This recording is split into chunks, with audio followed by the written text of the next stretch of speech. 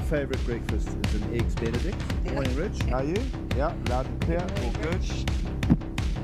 Tasting 1, 2. Tasting 1, 2, 1, 2. Tasting 1, 2. Eggs Benedict. Eggs Benedict 1, 2. with hollandaise. 2. Breakfast in bed would be better.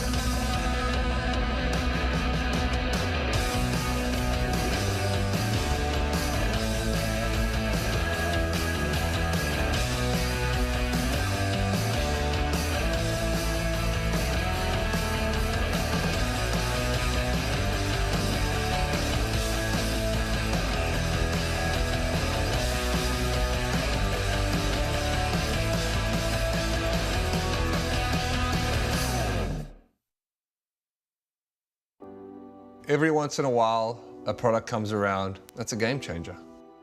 TB3 just absolutely blew my mind. There hasn't been a jump this much in wetsuits in at least the last decade.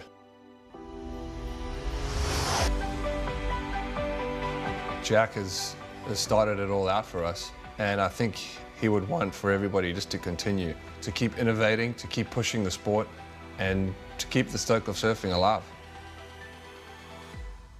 I don't think there's too many people like him, if any. His legacy lives on.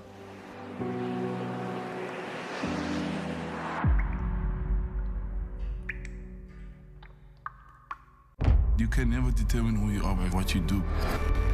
Because if it gets taken away, then who are you? Just stay true to who you are, and if they don't like it, stuff that.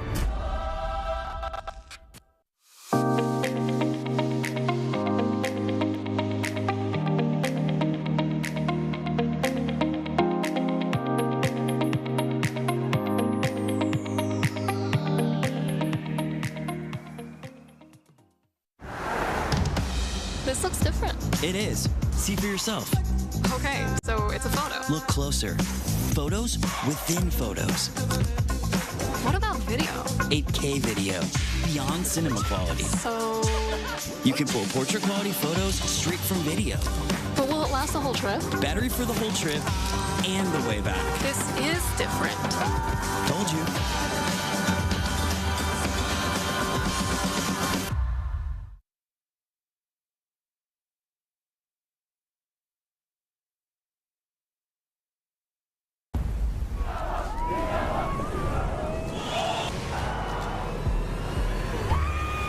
Welcome to the show. Action! Let's do it. I don't want to say Mick's getting comboed. For me, going to Chopu, I kind of say bring it on. Billy is being treated in a hospital. You look famous. I look famous. Yeah, you don't. You're ruining my vibe, man. Oh, yeah. Show you guys some of the secrets. Come check it out. With OpenView Connect, turning your home into a high-speed Wi-Fi zone is the easiest connection you will ever make. But did you know that with OpenView Connect, you also get the sweetest data deals? Get OpenView Connect and you'll get tons of data for entertainment at the best deals available anywhere, exclusively with OpenView Connect. And to make this giant giga deal even sweeter, you have access to the Vodacom Connect You and Just For You benefits too. All this available right now. So get connected, stay connected with OpenView Connect.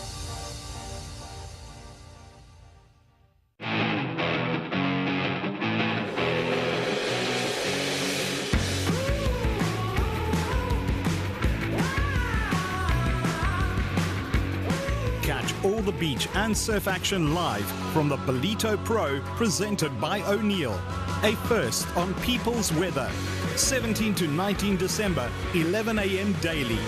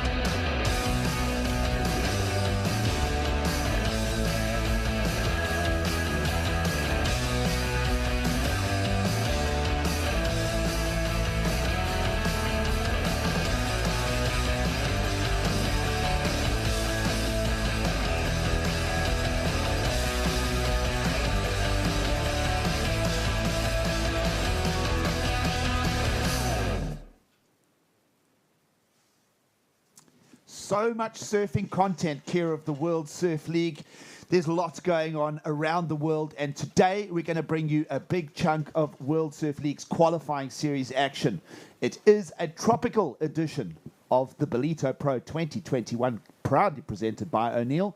And welcome to the show. We are going to crown a champion right here in Willard Beach in the Quadakuza region this very day here. And of course, we're frothing to get it all going. We've got lots to talk about, so welcome to the show. Gig Saliers alongside Tash Mentasti. Of course, we've got a number of other folk that will join us on the bench as we get a big day of surfing action underway here, Tash, and we are going to crown that champion. Yeah, it's really exciting. There's great energy on the beach. We've got some solid swell that's arrived in the middle of summer, so no one's unhappy today, Gigs, and big action coming ahead. No, absolutely. Regularly, the Ballito Pro is a stop that happens in the month of July. Now that, if you're a surfer, you'll know that it is the perfect surf and weather conditions. That's the beauty of what the Quadakuza region boasts. It is that subtropical climate year-round. Generally, There is speculation that the surf season is a little bit off in the summer holidays. That's okay. It's warm, it's tropical. Lots of people descend down onto the town of Ballito for their annual summer vacation. But we've been treated this year, Tash, quality, winter quality surf in the middle of summer. I don't know who scripted this, but we're set for a great finals day here in Ballito. Yeah, we've been watching the free surfs this morning. There's proper waves running down the line here at Ballito. And slightly warmer conditions than yesterday. I think it's going to warm up. We're going to see big crowds on the beach, but it's all focused on the water and our first heat gigs. I mean, it's exciting. An overview of the lineup here in Ballito this morning as you join us for finals day of the Ballito Pro. We are looking at surf conditions in the 3 to 6 foot range. I've seen a couple of great barrels being ridden in the warm-ups. As you see the lineup here at Willard Beach, the classic scene. We've had so many events. We've crowned so many champions over the years here at this very location.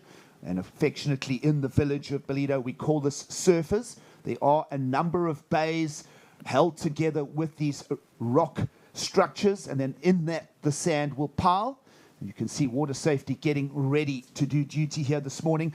Of course, it is a summer edition, as we mentioned. Winter days a lot shorter, but we are in the southern hemisphere, and it is our turn to have close to 14-hour days. Surfers are in the lineup from as early as 4:30 in the morning doing warm-ups. That's not something you see regularly when we visit Ballito. Yeah, well, being here in the winter, usually the sun taking a little longer to rise. But this morning, Geordie Smith out in the water first light, Shane Sykes out in the water first light. And we've been having a show already since before 5 a.m. gigs. We are absolutely loving it, folks, and we trust that you'll enjoy the show with us here as we bring you live coverage of the Ballito Pro, proudly presented by O'Neill. You see our beach scenes here. Wind still sweeping from right to left. Now, I'm surprised by that. I thought that by now the high pressure would have come back and the wind would be already turning onshore. But you wake up to conditions like this. What that does mean, with a spring low tide at just after 9 a.m. this morning, is that that wind is going to take quite a few hours to turn around. We're looking like peachy conditions when we get to our finals around midday. Yeah, you called it yesterday, actually, Gigs. You said because of the cold wind that's come through and that big cold front that's hit the country, you were calling land breezes yesterday already, and that's what we've been greeted with this morning. Clean offshore winds, clean conditions, and I think the wind's going to stay at bay until we see finals.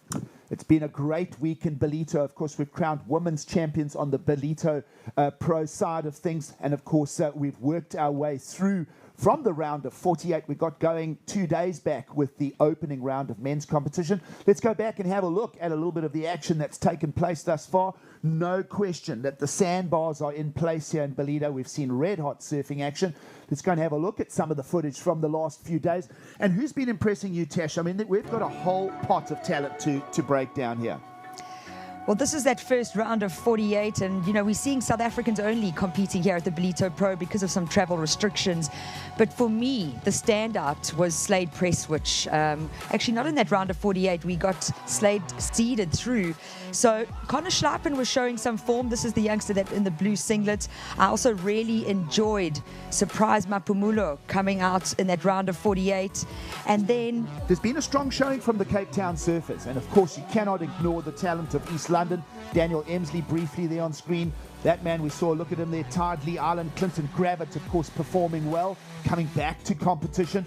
And you can see the surf conditions have been consistent all the way through. It was not once where we've had to question wave quality. We've had head high and over surf conditions the entire week long. Yeah, absolutely blessed for the summer edition of the Ballito Pro. And some solid surfing. We saw some great scores coming out of that round of 48. Despite the weather and the rain, we had a great support on the beach. Well, Bryce Dupree found himself a couple of good tubes there. Of course, our judging panel on duty being headed up by Jono Hutchinson. He'll know this lineup better than anyone. But certainly it has been a theme of big power surfing again. And of course, by the time we got to yesterday, that southerly wind was driving in on us. And although it was chilly, not a lot of beach participation, can't argue that the surfing was still red hot. Yeah, absolutely, and just got better and better throughout the day. A really good call to run the round of 48 straight into the round of 32, and seeing some big scores coming from You know, a couple of the surfers, for me, my money on the round of 32, it was Slade Press, which he really did impress me.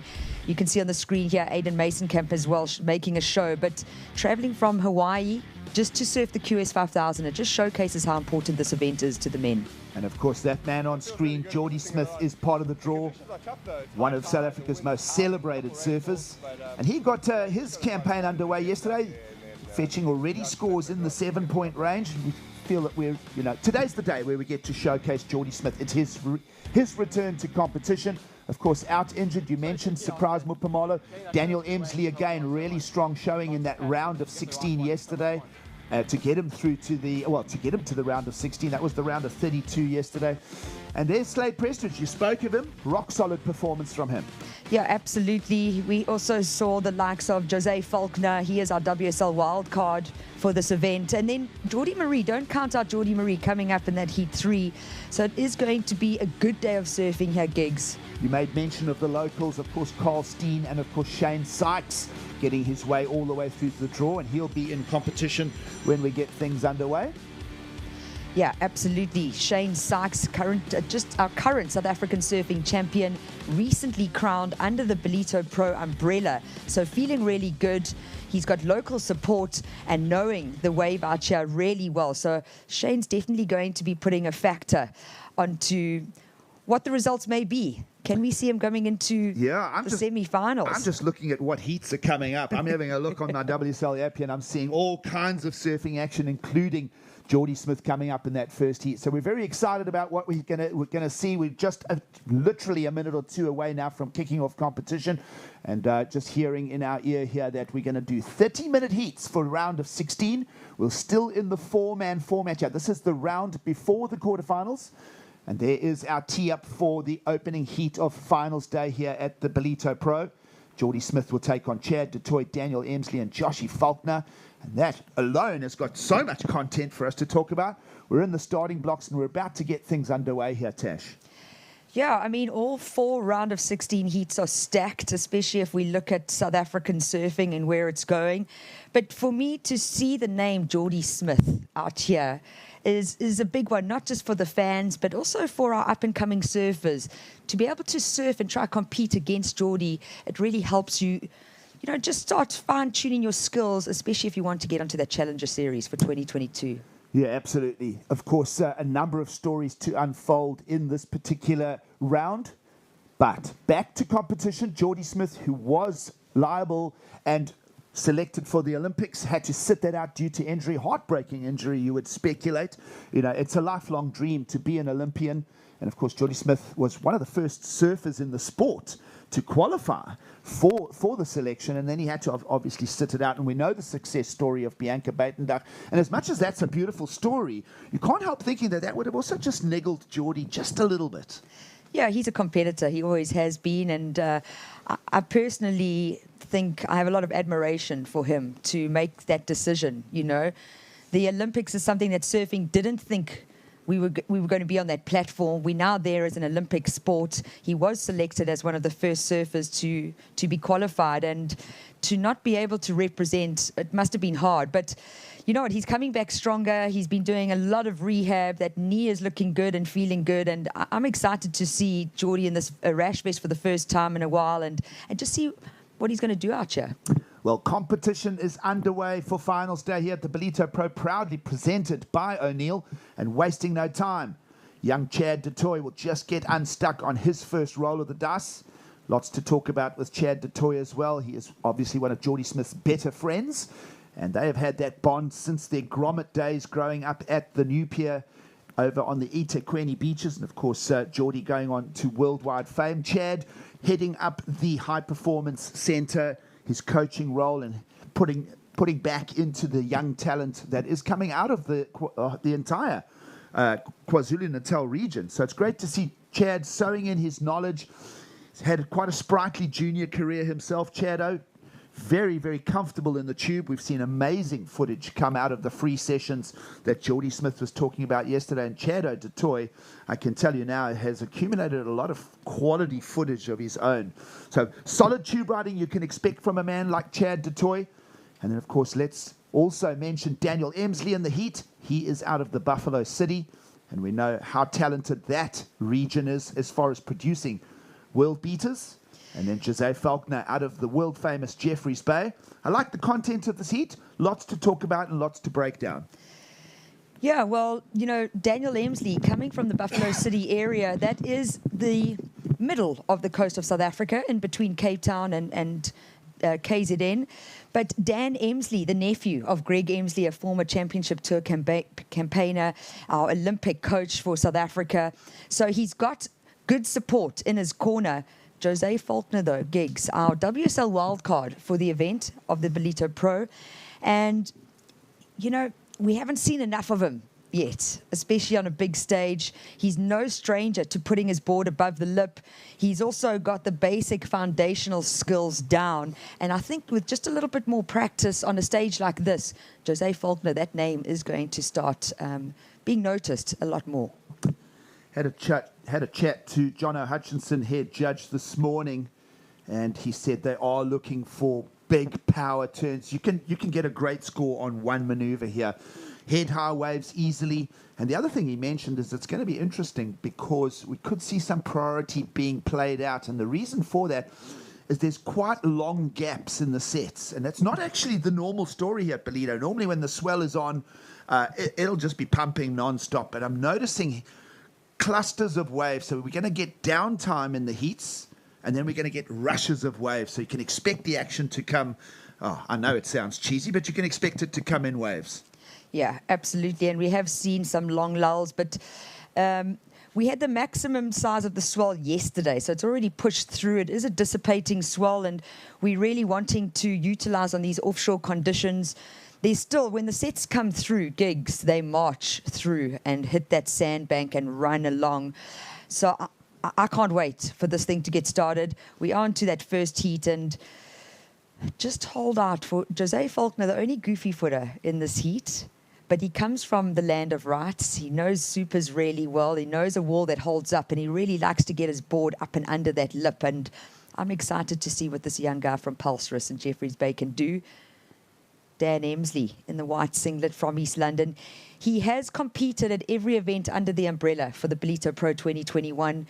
He was in our SA Surfing Champs, had a great result there, then went into our JQS 1000 Rookie Rippers, didn't get the best result that he was looking for, and now moving into the main event, the QS 5000, where he's really started to put some pressure on other surfers. A little bit of a lighter sky this morning. Of course, yesterday, heavy overcast with lots of rain squalls. It's not perfectly sunny. It is middle of summer. As we mentioned, we're usually here in the winter months at this location of Ballito. But just a wonderful job, and a massive tip of the hat again to everyone involved, the Quadacruza municipality and the vision of them drawing surfing attention to this beautiful stretch of coastline. It is a sport of surfing, just owes Ballito so much, and certainly a great vision, as the Quadacruza municipality has always thought very forward in economic development, restructuring the relocation of the King Shark International Airport in preparation for World Cup soccer back in 2010. You look at the residential, the industrial, the road networks that have been laid out here. This is the growth area. And of course, we're seeing it not only on an economic platform, not only on a social platform, but we're seeing it with talent from a surfing point of view coming out of the Selembe region. So it's just a wonderful story that we get to talk about here. And let's also get to talk about this man, Geordie Smith, who's going to go behind the curtain. And you know, Geordie, we affectionately call them tube pigs. They just love getting in the barrel. And talking about getting in the barrel, little head dip here for Jose Faulkner, the Jeffreys Bay local. So a little bit of a slower start to the heat. It was Chad Dutoy really got out the gates quickly on a well overhead wave, but didn't manage to garner a score from it. And so no real numbers out of this exchange just yet. Plenty of time. You'll see the clock ticking top left of screen. If you're new to the sport of surfing, we will constantly update the heat situation, etc., with waves caught. Best two rides are what is required from each surfer. It gets computerized and added up, and at any given stage, the name at the top of the list, top left of screen, is your heat leader. And then the little numerical P, 2, 3, and 4, and all those that see, that is called our priority rotation. We like to explain it like this. You get to a traffic circle and there's right of way. P, when it's allocated to your name, means that you have unobstructed right of way to any wave you would like to select in the lineup. And we trust that you'll learn more about that if you're new to the sport and just joining us on the broadcast. We'll do our best to explain that all, and we'll explain this as well. Geordie Smith, one of the best surfers on the planet, getting ready for a trip to Hawaii to start the championship tour. And he'll just get stuck with a second maneuver there. So Geordie Smith setting some rails. Again, an exchange here, with Geordie getting the first of a set. Jose Falconer, nice little relaxed. And we're seeing errors. Everybody getting a chance to put up a score here, Tash. What is going on in the lineup here as we head towards the low tide? Yeah, we are heading towards that full low tide. And I just think a little bit more push than what's expected really out there. You could see with Jose, even with him pushing that tail a little bit too much, just unable to hold on. So maybe everyone finding their feet out there, knowing it's going to be a big day, finals day here at the Ballito Pro. And yeah, really just maybe nervous niggles. I mean, I don't know if Geordie does get nervous, but... Well, that's a good question, because he got injured in May. Okay, the only time he's put a contest vest on was for just a little experience of it with the longboard championships in Jeffreys Bay. And so this really is, he did say he does actually have a few butterflies. He's not been in the contest format for several months. And this is it. It's time to sort of blow the cobwebs out, get the butterflies flying. Yeah. And I don't believe that is actually what's holding it up here. We are on, some people around the world call it king tides. We call it the spring tides. Of course, full moon about to play a part in that all around the world. So we're going through the massive tide swings here. And local time just after 7:35 in the morning, and our low tide at around 9 a.m. So you might feel that might be playing a little bit of a part in it. The ocean out the back, you see the jet ski, water safety, and then just beyond that, a very deep continental shelf drop-off there. That is the reason why we get so much marine life here. This ocean swims by regularly. And, well, don't get freaked out by that. It's mostly dolphins. We call this the Dolphin Coast. We actually haven't had much shark stories out of this region for more than 30 years. So we'll just hold our fingers with that one. But it is a deep drop-off out the back, and that allows for ocean energy to come climbing up onto the banks. It's very similar to how waves approach the north shore of Hawaii. Yeah, absolutely. And we were looking at some footage from previous years here at the Ballito Pro. 2011, John Florence, only 18 years old, really comparing the swell that they got for the event to the North Shore. Enough grunt and push behind it to be able to feel like he's on the North Shore. And we just know, as Durbanites, the north coast of KZN always having a little bit more power than the city. But here we go, Geordie Smith. Attempt number 3 so far to get something going. No big scores at all. Let's get a look at Daniel Emsley here as we follow live action. He's used his priority to get his opening ride. And I think the fact that there are some barrels on offer has almost got everybody into a little bit of a confused approach, because we saw Geordie pull into a closeout barrel. That didn't pay dividend. We've seen now another closeout barrel. Should maybe surfers at this stage, and maybe it's a little early to start questioning things, but maybe just 2 basic maneuvers, just set a score, get something solid under your belt. You know, no matter how perfect or the opportunities that the lineup can offer, you've got to stick to sound fundamentals, and that's just build some basic scores and get some heat momentum going quickly. Already a third of the way into this 30-minute encounter, and nothing meaningful really coming out of the lineup at this stage. So you kind of think, well, what is going on out there? You've got Chado Tatoy. He knows how to manage the heat. He gets to coach a lot of the junior talent. Maybe he can produce something. It's been a busy little run here for Jose Falconer, who's already selected a number of waves. And now that's exactly what I was talking about. Good, solid basics. Just lay down a 2-turn combo. And there, finally, we'll get a meaningful score out of Jose Falconer. Yeah, and I think Gigs, you know, maybe this blessing of the summer swell and making us feel like it's winter. Yes, there's usually big barrels in winter, but not really. I mean, even this morning, we saw 1 or 2 barrels, but it wasn't a barrel fest. I don't think that's what the swell is allowing. And of course, the guys like to get barreled, but it's been big scores coming from foundational turns, making sure that you have those combo maneuvers in. And I'm going to be interested to see what they score, Jose Falconer, on that 4th ride. Well, you start questioning as well, are are the competitors, Jose Faulkner, Daniel Emsley, and Chad Dutoit, a bit sort of rattled by the fact that they do actually have a championship tour surfer in their heat? Do you think that's playing a part, or do they want to roll their sleeves up and go, hell, this is my turn. If I can get a win over Jordy Smith, that's a massive feather in the cap, so to speak. Yeah, I was chatting to Jose Faulkner in the surfers area before this contest started this morning. He was looking nice and relaxed, feeling really good, and really just saying that he's up for the opportunity to take Jordy Smith on. He's been spending a lot of time in the free surfs, out in the free surfs. You can see him in the morning, in the afternoon, a lot of time on the lefts, which we're not going to see today with this big west swell. But yeah, just really wanting to take that opportunity to try and show what he's capable of up against Jordy Smith. Well, as we were talking about keeping fundamentals and some kind of strategy for the heat, Jose Faulkner did fetch that 4.6 two-turn combo. We'll try and get a re-look at it. And that is, at least that's a solid foundation. It's a building platform. You've got to get 2 counting rides in the lineup, and you've got to make them the good ones. So 4.6 right now for Jose Faulkner, just perhaps also just steadying himself. You know, it's like, okay, I've now finally got a score. Find him at the top of the leaderboard early on. The heat is marching on, by the way. I mean, we have 30 minutes. We're fast approaching that halfway mark, and really nothing special to talk about. A 3.5 for Jordy Smith for the one turn. Fell on the second one. Daniel Emsley hasn't managed to get into full swing either, and we know Chado Dutoit is capable of laying a couple of hammers. Chado Dutoit actually surfed pretty well yesterday on that Mayhem equipment. Looked solid. Got a nice repertoire in quite chunky surf as well. You know, Chado, in fact, all of these lads, they're happy with the overhead surf. They'll go at it.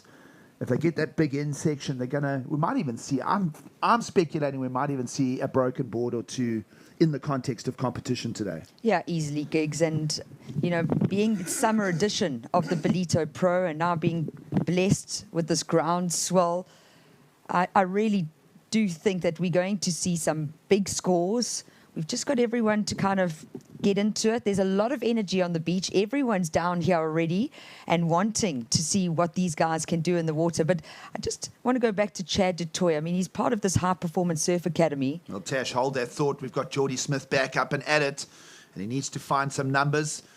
Combo, free falls out the lip on that one. Puts a bit of weight on the back foot. And just a little stuck there to combination end that wave. So Jordy, nothing scintillating just yet out of that particular ride, but a bit of flow. That's going to see him post his best wave thus far, Tash. What are we thinking?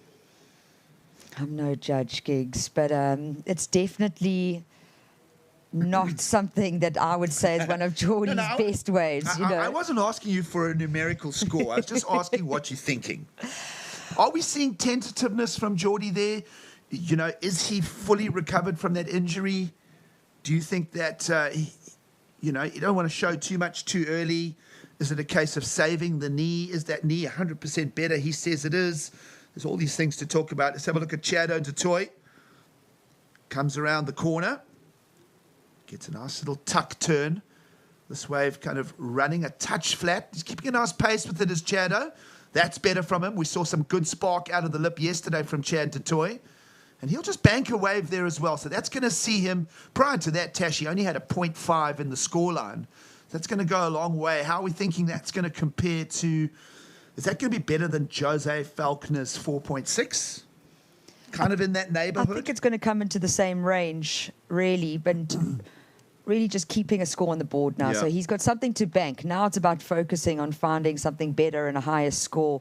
But we saw with that last ride of Jordy Smith coming through at a 5.5. So he fitted in a few more turns. There was variety in his maneuvers, but also incomplete. And we haven't seen any surfer really complete a ride. So that shallow sandbank, what we do know, Gigs, is that usually we've got a lot of sand to the right-hand side of your screen. We've got a big rocky outcrop.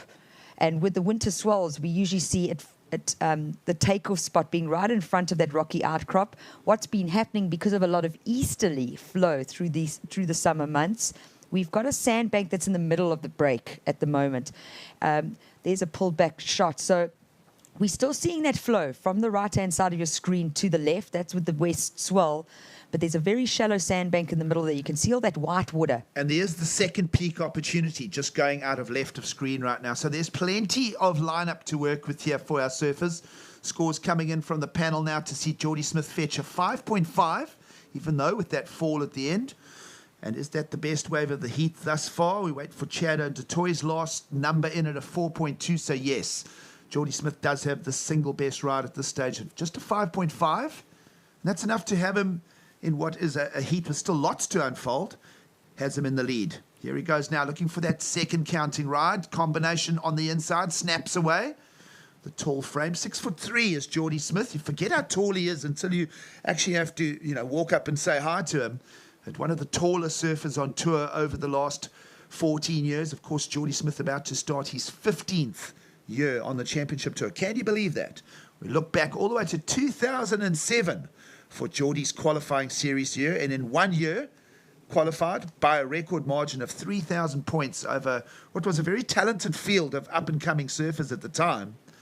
And Geordie Smith was instantly, as a teenager, onto the championship tour, and we had a good old yarn with him yesterday. I don't know if you got a chance to plug into some of what Geordie had to say, but he said, well, he was a little bit starstruck there at one stage, kind of got into a bidding war, found himself as a teenager one of the sought-after surfers, representing the whole new generation push, himself and Dane Reynolds and Julian Wilson, and almost sort of lost focus on, hey, listen, I need to do work to win a world title. It was only 3 years on tour, and Geordie would be runner-up to Kelly Slater, for a runner-up to a world title as a 21-year-old, I think he was, 20 or 21.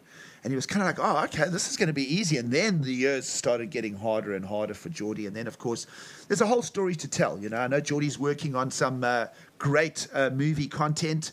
I know that he's been releasing a lot of stuff back into social media as well. As we see the star of South African surfing, Geordie Smith, using the Ballito Pro as a platform to attack the championship tour in 2022. And let's have a look at some numbers too, Tash. What are we seeing from Geordie Smith here? Yeah, well, so holding down a pair of average scores, a 5.5 and a 4.17. We are waiting for that last ride to see if he's going to better the 4.17 that sits in his top two. But he's not going to be happy with that. And really just having to find something with a little bit more grunt almost to be able to move his way along the sandbank there. But Jose Faulkner with a 4.67. That's the second highest wave score of the heat, and then not really having a backup from either Chad du Toit and Daniel Emsley. I was just about to say, for me, the surprise in this heat right now, Tash, is Daniel Emsley. He's got almost nothing to talk about. And that has not been his story here in Ballito. Daniel Emsley's been on fire. We've watched him really precise with his equipment, his timing. He has sort of elements of, besides the white hair of Mick Fanning, there's just, he's a low compressed surfer. He hunches his back. Let's have a look at some replays here as we wait for scores for Geordie. So this is the replay of Geordie's last ride. It came through at a 7.17. So he got that first hit off the top. Now almost having to set up. Gets the nice wrap around. I mean, Geordie's got so much fluidity and flow and style. And then finishing off with a little punch there. So a 7.17 on that, and it didn't look like he broke a sweat. No, I was going to say, I mean, he didn't even try there. Yeah, that was as cruisy as it gets, all right? But that's how good Geordie Smith's forehand is, folks. Of course, multiple championship tour winner. And you think of most of his wins have come on right-handers. We always think of that celebrated win back in 2010, his first championship tour win at his beloved Jeffreys Bay. And, well, that was the start of great momentum for Geordie Smith. And we know how good that forehand is. Of course, we see it at Bells Beach, showcased at Margaret River. Of course, Geordie last year making the finals again, over at Margaret. So the big right hand is Geordie's game. He's looking fit. He's looking strong. And he'll take the run around as we get Jose Faulkner back in action. Jose sitting currently in second in the heat. And he'll be trying to fend off Chad du Toit and Daniel Emsley here. And good, solid, foundational surfing from Jose there, the J-Bay local. Yeah, I really like that surfing. Fitted a nice three nice strong turns. Lots of variation there. So the comparison is going to be to that 717, but I must be honest, I enjoyed that last ride of green from Jose Faulkner, releasing the tail on that final turn, so pushing it. And, once Jose can get into a good rhythm, gigs, this kid is unstoppable. I've been very fortunate to watch his career from a young age. He's come through the Surfing South Africa development program. He was one of the first junior surfers. Watch this replay, though. Jose Faulkner. So nice bottom turn. Lots of power off that top turn. Leans straight into the next one. Lip line floater. Not really fast here. But for me, finishing nice and strong. Lots of control. I enjoyed that ride from the J-Bay local. And like I was saying, Gigs, just being able to witness this kid come through the ranks, through the development programs in South Africa. He represented his country in 2014 as an under-16 boy. And we were able to travel to Ecuador for the ISA World Junior Surfing Champs. And he had no social media, no cell phone, a super simple kid coming from Pulsris, just outside of Jeffreys Bay. And he went on to make the semi-finals in 2014 against some big names.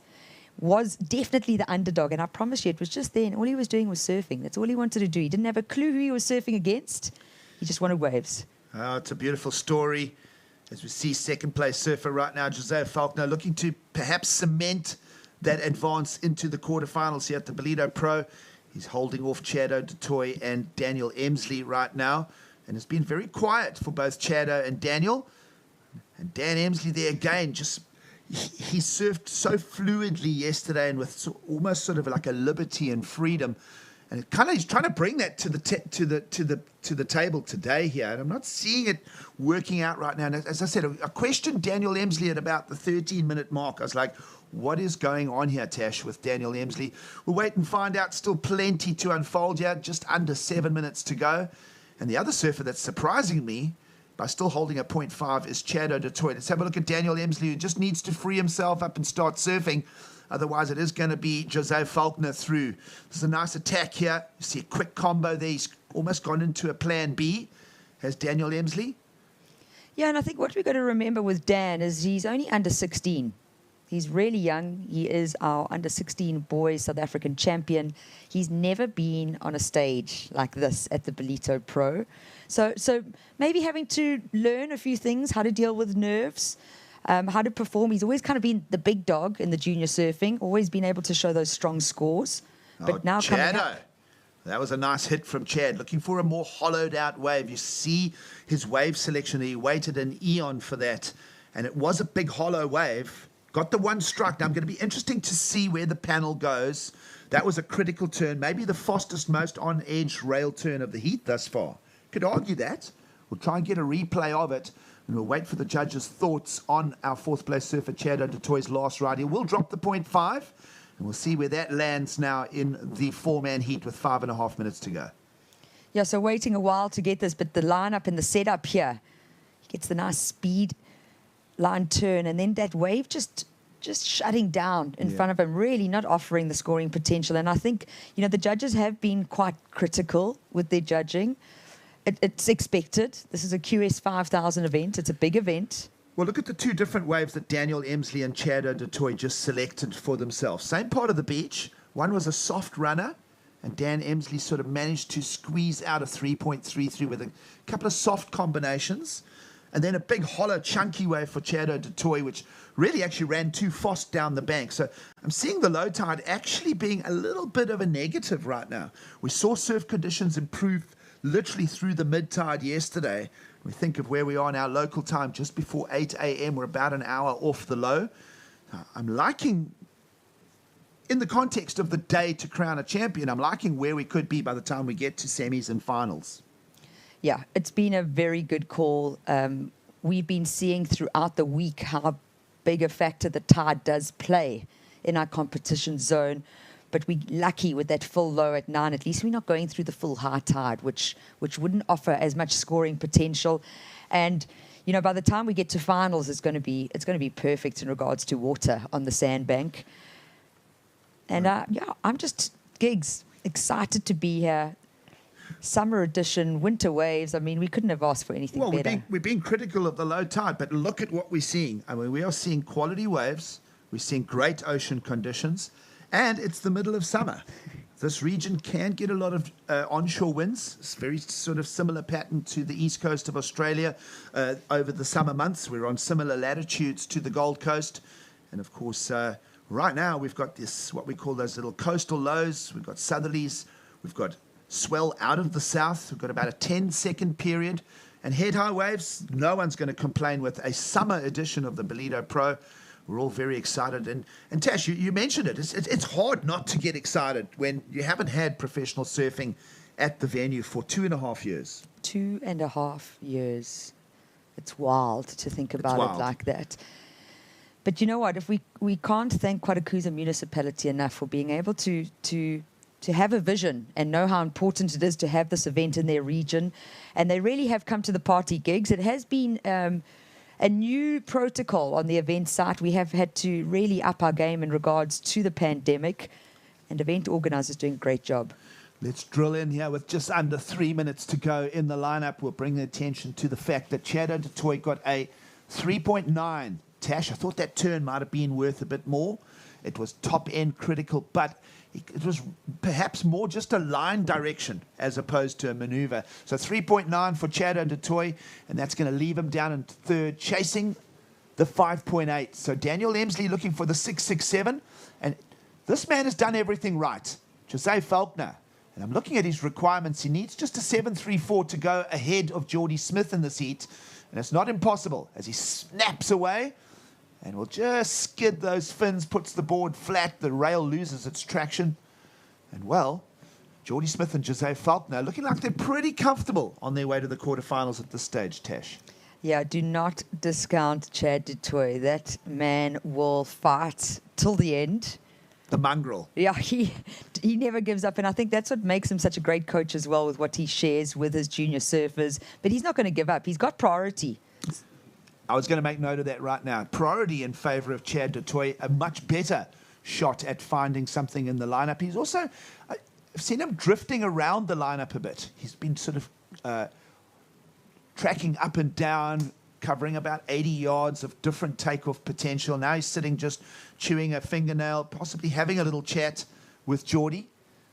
There he is, just underneath Geordie, but he has to hold the priority, and he is our third-place surfer. He might even be asking, he's very good friends with George. He'll be going, what do you think I should do? 1 minute 10 on the clock. What is he chasing, Tash? Because I think that Jose Faulkner is going to improve a number. Yeah, Jose coming in with that 5.9, so the requirement for Chad O'Toy now going up into that good range of 7.03 is what he needs. Our highest wave score out here is 7.17. So that's going to be the comparison if Chad is able to find a wave in the last minute.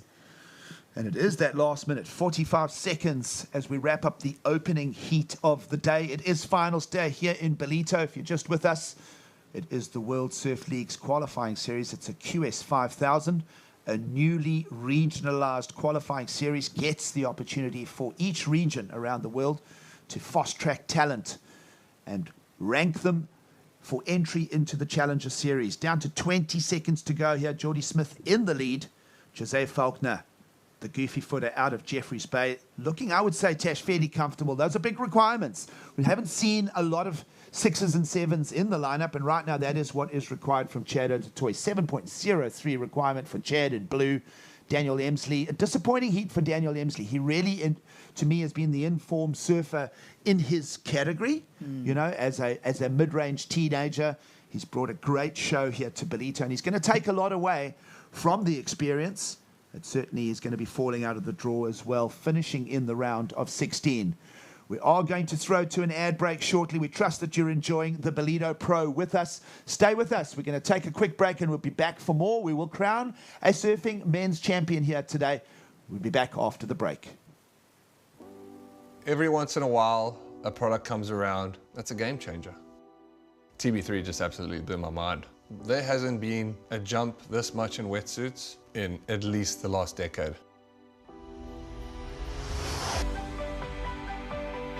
Jack has started it all out for us, and I think he would want for everybody just to continue, to keep innovating, to keep pushing the sport, and to keep the stoke of surfing alive.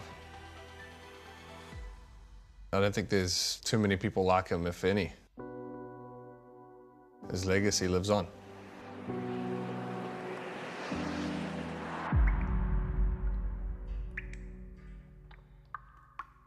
You can never determine who you are by what you do.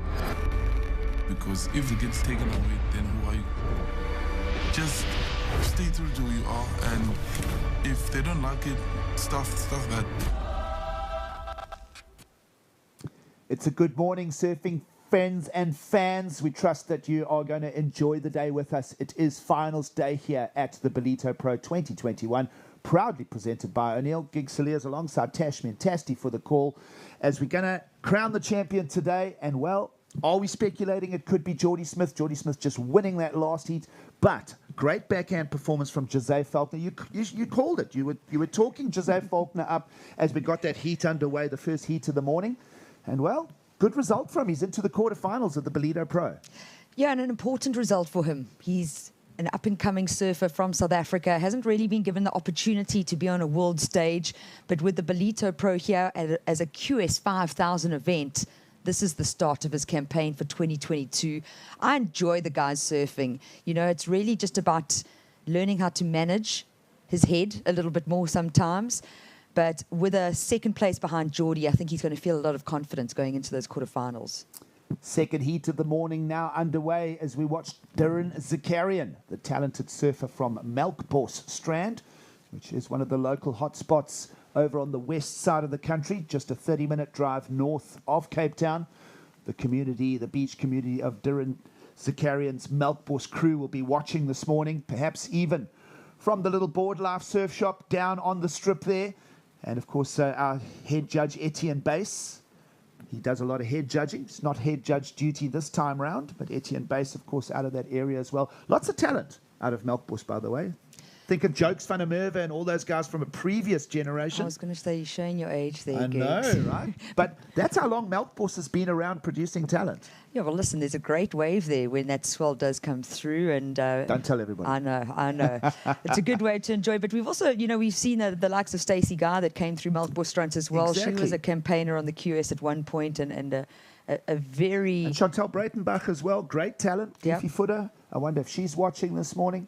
But yes, great surfing talent out of that region. Darren Zakarian representing Melkbos Strand will take on Davy van Zyl, who represents Umhlanga Rocks, just south of Ballito here. Slade Prestwich out of Scottsboro. And Slade was key performer yesterday. Possibly, I think it was highest heat score of the day for Slade Prestwich, who just did the dash back from the North Shore of Oahu. And, of course, Geordie Marie, qualifying series campaigner. Let's stop breaking it down. This is the judges just setting the pace for this heat here, Tash.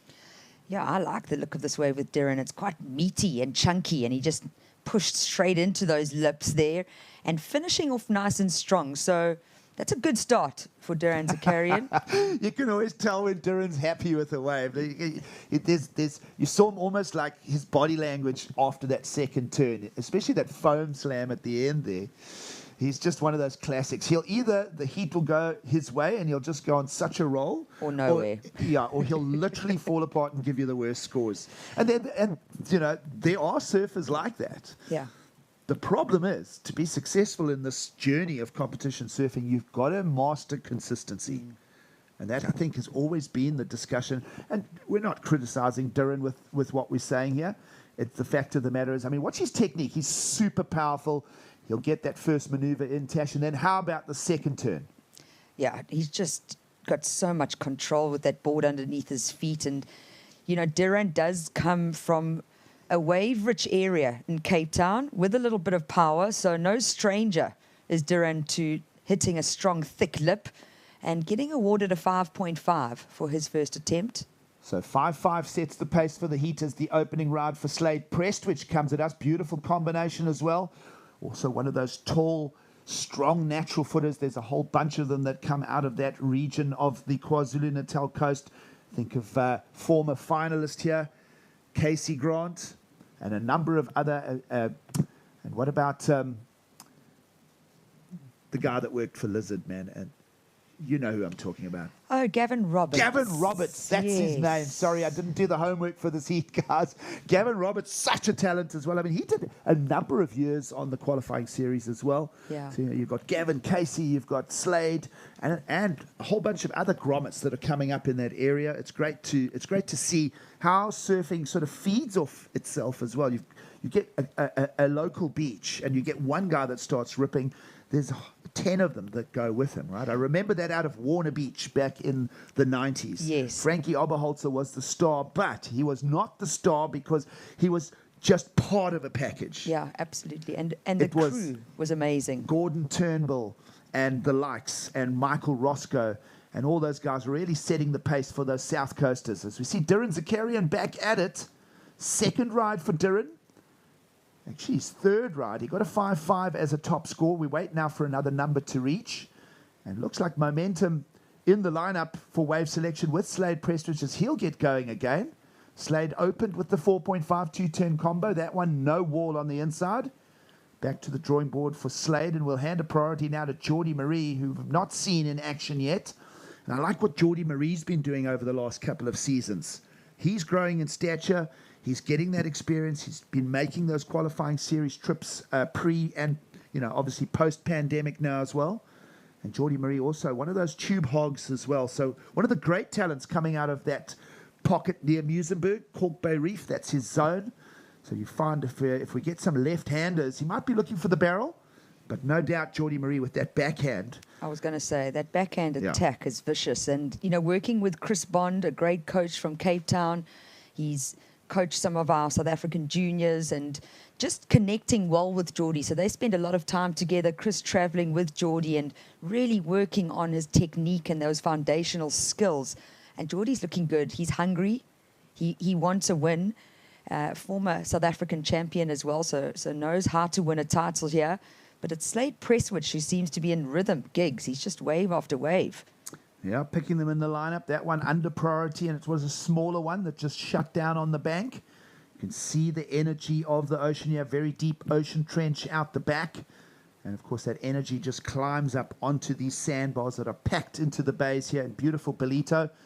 And we've really managed to showcase it. It's actually technically the longest running surf event in the world. There's lots to talk about with that as well. As we get Davy van Zyl trimming on his opening ride, just digging a little turn. You kind of feel that it's almost manufactured that here's Zakarian for the left. And he'll stretch out and almost stays glued. I like when Darren's in good mood like he is here. He can produce some magic. And he might just be sort of bringing a bit of pressure to the heat as this thing unfolds with Slade Prestridge. He's steadily building a couple of scores, but right now nothing really for Davy van Zyl, and of course not even a single ride yet for the man with priority, Geordie Marie. I like it. This heat's going to have some great content, and you could think that there could be a finalist sitting in this particular heat here right now. Yeah, I'm not going to make my call on the web right now, but I'm just really enjoying watching Slade surfing. He's putting the hard yards If we switch in. the microphones off, will you make your call? No way. Okay, No, I'm checking. not lucky. I'm not lucky at all. I'm not a gambling woman. But, I just, as a South African, as a former campaigner myself, I know how hard it is to be on the tour and slog it out. And, Slade really has been putting the time in. He's not at home often. And we go back to Scottsboro, his local break. When he does go home, he blows up and he inspires so many people. He's just not there often. He's really away from home, focusing on his goal, which is to make that championship tour, that dream tour. Remember Slade Prestridge coming into the headlights of the surfing world with a backhand win for a junior event in Fiji. Yes. And beating a very talented field back then. And Slade Prestridge was like, okay, he's here. Where can he go with this? And then it's been a hot and cold career for Slade since then. We've seen him as a wild card at J-Bay before. He really is, you could argue, one of the most talented surfers out of South Africa. Yeah, definitely. Yeah. Definitely I think that's a valid statement. Yeah, absolutely. But again, just not holding consistency, perhaps a bit more work with the coach could pay dividends. I think of a combination of Greg Emsley and Slade Prestridge. Does that make you think, well, there That's could be exciting. that could be a world-beating combination right there. And we'll see where Slade Prestridge goes in his future career. As you say, he's made that trip over to Hawaii again, now back here to do the hard yards. Of course, other surfers mixing it up at Haleiwa and back quickly to Ballito. Shane Sykes, he'll be coming up in the draw, the newly crowned national champion and the local here at Ballito. But those are the, I mean, Slade has been doing the hard yards. He does do the hard yards. Yeah, at gigs. He's flown all the way from Hawaii, which is probably the two furthest countries away from each other, South Africa and Hawaii. He's flown all the way home, which takes, 48 to 72 hours of travel to surf just this event. And next week, he's flying back to Hawaii. So lots of dedication from Slade Prestwich. Another man that has a lot of experience in Hawaii is Davy van Zyl, who finds himself down in third. He is your man in green. Think of Davy van Zyl at Sunset Beach. He's made it through multiple rounds at the qualifying series level there at Sunset. And on screen, Darren Zakarian, who punted to the air for an incomplete. Right now, he is the heat leader, though. And again, the ocean just going through a little bit of a weird pattern here.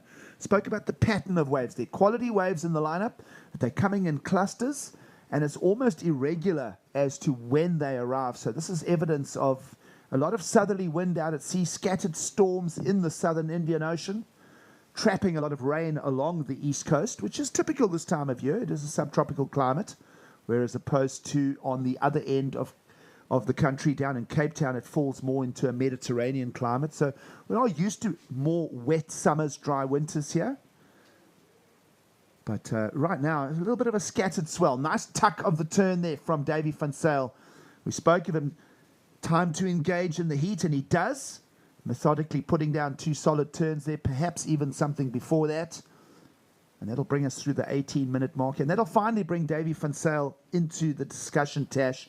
And I'm going to repose the question, where is Geordie Marie? Yeah, I mean, I haven't even seen him on the screen, actually, so I don't quite know where he's sitting and waiting. But for me, just watching this wave over the last week, 9 days, it's constantly changing gigs with the tide. The tide plays a big role in what these waves are doing out here. And for me, I wouldn't sit and wait. You've got to be hungry. You've got to keep hunting. And, you know, with halfway through this heat and not having a score on the board, putting himself under a lot of pressure to actually come back from that fourth. I mean, he's looking for an 8.93. So we haven't got any waves next to white, Geordie Marie, but he does have that first priority. So top left-hand side of the screen, you're going to see the colors of the surfers. P for the white, Geordie Marie, but action right now. This is live action. Slade Prestwich is surfing. It's just so exciting. So Slade around the corner, not able to capitalize on the end section there. Slade Prestwich finding himself down in third at this stage. Judges will amend the scorecard, add another number. Right now, it's just mid-range scores, 4.5, 3.43. Was there enough work on the first part of that ride for Slade Prestwich to improve on the 3.43? Perhaps? Yeah? Maybe a little, yeah, for the 3.43, but he might have just heard a score that came through for David van Zyl, finally getting a proper score on the board and knowing that he had to answer back straight away. So David van Zyl now brings a 6 to his scorecard.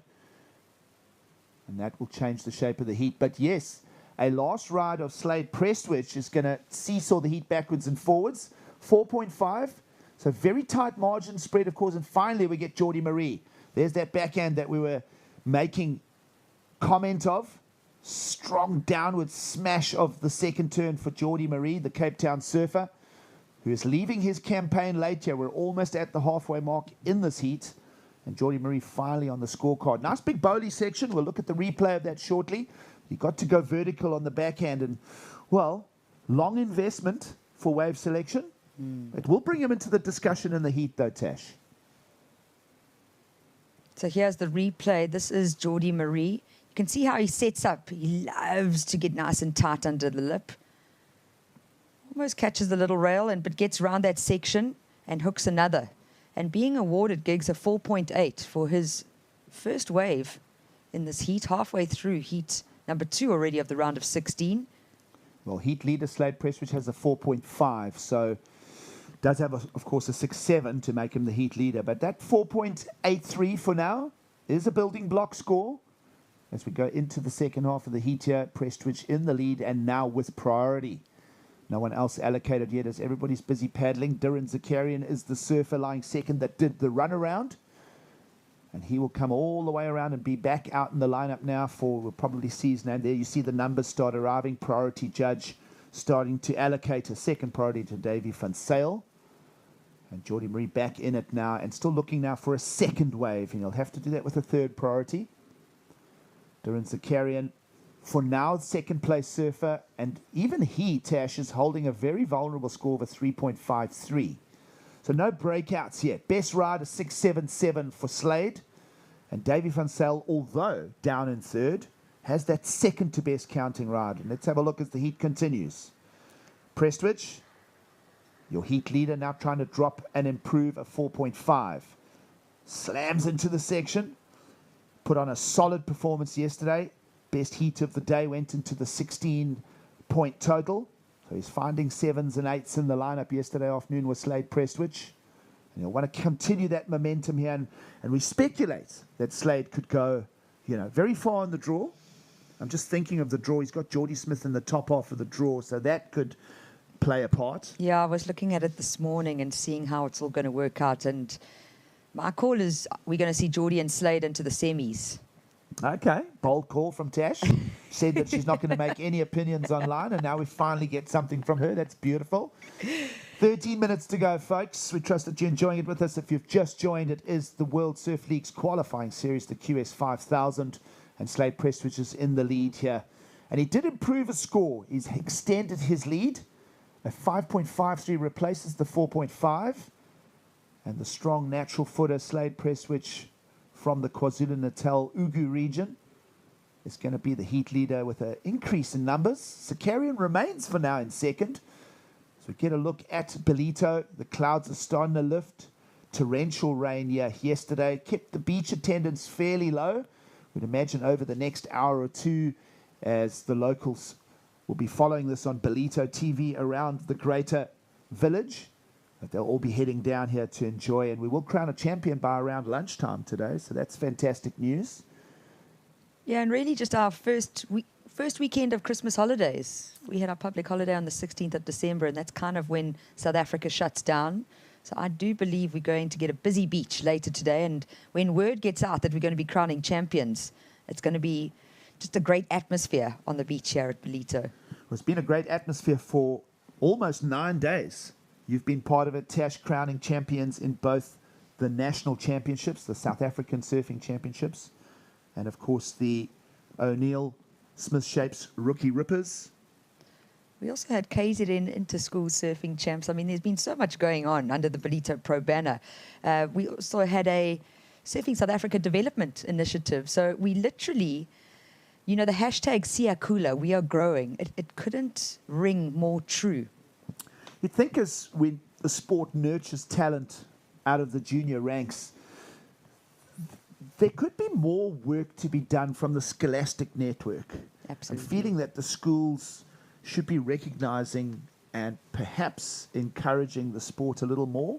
Obviously, inland schools, it's tough. But, I mean, if you look at how it unfolds in Orange County in California, for instance, I mean, every school you participate in surfing, you get credits, you get time, you get all that stuff to do the sport. You feel that, through the academic structure, that there could be work to be done with the relationship with Surfing South Africa. It's just a comment as we see Geordie Marie down the line, another snap from him. So two-turn combo to start, gets a couple to shut this score down. Kind of body language feeling like he's maybe semi-satisfied with that as we move towards the 10-minute mark. And that is only his second counting ride. And that's going to bring him right into the discussion now.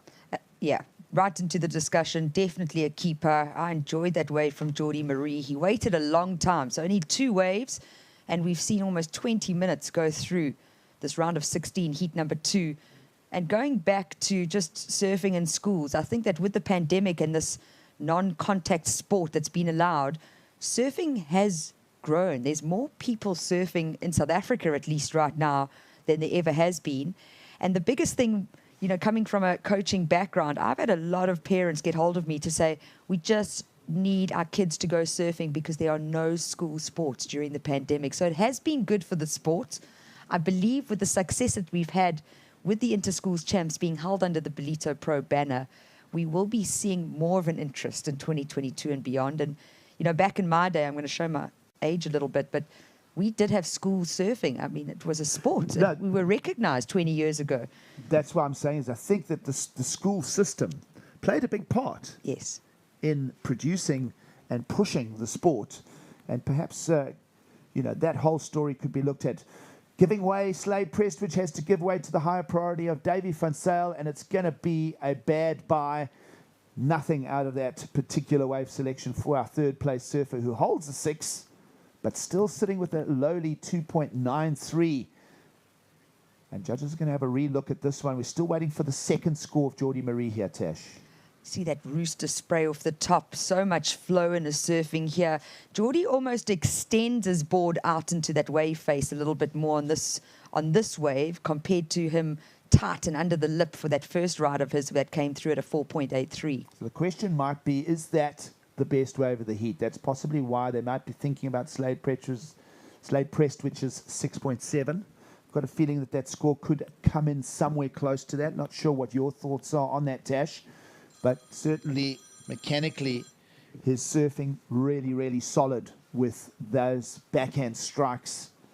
We'll see where we end up with a number for Geordie Marie.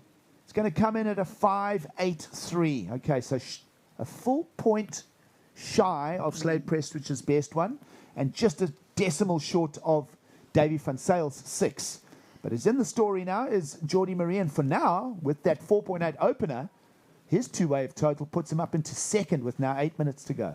I think the point of difference has to be the closeout maneuver, that finishing maneuver, and how strong it was from Slade compared to Geordie. I enjoyed Geordie's first turn, linking straight into the next one. I definitely felt it was going to go into that good range. Maybe, I saw a 6 there. 5.83 comes close. Oh, you see, all these rad dads on the beach. Eh? There's so many of them. Rad Dad Brigade, of course, Dale Staples, Geordie Smith, and many of our surfers in the area bringing their bubbas to the beach. Of course, it's warm enough. It's tropical. It is a summer edition of the Ballito Pro. I see Kim Rorick on screen there. Lovely family, the Roricks. And, of course, everybody enjoying their time down here in Ballito. Little over 7 minutes to go in the lineup. We'll have a re-look at it. Priority now with Slade Prestwich, so that's going to be a good one. It's going to be interesting to see now. We saw Slade sort of scratching out, a couple of waves under priorities. Now sat it out. Priorities come back into rotation. It's now alongside his name. And Geordie Marie with that second priority. So I'm feeling now Davy van Zyl is going to have to do something under the guard. Geordie Marie, hands in the air, tapping his wrist means time call. So 6.5 minutes to go. He'll be hearing from the beach commentators. Well, also the interesting thing is gigs. Geordie Marie, second priority. Davy van Zyl, third priority. Okay, we don't have much time left, 6.5 minutes. Geordie knows what David is capable of doing, and holding a 6-point ride with that 2.93, so he only needs a 4.66. Do you think Geordie's going to sit on Davy and just hold that priority? Get him a little frazzled, maybe lose focus a little bit. Tash, it's been a strange heat. I mean, Geordie Marie is normally quite active in a heat, and he's really sat this one out. We'll see Slade Prestwich shortly picking out something in the lab. He's used a priority. So let's see. He liked the approach of this wave into the bay here at Ballito. Going to get a second foam climb. End section. Nice around and a bonus. And Slade will hammer away there, and that was a good call. Used priority, used it well. And we'll find possibly a points improvement in the lineup to further extend the lead. He's got a better of 5.53, Tash, and just a little over 5.5 minutes to go. Got a feeling it might go there, just purely based on the speed and the combination. Yeah, and just doing his homework, really. You could just see that experience from being on the Challenger Series this year, as well as doing the QS grind. I mean, he fitted in 4 turns where some surfers would have been stuck behind that section.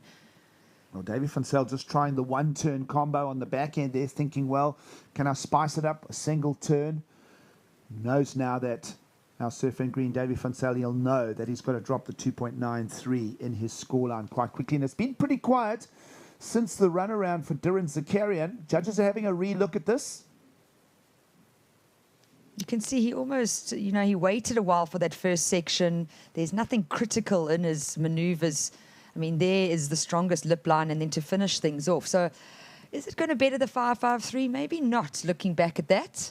I almost tend to agree with you. That wave kind of was very lateral. Yeah. I mean, let's not criticize Slade, the surfer, but the wave itself didn't allow him to really bang into anything. He kind of He never pushed off his tail, hey, Gigs? He was almost always that front-footed, more trying to keep that speed to go down the line. What he did do there was keep the other surfers off that wave. So, you know, no harm, no foul. We'll see if that score does factor in. Already a 6.7 and a 5.63. And it's going to be another 5.63. Am I right? 5.53. It's a decimal improvement. Yeah. A 0.1. So not a bad strategy. Held the rest of the lineup off. Let's have a look at Darren Zakarian, who's holding a 3.9 in his scoreline. And he's one of those surfers that can absolutely flare up or fall apart. We'll see how he manages his last 3 minutes 45 here as Prestwich. Slight improvement to nudge another decimal onto his scorecard. And now a new 5.63 just further extends his lead. Geordie Marie now holds the priority. Now, what is Geordie Marie, our surfer in white, going to do in this situation? Is he going to start going and hovering around our surfer in green, Davy van Zyl? You would think so. You have the ability with the P for priority to do the block. We'll see how the strategy plays out here. A little over 3 minutes to go in the second heat of the morning. Loving it. Finals day of the Ballito Pro. Yeah, I'm excited. I really enjoy watching quality surfing and quality waves, and Ballito just delivering once again. I personally packed a whole bunch of short, fat boards, thinking we're going to have 1 to 2 foot onshore slop while we're in Ballito, and really just getting greeted with a good groundswell. Great surfing yesterday, and champions getting crowned today on our first Christmas weekend, really, Christmas holiday weekend. Well, it's the first time the Ballito Pro gets to run a Christmas edition ever. Christmas edition, you would never think. Yeah, this doesn't happen. It is one of the longest running, well, this and Bell's Beach, the longest running surf events in the world. Of course, we go all the way back to 1969 for the very first edition, as we see heat leader Slade Prestwich not going to improve a score there. It's going to be Prestwich on his way to the quarterfinals of the Ballito Pro at this stage, unless something really untoward happens. So we'll start looking into what Darren Zakarian and Davy van Zyl can find. Now, this is where white is patrolling and covering green. Meanwhile, they've left the Cape Town surfer, Darren, to try and negotiate an opportunity. You know, he loves going to the air, so that's what that was about. Time to reboot for Darren. Another 2 minutes on the clock. He may have another roll of the dice at it. Yeah, he's going to definitely try to get his board above the lip for a last attempt. He's actually great once he gets above the lip and rides out of many of them. I get to witness his free surfing when I'm in Cape Town, and yeah, no stranger to throwing his board above the lip, but with 90 seconds on the clock, I don't know if he's going to have the time to get back out there and have an opportunity with priority in play. Geordie Marie holding on to that priority, though, Gigs. Well, the story of the last 1 minute and 15 seconds is a story between white and green. Geordie Marie in that second place position and holding priority. He'll be blanketing our surfer in green, Davy van Zyl, who only needs a 4.66. Davy with one of the stronger waves. He can't hold him off everything. You see there now on the 1 minute mark, white all over green like a cheap suit. And you'll see them just sort of traveling around the lineup together. Meanwhile, down on the wide peak, heat leader Slade Prestwich will head for the beach. And he'll just free surf his way into an end maneuver there as we go inside 40 seconds. I just love, when Slade gets into rhythm, I just love watching his surfing. He's just one of those absolutely structured surfers. A bit of Bruce Irons in it for me. There's a couple of other surfers that I've bottled. Thompson, I see a bit of bottle in Slade, and a number of other surfers. But he's wiry, he's got those wide shoulders, and he's got that stance. It's well balanced. He's got the whole bag of tricks, does Slade Prestwich, and Slade is on his way to the quarterfinals, we can firmly say, as we'll see the little tussle. White is going to use the priority. Geordie Marie, is he going to improve a score of his own? And that will leave very little time on the clock. So smart heat strategy here from Geordie Marie. Are we going to get something from Davy? We are, with the clock on 0 now. We factor in that this could count. And Davy with a little pop throwaway there. It's going to be Geordie that held Davy off. So a little tussle there. Great strategy unfolding. Yeah, great strategy. Geordie keeping his cool. It's an important event for Geordie Marie. And, you know, Davy was there. He didn't have many waves. That was only David van Zyl's. Well, actually, he had a lot in the end. But he only had the 6-point ride and then a 2.83 and he just couldn't find anything. And then Geordie just playing the right game there, holding on that priority for almost 5 minutes, Gigs. Geordie Marie is on his way to the quarterfinals. He'll take Slade Prestwish with him. We'll take a quick ad break here at the Ballito Pro. We'll be back for more as we welcome in Kai Linder to the booth.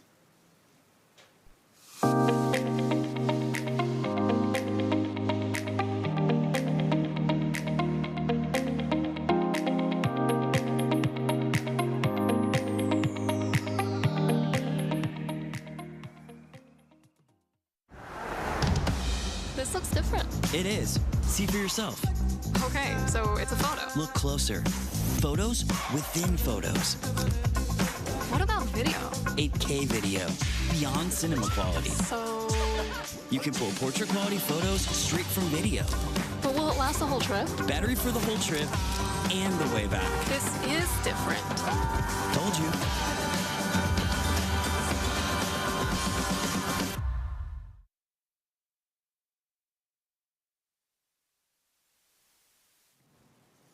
Welcome back to the O'Neill Ballito Pro, and much like I started my morning in the Dawn Patrol, sitting here with Mike Frew, the Frew Brew. Mike, welcome. What an exciting heat we just watched. Absolutely, Kai. What great surfing there. And after a relatively slow start there, Geordie Marie getting through that heat after 16 minutes. He still hadn't had a wave. He was sitting with priority, and I was wondering if it was all falling apart for him. But I saw his coach on the beach, and it was all possibly part of the strategy, just looking for good waves. And he played it patient, he was confident, and he got through in the end. Yeah, so the patience game sometimes working out. Of course, they do have the added advantage here of a 30-minute heat strategy. And in this heat, what's going to be very interesting, Mike, is we've got Shane Sykes, as we see him up and riding. Now, this is the local kid, I mean, born and bred Ballito. He's been surfing everywhere around here. And then you've got Max Elkington and Jake Elkington, the brothers from Komiki, and Mitch DePrier from East London. This is Jake Elkington, beautiful, clean wrap there from the older brother of the Elkington clan. And, of course, Jake just coming off of hip surgery. He had almost a whole hip replaced, even at his young age. And Coach Chris Barden telling me this morning, Mike, that the surgery went well, but up until like 2 weeks ago, he still wasn't allowed to surf properly. So for him to be competing here and making it all the way through to the round of 16 is already a pretty strong testament to how competitive Jake is. Absolutely, Kai. I think that, the competitive nature of these athletes and also the adrenaline that runs in your heats sometimes can override a little bit of pain and niggles. And he would have had a bit of stretching and even maybe some physio before that heat, before this heat. And he's looking very confident. Looking at his surfing yesterday, it was fast, fluid, smooth in very difficult conditions. And if ever a niggle or an injury was going to come into play, it probably would have been yesterday in those tough conditions. Yeah, so Jake and Max in the same heat here, and of course I was talking to the coaches who've coached them through the juniors. I've commentated them through the juniors. Max has got a slight advantage in brother and brother heats. So we know when we get siblings in heats, there's always a little bit of a rivalry, you know. And interestingly is that Max has surfed for South Africa. He's represented South Africa at the Junior ISA World Games. Jake at the same event, Great Britain. So there's a bit of a country off as well as the sort of brotherly vibe going down. What is the age difference between the two of them, Kai? I think Jake is 2 years older. 2 years. But they sat in one of those funny ones where they sort of, the birthday falls in the right period, that they actually did compete against each other quite a lot through the juniors, especially in those, because you've got 2-3 years in each age group, and they often overlapped. And there was definitely a lot of brotherly rivalry. They're super nice kids. Like they're really polite. They're always friendly, and but when they get in the water, I can see, especially Max. He gets that little naughty twinkle in his eye, and he's definitely wanting to take one over the older brother. I was really impressed with Max because he's had a good run through this event so far, and he's also surfed in the SA Champs. He made the final of the SA Champs, which was part of the Ballito Pro. It seems like ages ago, but it was the first 3 days that we opened this event up with. There was SA Champs. He made the final there. Some great surfing. He was unfortunate not to win. And if I look at the heat draw there, it actually just reminds me that Shane Sykes was also in that final. So we got Shane Sykes, our current SA champion in the water now, And Max Elkington up against Shane Sykes again. He'll be wanting to get one back over on Shane in this heat, I can tell you that. But you and I both had a quick session this morning, Kai, and it was interesting. We saw two surfers out there in particular warming up. It was Shane Sykes was one of them. He was one of the first ones out at about 5:30 this morning, and Geordie Smith was out there as well. And I was just sitting next to Shane, waiting for a couple of waves, and Shane was saying to me he would love to take the double here in Ballito. He would love to have won SA Champs at his home beach, and he's in a good position at the moment to potentially take out the Ballito Pro as well. Can you imagine that, taking a double at your home beach? Well, I know the Ilembe sort of crew that are sitting at the top of Surfers Lane there above the stairs. There's a whole bivouac. They've got the squattles out, and they're making food all day, and you're going to hear a lot of noise from that side, the sunrise side of the beach.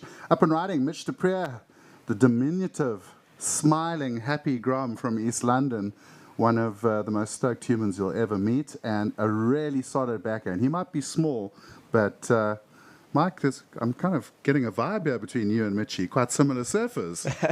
He was actually also out there this morning, and is like a pocket rocket, you know. He's got that low center of gravity in his surfing, surfs hard off the back foot, and almost got a little bit of an ocky nature to his surfing.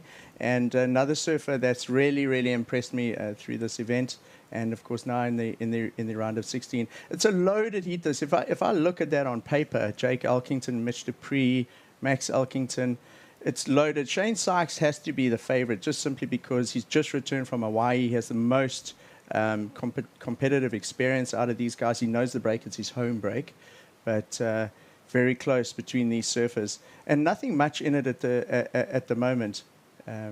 At this stage. Well, we see just the 0.5 for Shane Sykes, not finding anything yet. I saw him get a couple of really good waves this morning, though. And in the water this morning, we were talking, Geordie was talking with me as well, Shane was talking with me. You were lining up these set waves that looked like they were going to be absolute, like, bombs. And pretty much by the time you were bottom turning, they either had faded off, there were those ones, or they were the ones that kept kind of pushing away from you, and you felt like you just couldn't get to that power pocket.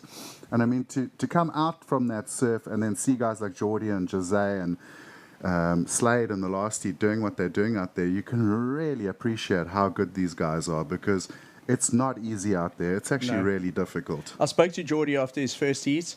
He came out the water, and the first thing he said, Seth Hulley was down there as well, and he said, gee, guys, that was actually really difficult.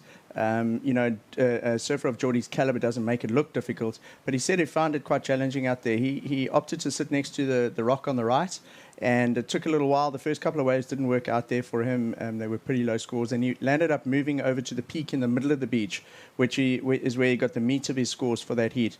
But he said it was quite difficult, and he said he's kind of glad that heat's behind him. He had a couple of butterflies going into finals day again. It's only his second heat with a jersey on again, back from injury. So he's building a bit of momentum each time. And for a guy like Geordie to say it's a little sketchy and difficult to get the right waves out there means, it's challenging for everyone, because that's our most experienced competitor in the event. However, we have seen some guys get into some solid rides this morning. We haven't seen those giant scores we saw yesterday yet. We saw Slade Prestridge score a 9 yesterday. I don't know if the stats on hand. I'm not sure what the highest score was so far this morning, but definitely haven't seen anything into that high excellent range yet. Yeah, I don't think we've gone past the 8 mark yet, so we're still waiting for an excellent ride. Looking at Jake Elkington there, though, building up a solid heat now, your surfer in white. Doesn't look like that hip he's just had surgery on is bothering him too much. 4.5 and a 4. Nice start to go with 22 minutes on the clock. Mitch de Prier, just a 2, and then Max and Shane have really had nothing. It's got to be said, it was interesting talking to Shane this morning, because he's the local and he's got really solid knowledge, obviously, of here. And he was like, I'm a bit worried because my first heat is like 30, 40 minutes before the bottom out of the tide. And he said it can get a little bit washy and wonky. And I think we're seeing that now, because this morning it was a lot more consistent as well. And it's almost like just that last little pull of the spring tide is pulling out the water. As we see Shane up and riding, I mean, that was a beautiful first wrap. really getting right. I love how Shane drops the tail on the back end of those calves and just really emphasizes how much control he has to the judges. You'll see a lot of guys coming out of those big calves in these bowls and kind of getting through the whitewater on the way out. Shane actually doesn't do that. He actually really forces the tail right back down and then swings the board out and comes out. And I love watching this kid surf. Mike, here's the replay. Yeah, so Shane hard off the bottom. This is a bigger set that would have come through near the rock on the right-hand side of the beach. Just a carving turn to stay in that power section of the wave. I like that one. I liked how he drifted that tail around. And then finishing off the wave there with that slashing turn. And Shane looking confident. He was looking very good this morning in his free surf as well. And as I said earlier, looking to try and take out the double. He's got fantastic support down here. If you look at the waves on screen there, there's a left peak in the middle of the beach. And these are the best conditions that we've had in Ballito, I would say probably for the last month, Kai, at least. We've had a lot of wind in the Quatacuza region and not a lot of swell. During the SA Champs, we had some good conditions. It was sort of 3 to 4 foot and some clean waves, but certainly not as good as this, Kai. And we really are really fortunate to be able to run our finals day on such a beautiful canvas out there in the ocean. And we've even, a couple of minutes ago, we saw a dolphin boat go past, and we saw that boat going across with a big ship in the background. And the Quatacuza region is also known as the Dolphin Coast. And the sea's been so rough with so much wind over the last couple of weeks that the dolphin boats haven't even been able to, launch and do their business. But basically, those guys, what they do is you can pay and they take you out there. A lot of holiday makers from upcountry come to the Quatacuza region. Obviously, it's very close to Christmas. Can you believe it's Christmas next week? It's unbelievable. And so that'll be some holiday makers out there enjoying their time in Ballito, going to check out the dolphins. And the town at the moment is absolutely packed. We've been going out to restaurants this week, being very well supported after being so quiet this year during the pandemic.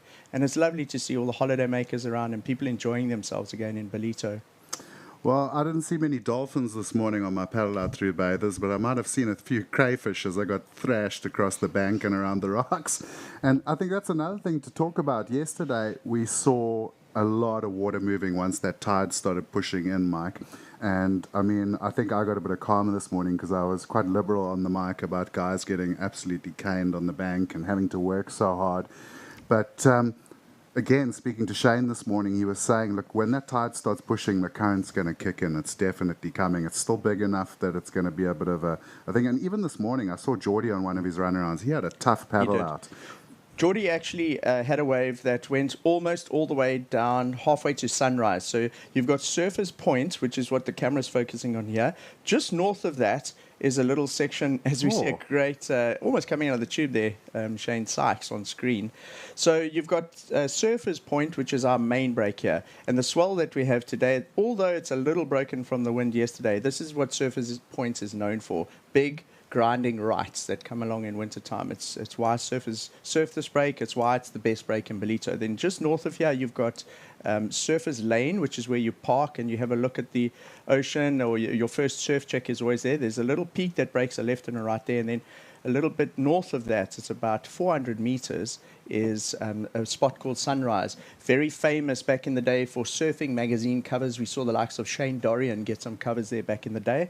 And Geordie had a wave this morning with the wash that went almost all the way down to Sunrise. And I had a look at the clock, and it took Geordie almost 2.5 minutes to run down the beach and paddle back out again. And for a guy like Geordie, who's super, super fit at the moment, he's been training as part of his rehab to opt for the beach run, then you must know there's a wash out there, boy. Well, lucky for me, I had another commentator in my flat, Dutchie, and he timed my paddle out at 15 minutes. Okay, so Geordie's definitely a bit fitter than you, Kai. So Geordie opting for the run around. We saw Darren Zakarian in the last heat also opting for the run around. Well, let's talk us through this wave of Max. Lovely off the bottom. I really like this guy surfing. It's impressed me. I watched the SA Champs final a couple of weeks ago. He tags that top turn with a lot of spray and power. He's got a knack for getting it just into that critical section. And when the board connects with just before the lip breaks there, it throws an enormous amount of spray in the air, illustrating just how much power is going into that turn. The other thing you're not seeing out there with the with just having it on screen is that the wave is a lot more powerful than it's been over the last couple of weeks. With the northeast wind swell, which comes left to right on screen, you tend to get quite a small wave period, and a wave period is the gap between waves. Where on a southerly ground swell like this, the wave period is a little bit bigger. And today we're seeing about a 10 to 11 second period between the waves. And the more spaced out the waves are between each other, the more powerful the waves are. And Kai, you would have experienced that power when you paddled out this morning. That's why you were looking for crayfish. I was looking for crayfish for sure. I also had the rocks come flying up at me, so I decided to do an abort and go back to the beach, because we actually saw on the paddle out of the previous heat, I saw Duran Zakarian almost get pulled straight through the bricks there paddling from bathers, and it is a worry. We've seen it before actually in the competition. The guys try paddle across from bathers and get sucked through that gap in the rocks, and we even had to see the Quatakuza lifeguards rescuing someone yesterday who got sucked down from bathers swimming. So the water movement here is so crazy, and I mean, if you look at that picture you're seeing now on the live webcast, just about halfway to 2/3 of the way out to the horizon is where the continental shelf sits. So it is super, super close to the coast here. And that is why the power band really and the water here is so much stronger than a lot of the rest of the coast. The south coast, just south of Durban as well. You can see it on this shot. If you look on the inside, look how the water is moving from right to left on screen. It's moving very quickly. That's the wash. And we're almost on dead low tide now, and Ballito, actually the whole north coast of KZN, is very, very tide sensitive. We've run this event in the past when there hasn't been a lot of swell, and often you actually have to put the event on hold when the swell's quite small, because on the high tide there's sort of almost no waves. Yeah, it goes flat and city. that combines this weekend with a spring tide. So we got spring tides today, in fact, and that's combining with quite a solid swell and creating those washes. So the surf is finding it quite tricky out there. This side doesn't find it very tricky though at the moment. Max Elkington having a good run, looking for a score here to try and get out of third position, Kai. Yeah, Max had to wait a long time when he really drew that bottom turn out, and managing to get two solid turns. He's looking for a 2-4-1, so I've got a feel that will get the requirement. You could just see how he had to really almost go to the poo man there on the way out just to get the legs wide to deal with those bumps and warbles coming out. I won't insult Max's style with the poo man, but he had to go to that like really squatty, strong stance, and you'll see him. Yeah, Mike, talk us through this wave. Right, so he gets a lot of speed around the section. I wasn't sure if he actually was going to make it, but he kept that thing on the rail. You saw how the fins almost came out on some of those turns. He gets round, and it's really good that he stuck with that, because he got two turns in and he finished it nice and clean. And scores starting to drop in for the judges. I think we might see a situation change here. He's such a friendly kid, Max Elkington, and also so polite, and it comes across as really humble in the water. He's been out there in a lot of the free surfs, and he paddles out, and before he even catches a wave, he says how's it to everyone and greets everyone, takes his place in the lineup. A lot of different personalities out there this week, let's be honest, and a lot of aggression, and some surfers opt to take the sort of very aggressive approach, but Max not one of those guys. He's pretty humble, gets out there, gets the job done, and very, very well liked on the beach as well. Well, the score comes through for Max Elkington at a 5-1-3, so he jumps up into the lead, and it is his brother Jake quietly just getting the job done in second place. He's got a 4-5 and a 4.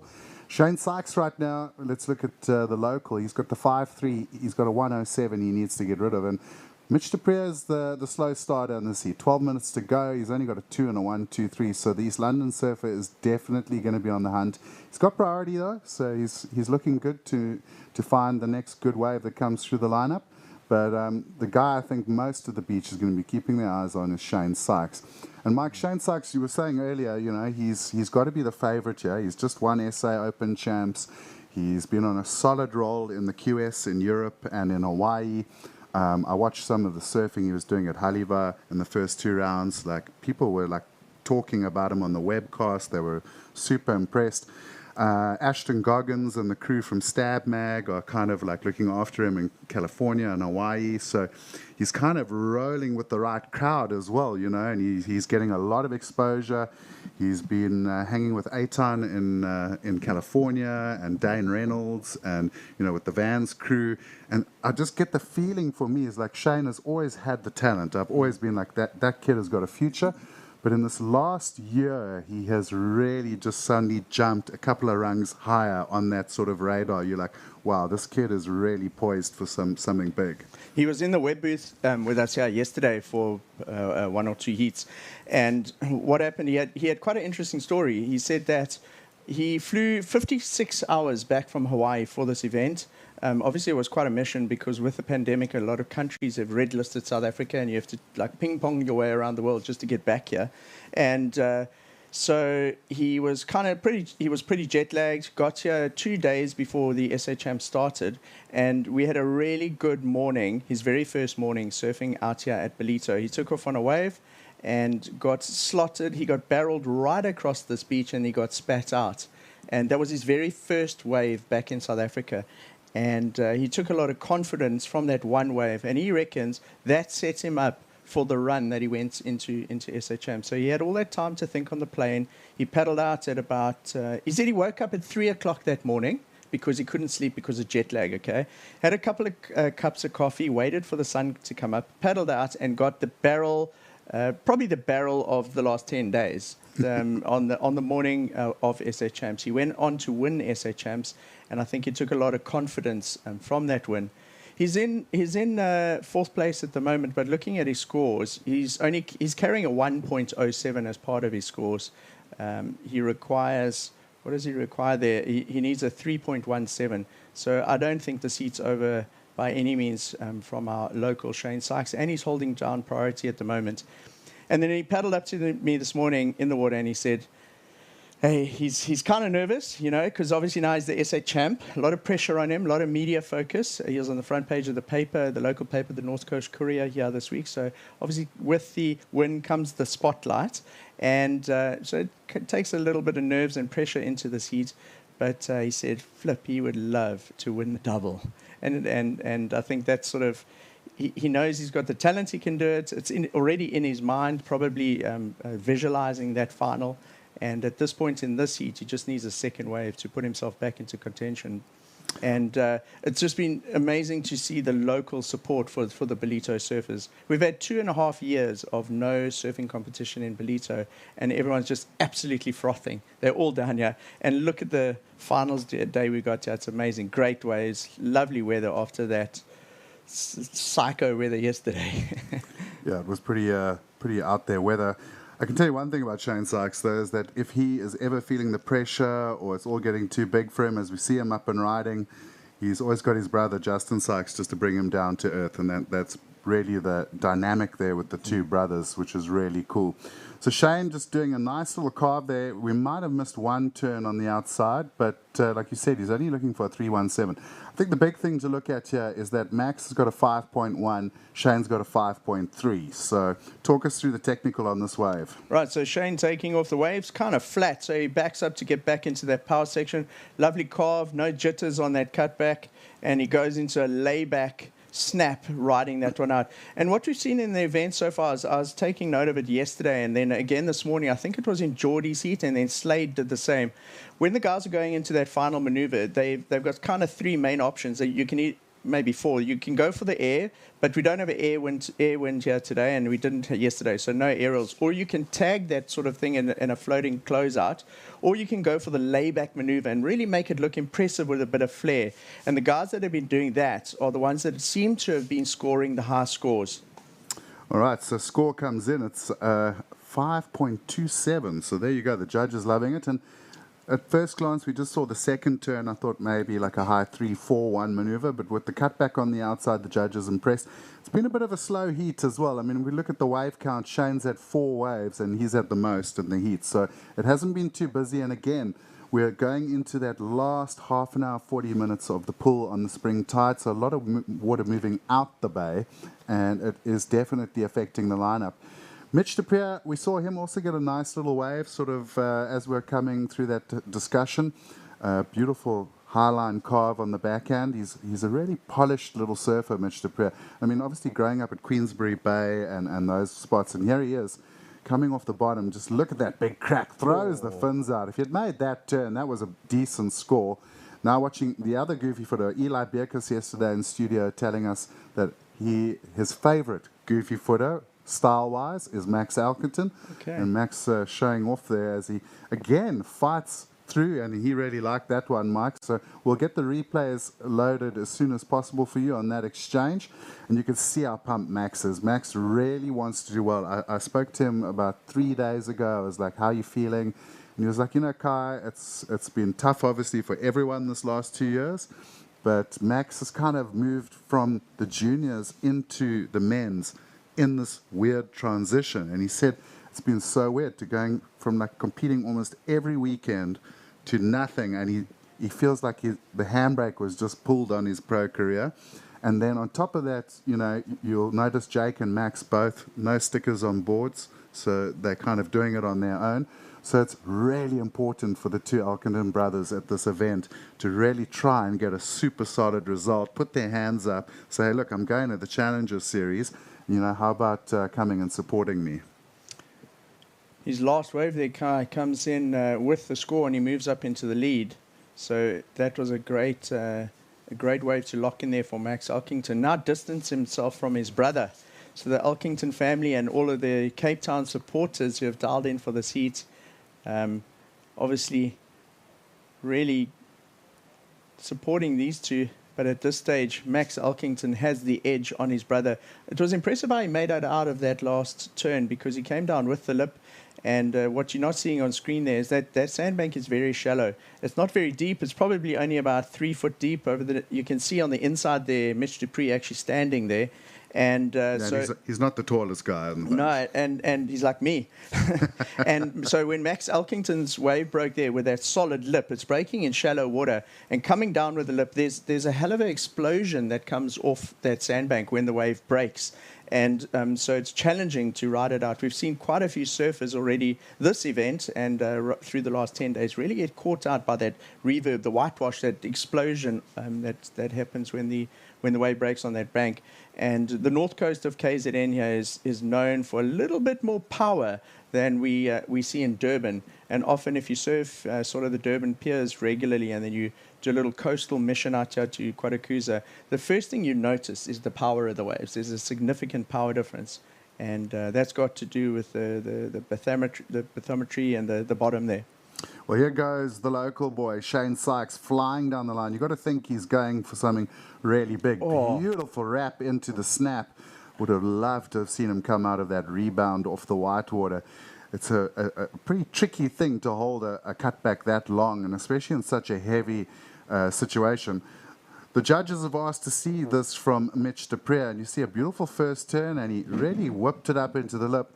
I think super clean, but maybe not as heavy and committed as Max's, as we see Jake absolutely tearing the wave down the line and onto the inside. He's connected this one all the way down the sandbank. We haven't seen too many sort of length of ride scores yet, and hopefully we'll get a replay of that so Mike can talk us through the techniques there. But that first turn I glanced just as we panned over the lineup was looking really, really solid.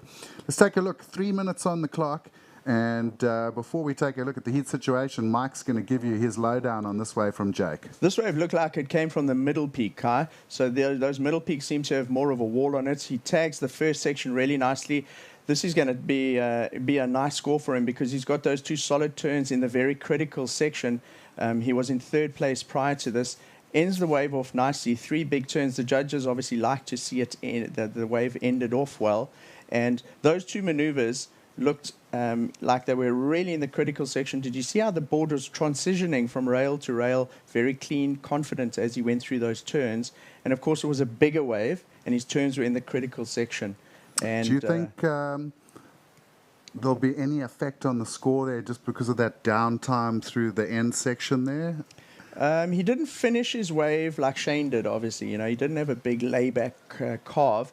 So although those turns were nice, there was no flare at the end. So for me, he ended that wave with a full stop rather than an exclamation mark. I like it. English Literature 101 with Mike Frew in the booth. And I think that score comes in at a 5.7, so it's not enough to take him into the top two advancing positions, but he is a little bit closer now because he needs a 4.9, but looks like he's running out of time there. Yeah, but 1.5 surfing. on the Definitely. clock. So Max in priority in the lead. So he's having a great heat. 6.3, 5.13. Shane now sitting firmly in second. He's put the requirement up. Jake doing well there, but like I said, there was no exclamation mark and time's counting down. And he's got a long paddle back because that was a long wave. He's way down the beach. And Mitch DePrier, big job, 5.4. Those are pretty high scores today. Love that little speed carve down the line. This wave goes a bit froth monster on him. But Shane holding on to the close as we see Mitch going to the sky looking for the score. Looking at a 5.27 and a 5.3 for both those scores of Shane already, Mike. Do you think that's going to go into his top two? I liked how he finished the wave. He had that a bit of, like we were saying, flair there. But I don't know if the first turn was enough to perhaps go into that 6 range. And like we were saying earlier in the heat, he beat Max Elkington in that SA Champs final. And I'll be very interested in the last 25 seconds here to see if Max gets one back over Shane. Psychologically, if Max beats Shane in this heat, that's going to be a big one for him going into the quarterfinals. Yeah, especially after losing to him in that final, as you said. Mitch now just getting creative. Time's counting down and he knows he's not going to get the score. The judges are having a good long look at that wave of Shane Sachs. They still haven't dropped a score. And it's going to be interesting to see what comes. We might even see a couple of replays requested just to, they can get some replays of some of the other scores in the heat and take a look and analyze whether it's there or not. In the old days, of course, they couldn't do that, but it comes in at a 4.5. So, like we said, it was like a little bit soft through the middle and a little bit whitewashy, so not the score he wanted. And we're going to go to a quick ad break. Mike, thanks for being with us. And when we come back, Paul Canning joining me in the booth.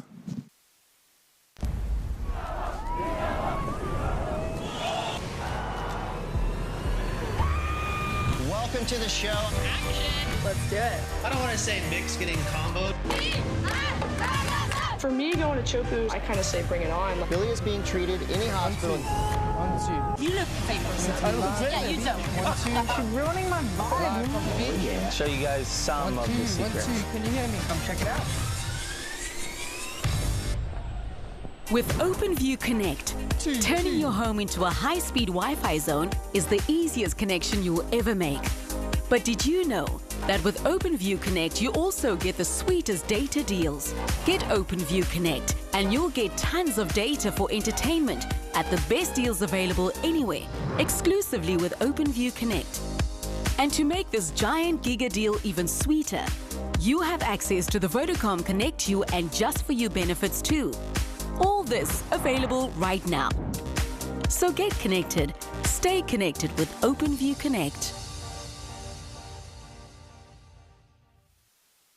Welcome back to the O'Neill Ballito Pro.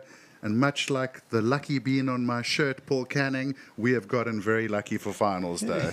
No, 100%. I mean, the waves are incredible. We couldn't have asked for a better finals date. It feels like we're back in July, in winter, with the strong groundswell, big cold front coming up the coast. And we've really scored. All right, so while we wait to get into this round of 16 Heat 4, we're going to go down to the beach and hear from our Heat winner in Heat number 3. Okay, and I am standing on the beach here with our winner from Heat number 3, round of 16 at the Ballito Pro QS 5000, Max Elkington. So Max, pair of sixes that got you through and got this Heat win.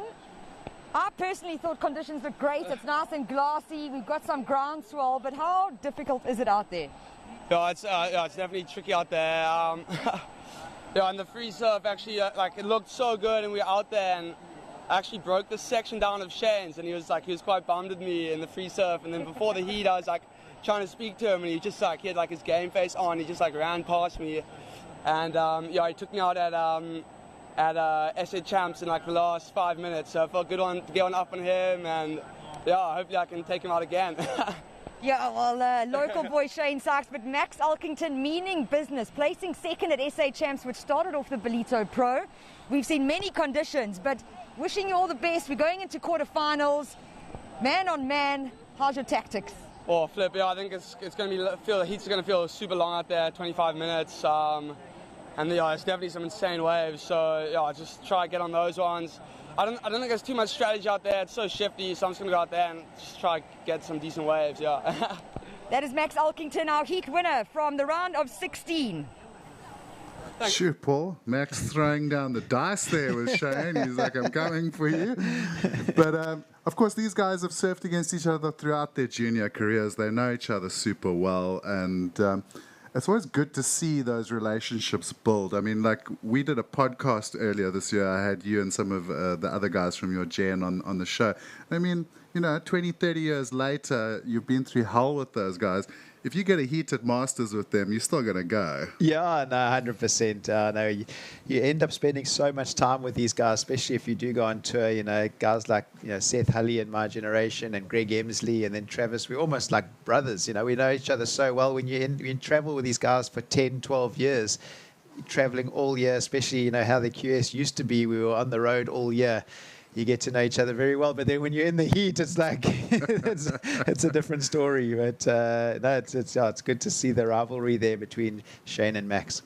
Well, let's look at the rivalry in this heat, because this is, when I looked at the heats this morning, there were one or two heats that you looked at that list of athletes and you were like, holy moly. Aiden Masonkamp, top QS contender at the moment, one of the sort of, I would say, top 5 South African surfers out there on the tour. Also super hungry. He really wants to get there to that championship tour. Dale Staples, I mean, probably one of the most talented surfers in South Africa. He's not really on the tour anymore, but I mean, anytime you drop him in a heat, and we saw him taking out the Namakwa Challenge, which was the WSL specialty event earlier this year. Eli Beckes, we had him on air yesterday with us, your O'Neill team rider, and he's really keen with that wild card to make an impression. And then Liam de Villiers, I think Mike Free was saying to me, Liam is the Zululand surfer who's gotten the furthest now in the Ballito Pro ever. Super powerful, goofy footer. He can really unleash on his backhand.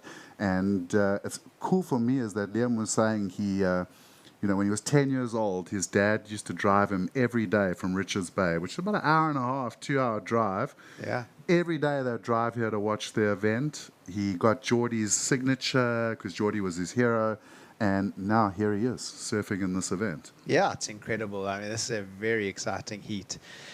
I'm very keen to see how this one unfolds. I'm very close to Dale and Eli, obviously both O'Neill team riders. I love Dale's whole vibe. He just suits the O'Neill brand so well with, how everything he's got going on, and his adventure vibe to him, and traveling and searching for good waves. He really fits the brand well. Geordie actually, he's only been on the team for about a year and a half now, and Geordie actually phoned me up and he's like, Paul, you got to get Dale on the team. He's perfect for O'Neill. So that was awesome. And you got to sponsor my baby's best friend's dad. but then Eli, I mean, I'm very close to Eli, and he's coming into that 19-year age, and this is a very, very big event for him. It's one of those events. It's like a make or break. He has to get a good result here to try and get onto that Challenger Series. So we gave him the wild card, and here he is on the finals day. So I'm just hoping he can go all the way too.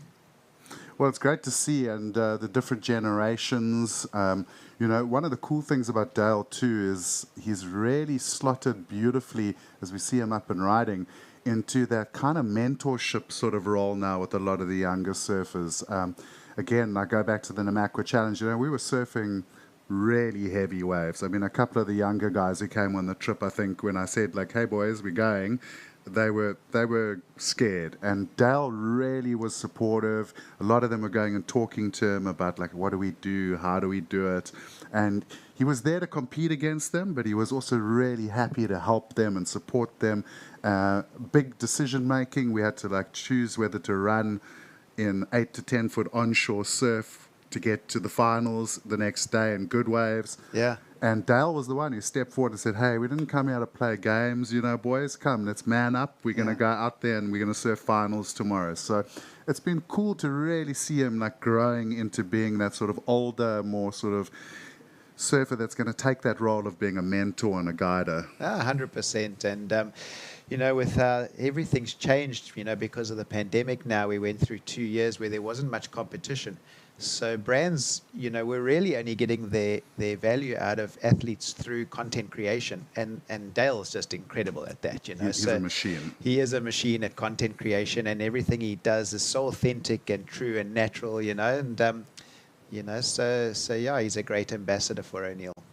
Well, and we're going to have 2 mini Geordie Duckies coming along shortly for O'Neill. Yeah, best friends. We'll see them in the under-8s division soon in the Groms. So I can't wait. So let's take a little look at the heat as we stand now. 22 minutes on the clock. Of course, 30-minute heats in this round. I did think I heard a rumor that we're going to 25 for the man-on-man because they won't really need that extra 5 minutes. And this guy has been busy. A 4.1 under the belt already. Liam de Villiers, the Zululand surfer. And putting that big, powerful backhand to good use here. Wow, really cracking the lip on that one. And Liam is looking super solid early in the morning. Here goes O'Neill team rider Eli Bekus out of Komiki. And big maneuver there, Paul. That was a really solid turn. Yeah, no, that's a nice start for Eli.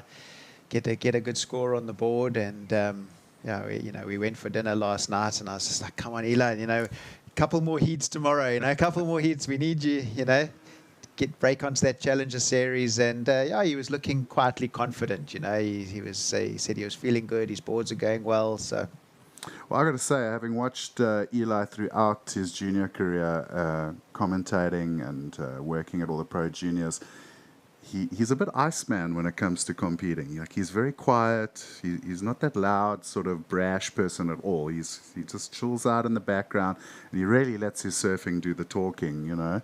So you'll see a very different post-heat interview if he wins this heat to what Max was. You know, he's like pretty exuberant and out there. But I think Eli's definitely got a great career ahead of him. And one of the things, as he drops in a 6.0 for that wave, Paul, so going straight into the lead. We were talking about Dale and how important content creation has become for pro surfers. And Eli is actually really well up there. He dropped an amazing video part recently that Stab featured and a whole bunch of other big platforms. Yeah, it was incredible. His dad actually filmed that for him, and yeah, Stab picked up on it. Well, that was awesome. As we just watched Liam de Villiers' wave, he had a really nice backhand hook there. And just a nice cutback, setting up the rest of the wave, waiting for it to stand up, and as it stands up, belts it off the top. So yeah, that's a good wave for Liam as well. And then we'll just see the Eli's wave here. Started off a little bit flatter. He got the cutback in, just waiting for it to set up. But I think all the points came in this last turn here. You know, that's a 6-point ride, but I think 3/4 of it were coming out of that last turn. And then see Aiden Mason came really sliding off the top there.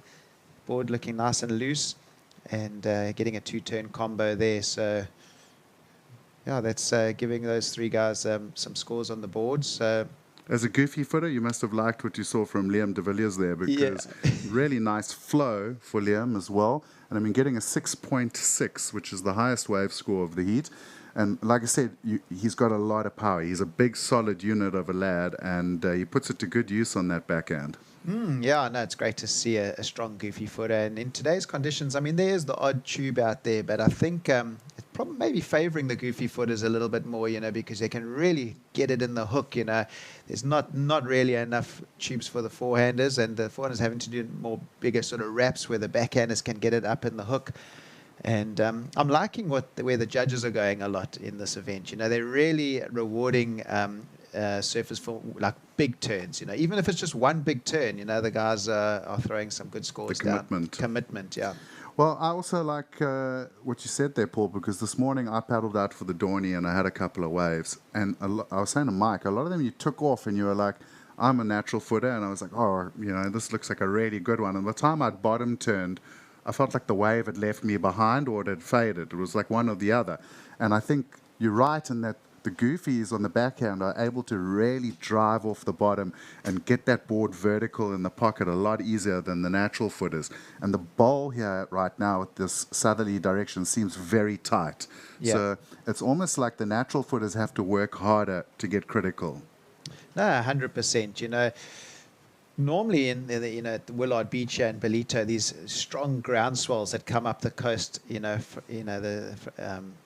that work their way up the coast here, they're quite lined up. In the winter months, they really barrel along the bank.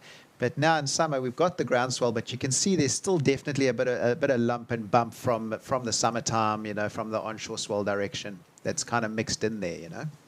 Yeah, and it's definitely tricky. Geordie was also saying like he thought it was going to be a super fun heat this morning, but he got a little bit of a fright because the conditions were pretty tricky for him. But again, I think the tide is bottoming out like pretty much right now as we speak. And as we start seeing water pushing back into the bay, I think you will see a little bit more wall on the wave. But of course, as Shane Sykes said to me this morning, you're probably going to see that strong rip coming into play as well. Yeah, I know for sure. Yeah, I think as you say, as this tide pushes in onto that bank, that sort of mid bank, there's a bit of a channel running out next to the rocks on the right hand side. So as the tide and the water moves onto that bank, then I think it will open up the faces a bit more, and we'll start seeing some better waves. So sitting here with Paul Canning, of course, ex-CT surfer, and Paul. One of the nicest conversations we've had while we wait for some action in this heat is we were talking about your guys' days on the qualifying tour as opposed to now.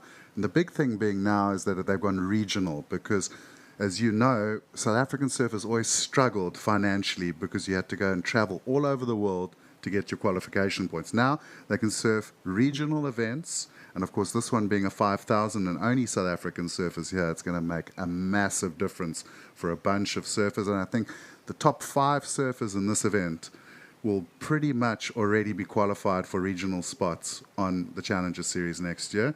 Then they go and do the Challenger Series, and then it's just that second step, and they can make the CT. I mean, you guys had to go slog it out. I think this is a much better system for especially countries like South Africa. No, it's incredible what WSL has done, and it's really going to help the South African region, with the restructuring of the tour. Back, I retired in 2006, but I did it for most of the 90s and then the early 2000s, but we really had to travel a lot, from January, pretty much the whole year, chasing the QS, and it was very expensive, and you always had to really ensure that you were getting to the finals of the events and trying to get prize money to carry on, where now the guys, I've actually been telling them it's probably the easiest it's been in the last 20, 30 years to qualify for that Challenger Series, even though it's the next step up to then try and catapult onto the World Championship Tour. It is much easier and much more affordable. So hats off to WSL. Yeah, and I mean, looking ahead at some of those Challenger events like Snapper Rocks, suddenly that's on the menu. Narrabeen coming back, and then of course this event, July after JBA, back as a Challenger event for both the men and the women. Yeah, no, we're very, very excited for that, to see it step up to a Challenger Series, and in July, which you can't beat the waves here in July, really good, and to have all the international pros back, so we're looking forward to that. Awesome. So you're at O'Neill Ballito Pro, and it is a beautiful day here in Quatakuza. It's going to be pretty hot and balmy. There's a little bit of that sort of humidity fog out at sea. The wind is predicted to go no stronger than 6 knots today, so we're going to look at nice, light, glassy conditions all day. We kind of see the tide bottoming out in the next 30 minutes, and then all the way through the quarters and into semis and finals we'll be on the push. So we should finish around lunchtime today, and it's going to be some glorious competitive surfing as these guys push for not only the 50,000 Rand, the 5,000 points, but also obviously a guaranteed ticket to the Challenger Series next year and an opportunity to surf 8, 9 events and possibly qualify for the World Tour. So Geordie needs some friends, Maddie McGillivray needs some friends, we need some more South Africans on the tour. Right now it's Liam de Villiers, the Zululand surfer, as we see Geordie Marie and coach Chris Bond sitting on the deck. Chris has pretty much been right there for the last 3 days. He hasn't moved. But Liam, I think, is such a story here because he grew up in Zululand. Ilembek used to be part of this, the Zululand sort of region.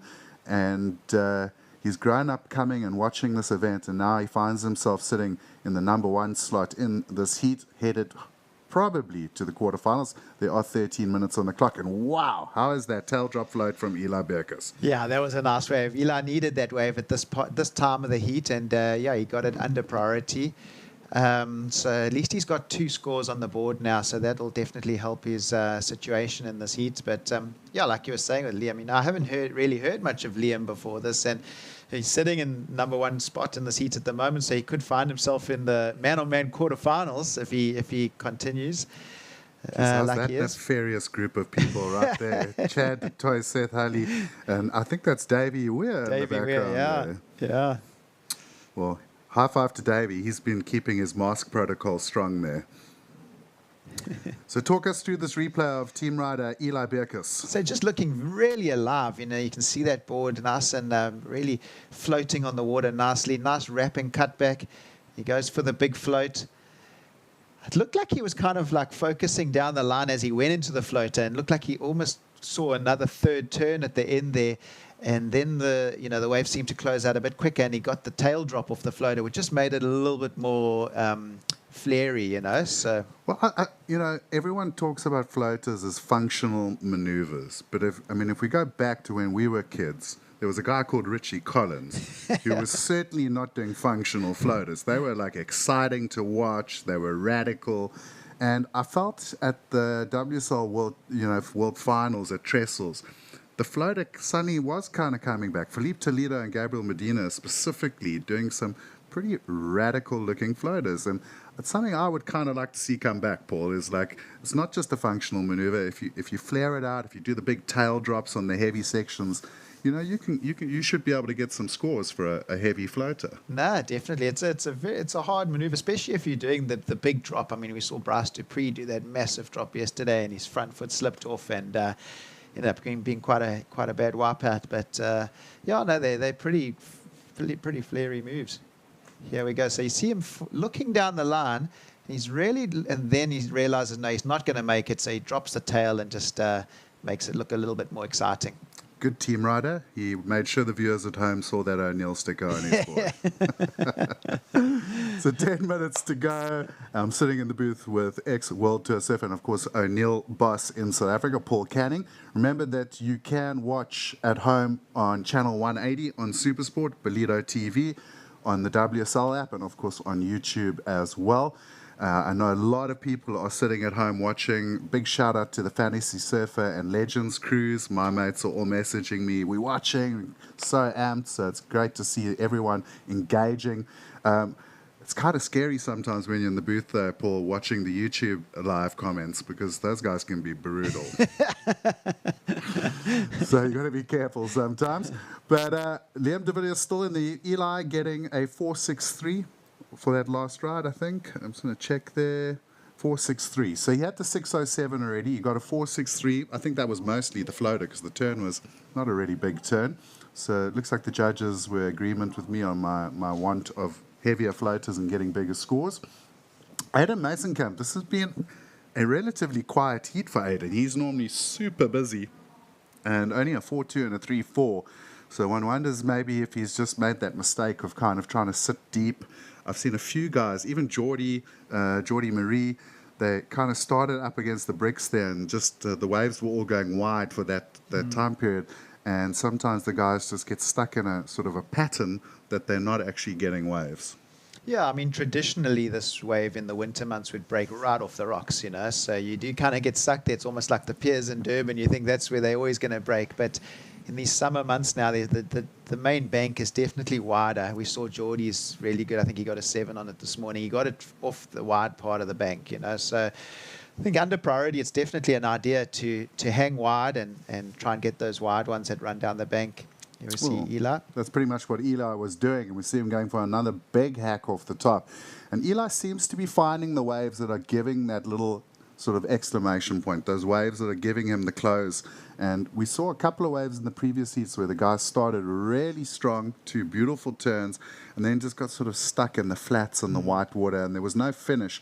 And Paul, I mean, after years of competing, you know this, you want to put that exclamation mark on. You want to finish strong because it's the last thing the judges see of your wave.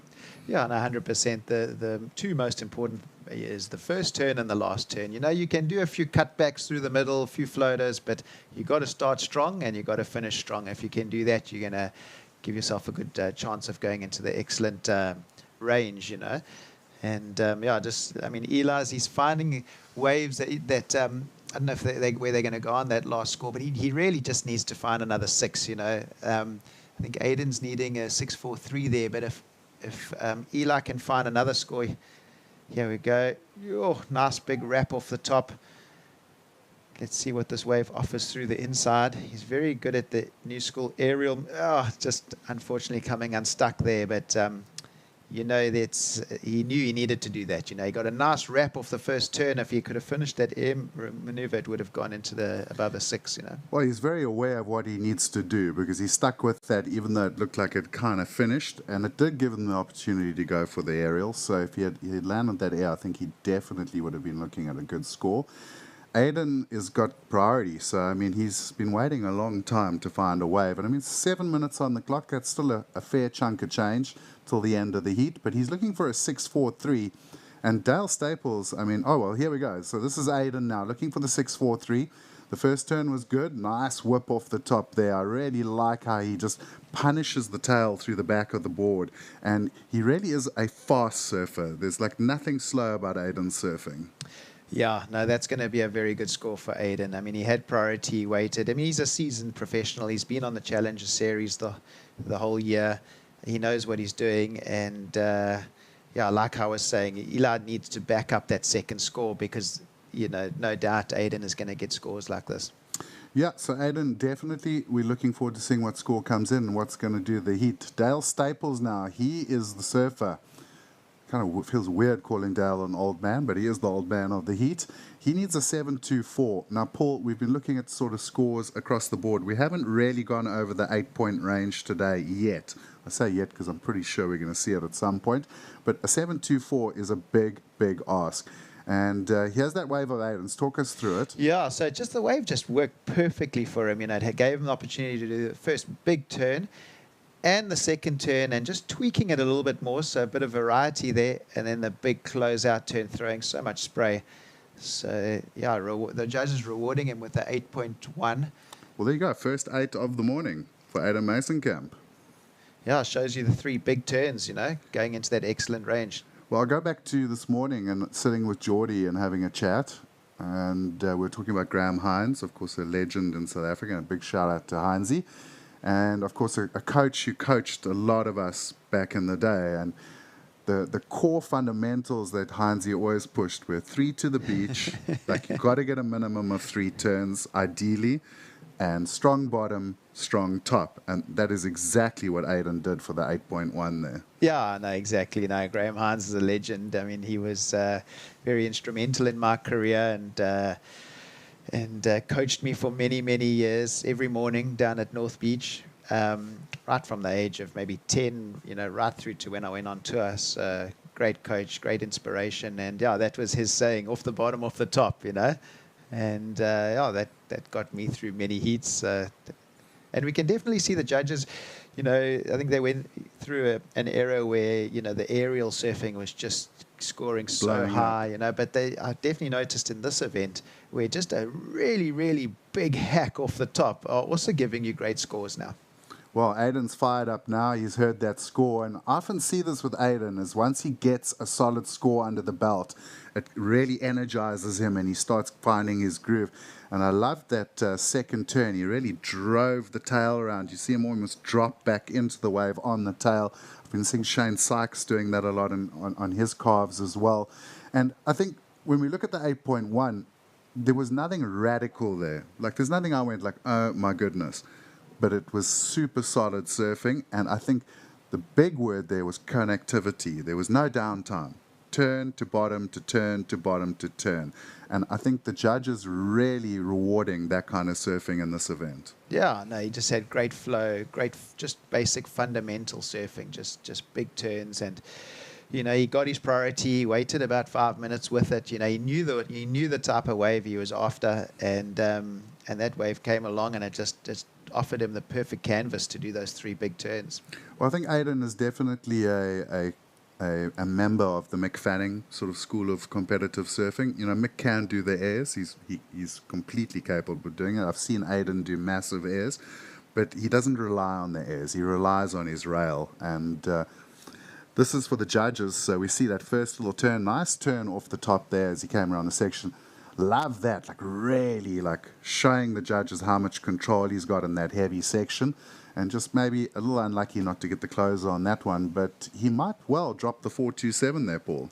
Yeah, I think Aiden is looking pretty comfortable in this heat, with the 8.1. He's out in the lead. I think the fight here is really for the second spot. I mean, Liam's in a great position. And but Eli, he does have priority going into the last 2 minutes, only needing a 4.78, so he doesn't need a big score. He really just needs to do something a little bit more than those 2 turns that we've seen him do on the last 2 waves, Yeah, so pressure's on. Dale now needing a 7.24. Eli definitely in with a chance, 2 minutes. We haven't really seen huge lulls today either. The period's at about 10, 11 seconds. So it's not a radically high period. So the waves are quite on top of each other, and they come quite often.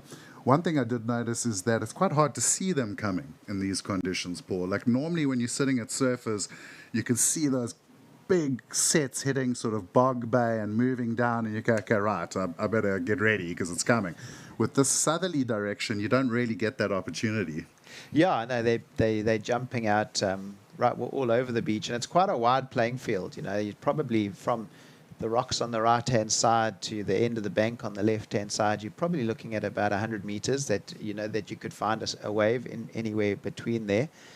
And the swell has kind of changed slightly more out the east, so they're coming out more from straight on instead of running down the bank, So here we go, looking at a paddle. Is this going to be the way for young Eli Bierkes out of Cape Town?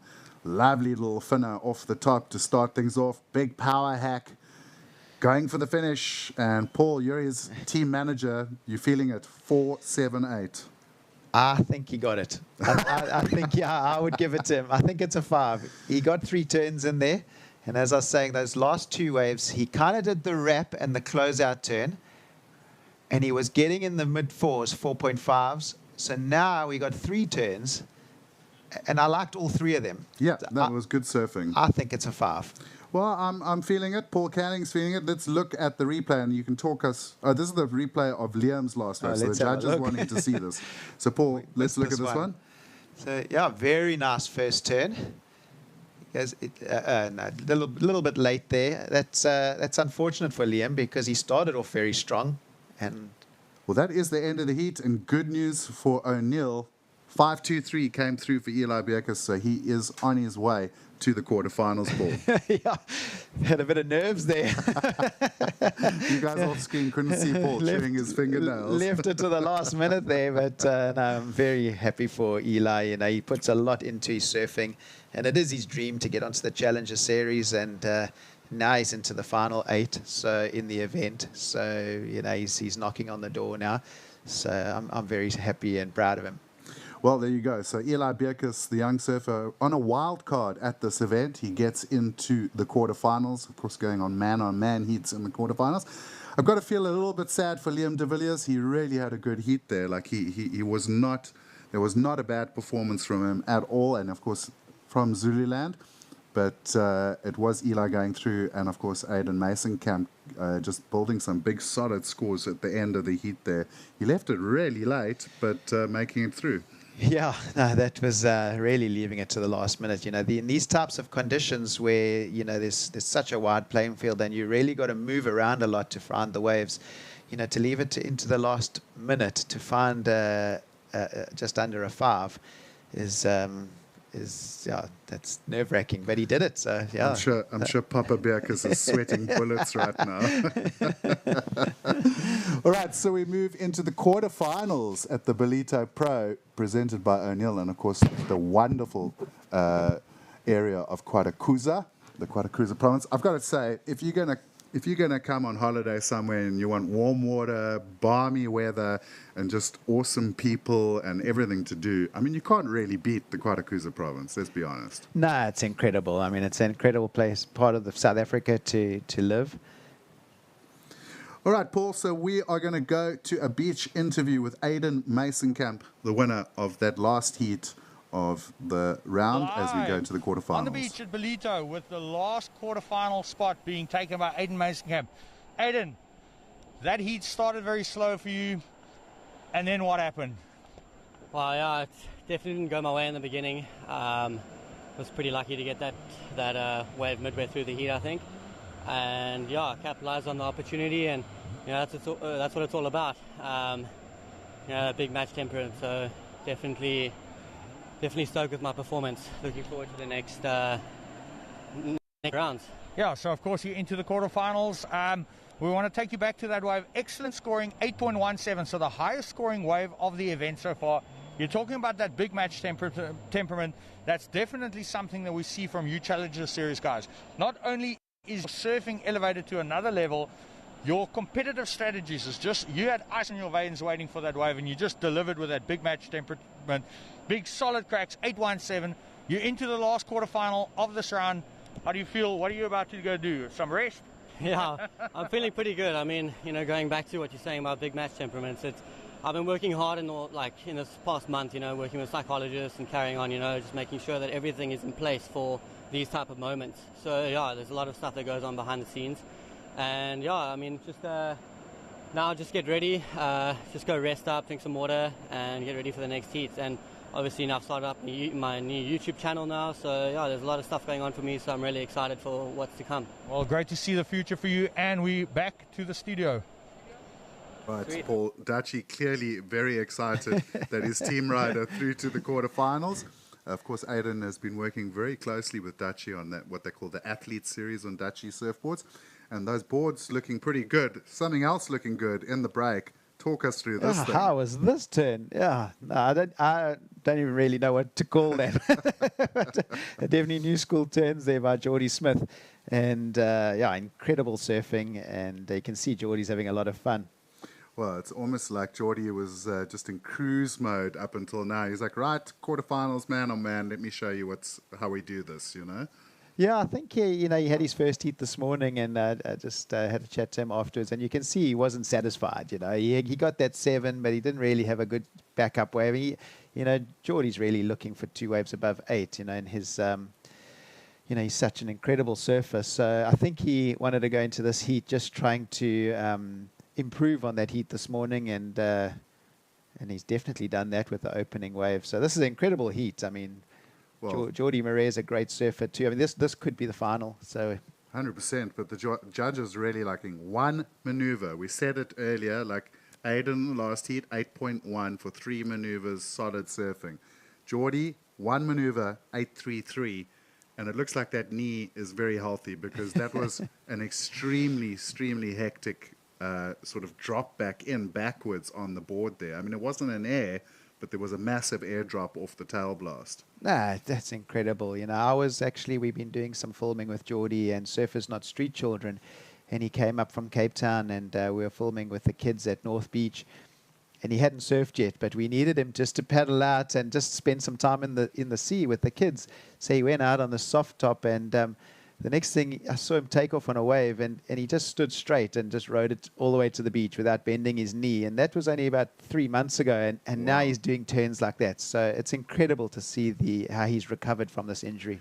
Well, it's been cool watching Silver Linings. That is the production O'Neill's doing with Geordie at the moment with Nick Christie. And I must say, Nick Christie doing some beautiful work there, the guy from Seal Point, on the camera and in the edit suites. And it's been really cool to sort of see behind the scenes of the whole thing, because, we knew he was injured, but you know, how did it happen? And to see the amount of work he has put in his rehab, I mean, I knew Geordie was motivated. When I look at that footage of him training and putting the hard yards, and you know, we know he's been super healthy for the last couple of years as well. It's been really cool to see. And I mean, a lot of people I think have been going like, Geordie's almost moving into that sort of senior group on the World Tour. Is he still capable? Is he going to do it? I mean, you see surfing like that, and you're just like, this guy can win a world title for sure. No, easy. You know, he's still so hungry, and you can see it. You know, he's really, you know, he's going for waves, and he's, you know, giving it everything. You know, and that's what Geordie's like in everything he does. You know, he gives it everything, and it doesn't leave anything out on the table. So,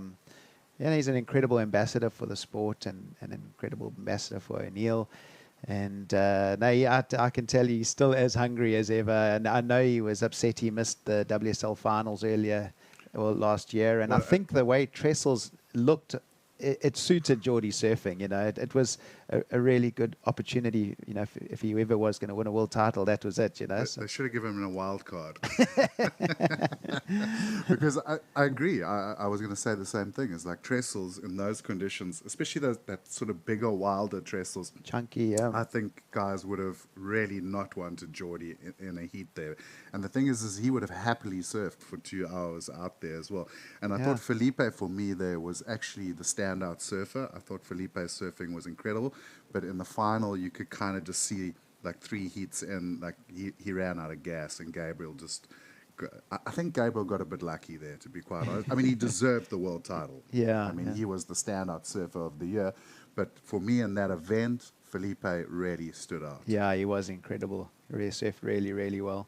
And yeah, it'd be interesting to see where they go for next year, you know, because I think it's, you know, the wave they choose, it definitely suits some surfers and others, you know. So, so I'm really excited to see where next year's venue is going to be set at. I've heard rumors of Lakey Peak. Yeah. Which I've been to. And I mean, Lakey's, I think, is such a good choice because it is a perfect left-right. So you've got both directions. The right is a little bit shorter, but it's like a mantle barrel and then a big section for them to hit. Yeah. And then the left, also a barrel. It's got a barrel a bit further down on the low. So it is a perfect A-frame. And I think that's the kind of wave we want to see a world title decider in. Yeah. Yeah, no, 100%. And we see Geordie just get a quick one there. That board is it's actually brand new. So the heat he surfed this morning was his first surf on the board. Graham brought it through last night. So it's a brand new board, but yeah, it seems to be working pretty well for him. Yeah, so Geordie's just looking for work now. He's under priority. Geordie's just sitting there very patiently, or Geordie and Geordie. And Marie is a very, very experienced competitor. He may be young, but he's been a top junior competitor in South Africa for a long, long time. He's also just put out an online film, which you can check out on YouTube. And not scared to charge in the heavy stuff either, Geordie Marie. He's a Kalk Bay local, spends a lot of time around the heavy slabs in Cape Town and up the West Coast. So it's going to be very exciting to see how he goes in the future. Of course, he's drawn the tough heat in this round because he's got a World Tour surfer like Geordie Smith. And I mean, for Geordie just to paddle out into the seat and open up with an 8, it's not going to make his life any easier. But he won't lie down, Geordie Murray. He'll definitely keep fighting. Yeah, now you definitely want to be on the second half of this draw, I think. Yeah, you don't want to stay away from that top seed. But yeah, I mean, I've been very impressed with Geordie Murray. I really like his surfing as a goofy footer myself. You know, his technique is just incredible. He's got a low center of gravity. His feet are not too close, not too wide, and he really can pivot in the hook nicely. So he's got a great backhand attack.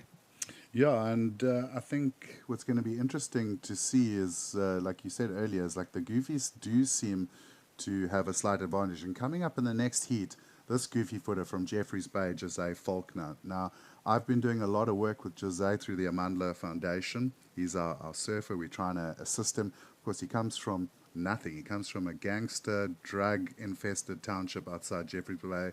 He has been surrounded by family members being murdered and just horrible stuff. And it's incredible to see how surfing has lifted that kid to where he is actually now going for a slot on the World Tour. And I think he's shown in this event a really mature approach. He's just been really quiet, been doing the business, getting through heats, couple of seconds on the road to the quarterfinals. But he's also one of those surfers who's got that like dynamic surfing. Like he can really unleash the big aerials when he needs to. Yeah, no, 100%. He's got an incredible backhand. He actually reminds me a little bit of Matt Wilkinson. Nice off the bottom, off the top combo. And then his aerial surfing, we've been watching him in the afternoons after the competition finishes. He's on the lefts down the beach. It's almost, we're all saying, maybe we should be running an air show here after the contest. The airs that Jose's been doing after competition in the afternoons. Well, here's the big man, Geordie. And I mean, he's just having fun out there now, cheeky bugger. I mean, going for the wraparound. And you know what? This is when I love Geordie the most, actually, is when he's actually just having fun, because it brings out that really creative side in his surfing. And you saw, I mean, there's not a lot of guys who can pull off that full wraparound, like invert. No, Kelly does them very well. But, I don't see too many other people doing that that sort of off the lip into the 360 wrap. But, I know when Geordie starts having fun, that's when the action starts. So we might see some of the claims coming out soon. When the claims start, then he's really having fun. Well, let's look at this replay, Paul. Okay, so he's just eyeing down the line. Really nice bottom turn there and just going the full wrap. I think he realized that there wasn't going to be much wall after that. It's going to go quite flat afterwards. So it's more just a fun turn, And, then just going off to the body surf. But I think he's looking for that second 8, That's at Geordie's level, he's looking for 2 8s, 2 waves above 8 in a heat. So he's hunting for it, still plenty time. Well, and looking ahead to that next quarterfinal, Jose, we spoke about him, but this guy, Slade Prestwich. Slade, I mean, Giggs and I spoke about it on the webcast yesterday. One of the most talented surfers in the country. Like we've always known he's got that talent, but it just seems like Slade has suddenly, finally found that headspace for heats. And I mean, yesterday he just came out the gun with guns blazing. Yeah, he's an incredible surfer. I mean, when Slade was a Grom, sort of between the ages of 12 and 18, he was one of the best in South Africa. He's really, really good. And he did go through a patch where he wasn't getting the results that he deserved, And now his surfing is back on point, and he's really putting in the effort. I was chatting to him yesterday. He actually flew back from Hawaii for this event, and then on Monday he's flying back to Hawaii. Incredible. So he's come all the way from Hawaii for this event. So it shows you how valuable the points are for these guys and how seriously they're taking it. Yeah, well, I mean, it's definitely the most important event for South African surfers in the last decade or even more, because of that 5,000 and the fact that there's no one else here, which normally, the Challenger, we're lucky to get 4 or 5 South Africans into the draw, So this is that golden opportunity, the golden ticket, the Willy Wonka. This is it, and that's why I was so excited that the event was happening. And the moment I knew we were green, I was speaking to a lot of these surfers the last few weeks up and down the coast, and it's like, this is your chance. Like, if there was ever a chance for you, you've got to take it with both hands, because the guy who wins this, and probably both finalists and even the semi-finalists, they're looking at Challenger Series already, and just off one event, So when will you ever get that opportunity again? Yeah, no, it's incredible. And, the Ballito Pro is a Challenger Series event. It always has been. And the last, obviously in 2020, we never ran. 2021 in July, we never ran. And next year, we're planning to do a Challenger Series event again. But we had the budget. Kwatakuza municipality said, look, we've got the budget for 2021. Let's give something back to the South Africans. Let's do a QS 5000, And as you say, it's an incredible opportunity. As much as we love the international pros coming here for the Challenger Series, it really only gives 5 South Africans a chance to make prize money and points. And so really great for them to say, look, let's use the budget for 2021 and then put on a QS 5000 and help the South Africans that haven't competed for 2 years now. All right, now the pressure's really on, because you're going to have to do the Challenger and the 5,000 next summer. Paul's like, So let's take a look at the heat. 10 minutes to go, 25-minute quarterfinals. It is Geordie Smith, of course, World Tour phenomenon. I mean, you can't really call him anything else. An 8-3 out the gates, one maneuver, a 4-2, just having some fun, really. And Geordie Marie right now, I mean, we saw in the last heat Geordie was in, he did the same thing. He waited like almost half the heat. But with a 2.7 and a 2.5, he needs a 9.76 ball. He's really putting himself under pressure now. Yeah, it's hard. You know, you can kind of get sucked into this situation where a surfer like Geordie having an 8.3 now, you feel like, okay, I need to get priority and sit for 10 minutes and I need to match it with an 8-point ride.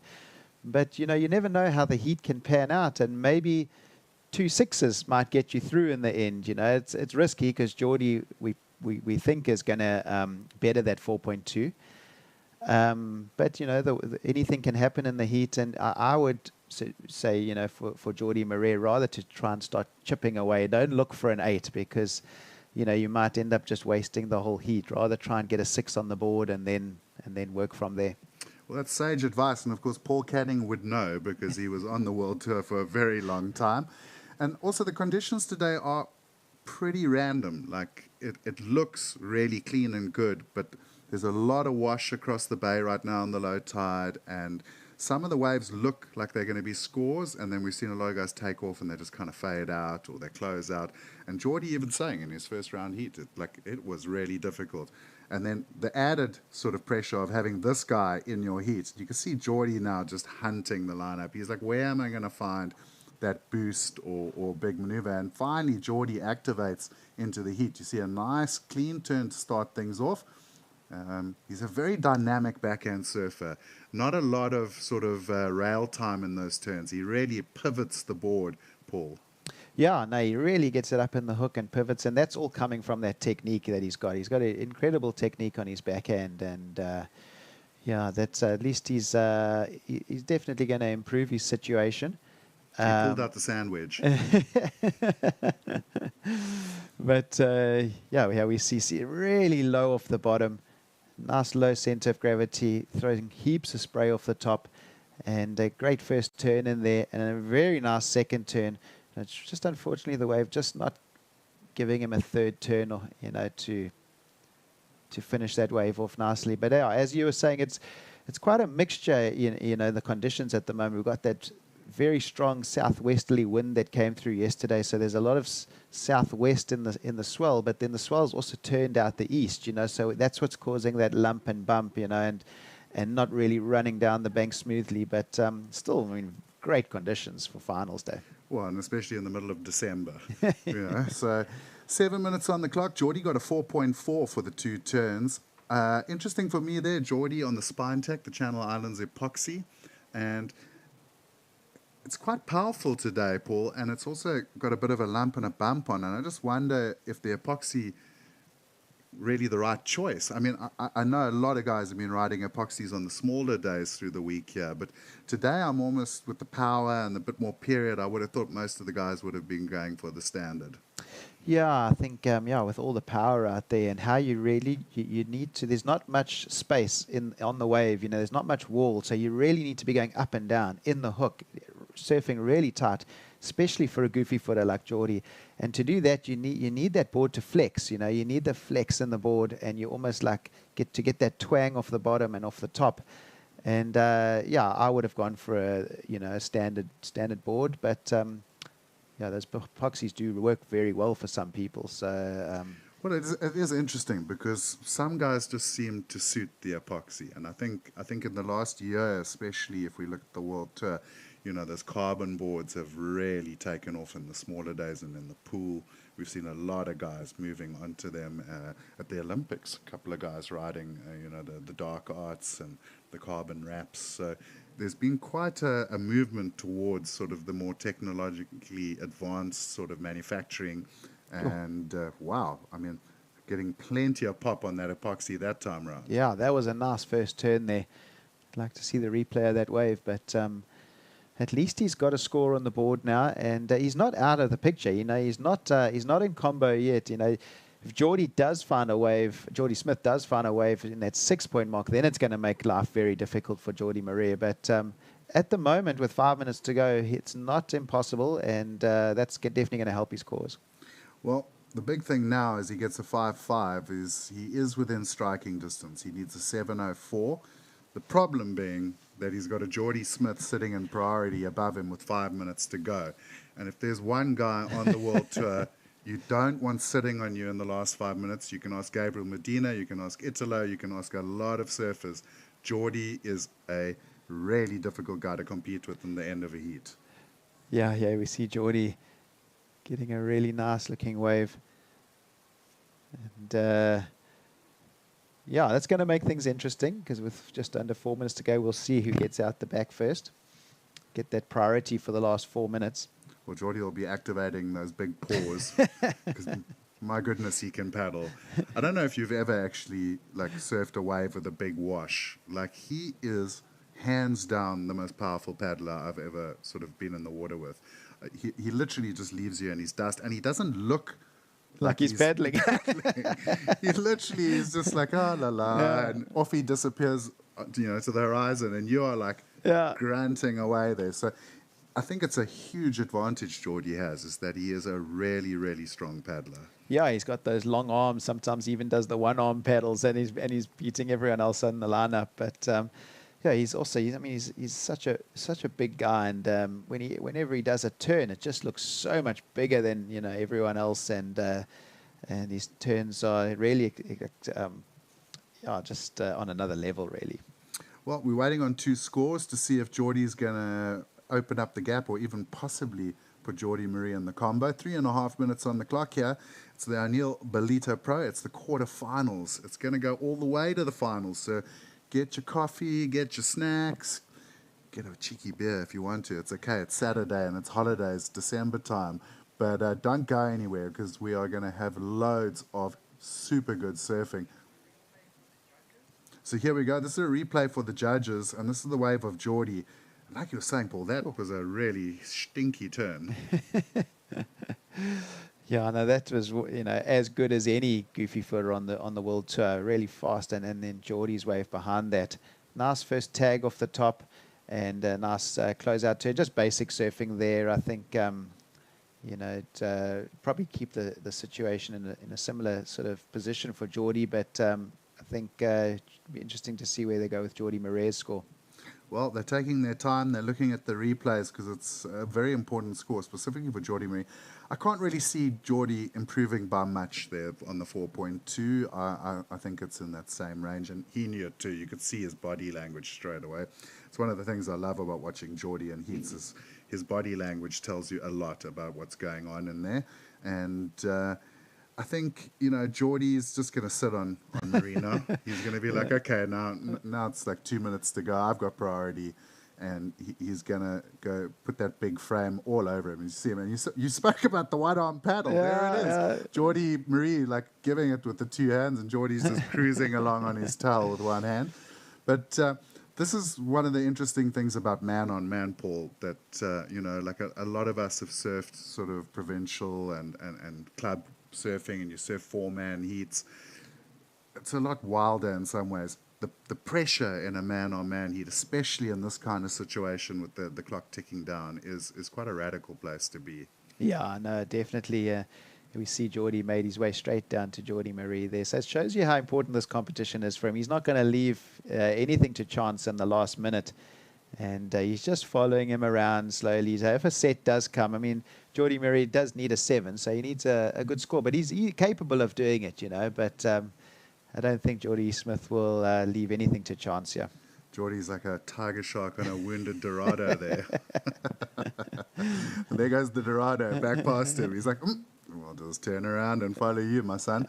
So less than a minute to go. Priority is with your heat leader, Geordie Smith. And Geordie Marina is going to definitely be feeling the pressure. Coming up next, quarterfinal number 2, Jose Faulkner, Slade Prestwich. Another glorious goofy versus natural battle with 2 very powerful big surfers, both over 6 foot tall. So South Africa, of course, is known to produce some big solid units like Geordie Smith. And you certainly don't want to go anywhere, because the action is going to be getting super hot in the studio and in the water. And Geordie Smith let him go on that one, Paul. So Geordie Marie's going to have an opportunity here, but he needs a massive score of a 6.44, and 1 turn wonder ain't going to do it, and I think he knows it. Yeah, I know. Geordie had a quick look at that wave and saw there wasn't much wall after that first turn. So yeah, he let him go on that one, and that counts down to the end of the heat.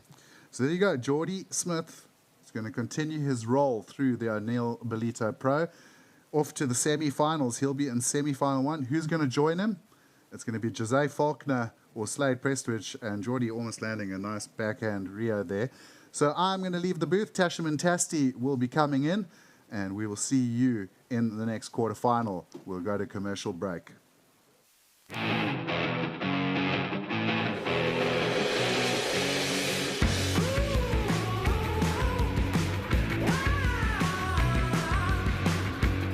Catch all the beach and surf action live from the Ballito Pro, presented by O'Neill. A first on People's Weather. 17 to 19 December, 11 a.m. daily.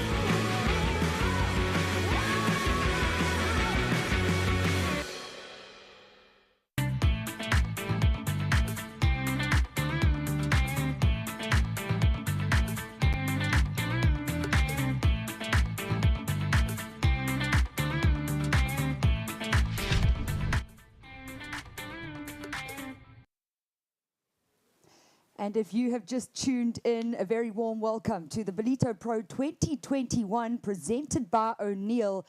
We have already moved into the quarterfinals here at the WSL QS 5,000 ranked event. Out in the water, we will be seeing in the red singlet Jose Faulkner coming up against Slade Prestwich in the blue singlet. Now, maybe not recognizing the name Jose Faulkner too much, but he is definitely a name in South African surfing. He holds the title of the 2019 South African Open Men's Champion and one of only 2 people of color to ever hold that illustrious title here in South Africa. Winning the 2017 SA Champs was Brandon Benjamin, our first person of color to win a national title. But Jose Faulkner, the man on the screen, well, that is Geordie Smith, actually, our heat winner for that first quarterfinal. And he is going to be coming up against either Jose Faulkner or Slade Prestwich. We see who's going to take it. But with the experience of Slade Prestwich and with the swell that we're seeing running down here at the Ballito Pro, could it be an upset from Jose Faulkner?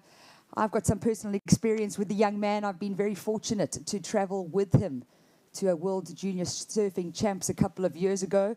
Under 16 boy, wasn't really recognized at all, and went to World Champs representing South Africa, and then finishing off in semi-finals, equal 6th in the world. And the youngster, no cell phone, no social media, and not getting hyped up with the names, and just letting his surfing doing the talking, which we can see here. Just a quick in and out for Jose.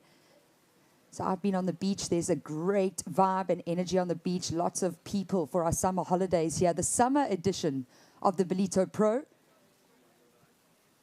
And we'll be moving across to the beach interview with our surfing hero, Geordie Smith, down on the beach, taking that win ahead of Geordie Marie. So we'll be locking down to Dutchy on the beach. All right, live in the first quarterfinal of this Ballito Pro 2021. Geordie, devastating blow, opening right there, 8.33. That's like knocking your competitor right on his bum. Yeah, it's interesting when you surf against kind of a lot of rookies, at least on tour. You try and put the pressure on them early, see how they deal with it. Some guys really kind of take to it, and some guys shy away from it. So, yeah, it's always a good confidence booster when you start big. Can you remember your opening years when you were learning finding your feet on the world tour? Could you remember those standout guys that used to you just don't understand how this is always happening to you? Absolutely. I mean, the guys that be starting with 2 7s off the bat and you haven't even caught a wave and you're just kind of scratching your head. You've got 15 minutes left. But yeah, you live and you learn. You never lose. So, yeah. Well, you've learned and you're teaching everyone around you. You just taught the last guy. So we'll see you in the semis. Another great performance. Cheers, bud. Thank you. So that was Geordie Smith advancing through to the semi-finals here. A QS 5,000 rated event, a very important event for our South African hopefuls wanting to take the win out here. 50,000 Rand up for grabs for that first place. But the key takeaway, 5,000 valuable qualifying series points for the winner, 3,000 for second place. And what that means is that they are able to take those points into 2022 and have an opportunity on the Challenger Series. But action, live action right now. This is Slade Presswich. Two beautiful turns there from Slade, coming from the south coast of KZN. Scottborough, a great right-hand point break.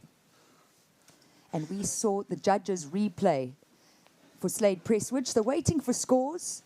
My name is Tasha Mentasti. I am joined alongside Dutchie. And Dutch, you were just on the beach. I was. They're making us work hard for our money here. Ooh. But you know what? We're just so stoked to be here. It's been 2.5 years that the Ballito Pro has not taken place due to this pandemic. Organizers have been planning it for the last 2.5 years. Live action now. This is Jose Faulkner. Beautiful tail boost there from Jose, releasing the fins and keeping nice and light on his board. He loves that closeout section. This is definitely going to be a good start for the youngster coming from Jeffreys Bay. And I was just saying, Dutch, you know, our viewers from around the world maybe not recognizing the name Jose Faulkner, but in South African surfing, a very big name. Yeah, and he's got himself in the quarterfinals. So if he loses here, it's the equal fifth. So he's in that. He's in the running for that regional qualifying spot. Sorry, I'm still completely out of breath. We've been making Dutchie run along the beach, but the vibe has been incredible down on the beach. It's summer holidays. We had big winds yesterday, big rain. Yeah. But now everyone down on the beach, I think Geordie Smith being a big wild card, but just look how he throws his board up and over the lip with that tail. Lots of control. This is the replay here for wave number 2.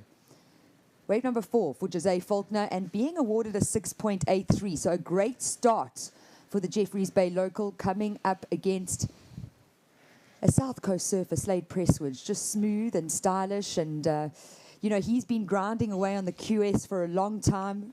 He flew in 4 days ago from Hawaii.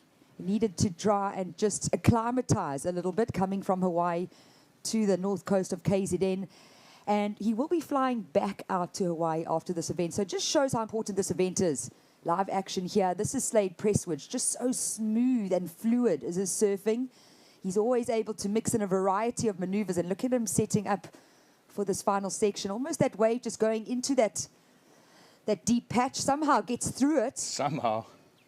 And just tags it to finish things off. So just a meticulous surfer, really. He knows what he needs to do, needs to complete rides, and I've seen that in all his heats. I mean, he's got so much flair, but when the wave doesn't offer that scoring potential, he can still almost produce a score.